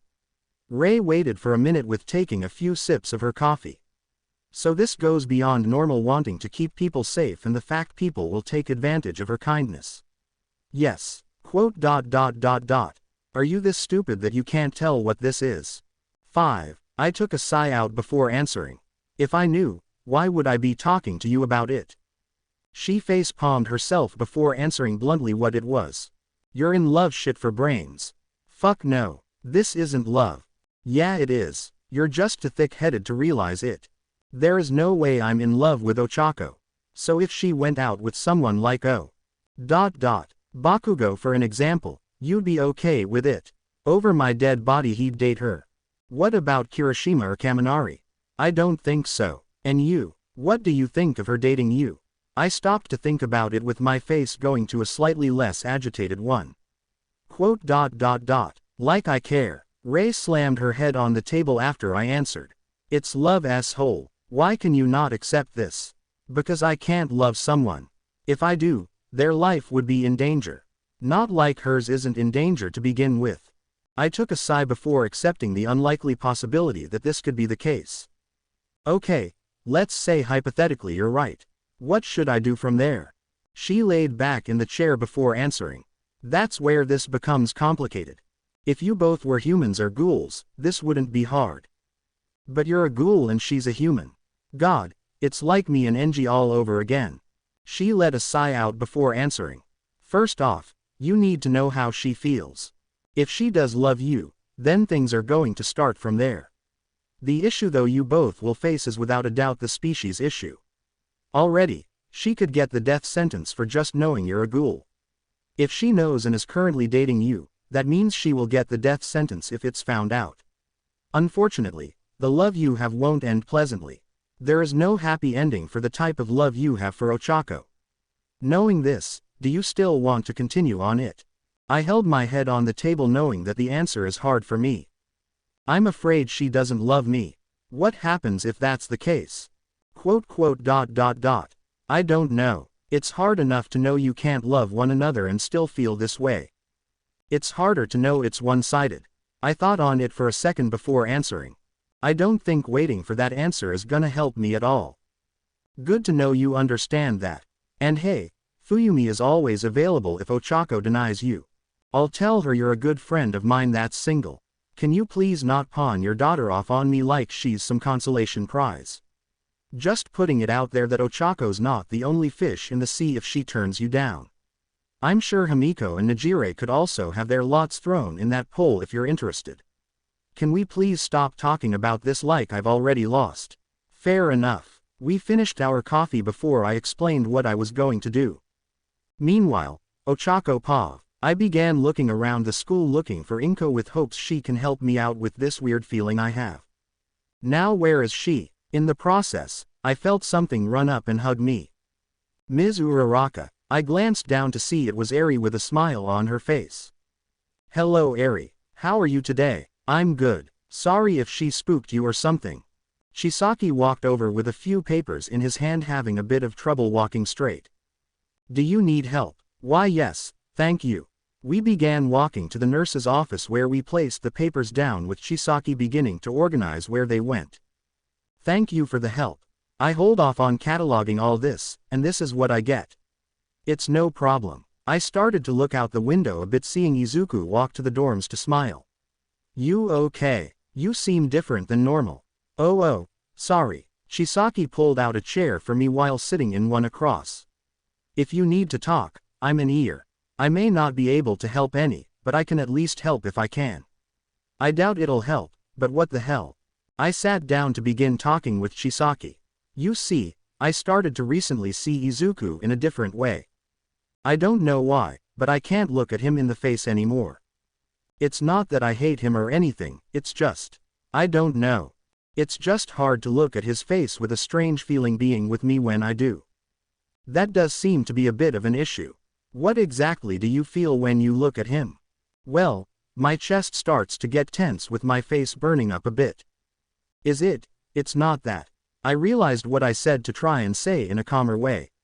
Sorry. It's not that. It can't be. Chisaki looked at me calmly before saying what he wanted to next. If it is love, I suggest you talk to Izuku and tell him. It's not love. He rolled his eyes at me before looking at Eri draw on a mini table she was sitting at. If it is love, I suggest you say what you should. Sometimes, waiting or suppressing it doesn't help anyone and hurts you in the end. I wasn't sure what he meant before Chisaki looked at me with resting his head on his locked-together fingers. When I was younger, a female ghoul caught my fancy. She wasn't the most powerful or the most skilled with her kagun, but she had this look I liked. During the time this was happening, I was trying to help the ward I was in establish some controlled order to keep the doves off our trails. When I spoke with her, however, she gave me a feeling of humanity. She was, in a sense, the light I was hoping to keep safe. Did you ever confess to her? No, I thought it was best if we kept as just good friends. One day, however, I was prepared to say this, holding my heart on the line. But when I finally was ready, someone else got to do what I wished to and succeeded. He let out a sigh while leaning back. That was something I regretted for as long as I could, with even now having some remorse for it. But I chose to bite my tongue since the man that she was confessed to was my friend. I envied him, but I knew she would be happy. What happened to the woman after? She had a child with my friend. A beautiful baby girl. Do you visit them often? That's impossible. Chisaki leaned forward before looking at me with remorse. An investigator found them and began attacking them. I only came shortly after the attack to see the woman I loved butchered by a dove with my best friend on the verge of death. In my anger, I attacked the investigator and killed him. I went to my friend who was still alive to try and at least save him, with the man saying to save his daughter. They hid her in a dumpster where she wouldn't be found, hoping to at least make sure she was safe above everything else. I promised my friend I'd raise her as my own and to tell her about the two of them so they wouldn't be forgotten. He died not long after. I went pale, looking over to Eri and back at Chisaki, waiting for his answer. Yes, I was in love with Eri's mother. Even now, I question if she would have been saved if I chose to confess to the woman I loved before my friend. Would they both be alive today? Would Eri still be the happy child she is and at least have a mother? These are the types of thoughts that run through my head because I chose not to say what I wanted to for the person I loved. 5. I was in shock. I knew Eri wasn't Chisaki's, but I never actually found out the story behind how she began living with him. The point I'm trying to say here, Mizuraraka, is this. Don't let an opportunity slip by you. If you do, you may regret it for the rest of your life. I began to get up before bowing at Chisaki. Thank you for this. Don't worry about it. I'm just happy I could be of service. I walked out of the room thinking of what Chisaki said and how his choice to keep from saying what it did left him with so much regret. Might as well give it a shot. We already share a bed and things are already awkward with us. How much more weird could they be? Few hours later, third-person POV. Izuku found himself sitting on top of the roof looking at the night sky thinking of his talk with Rei earlier in the day. What if this really is love as she says it is? How is this gonna work?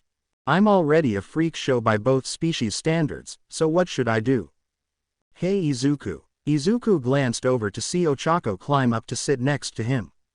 Hey, so I gotta talk to you about something.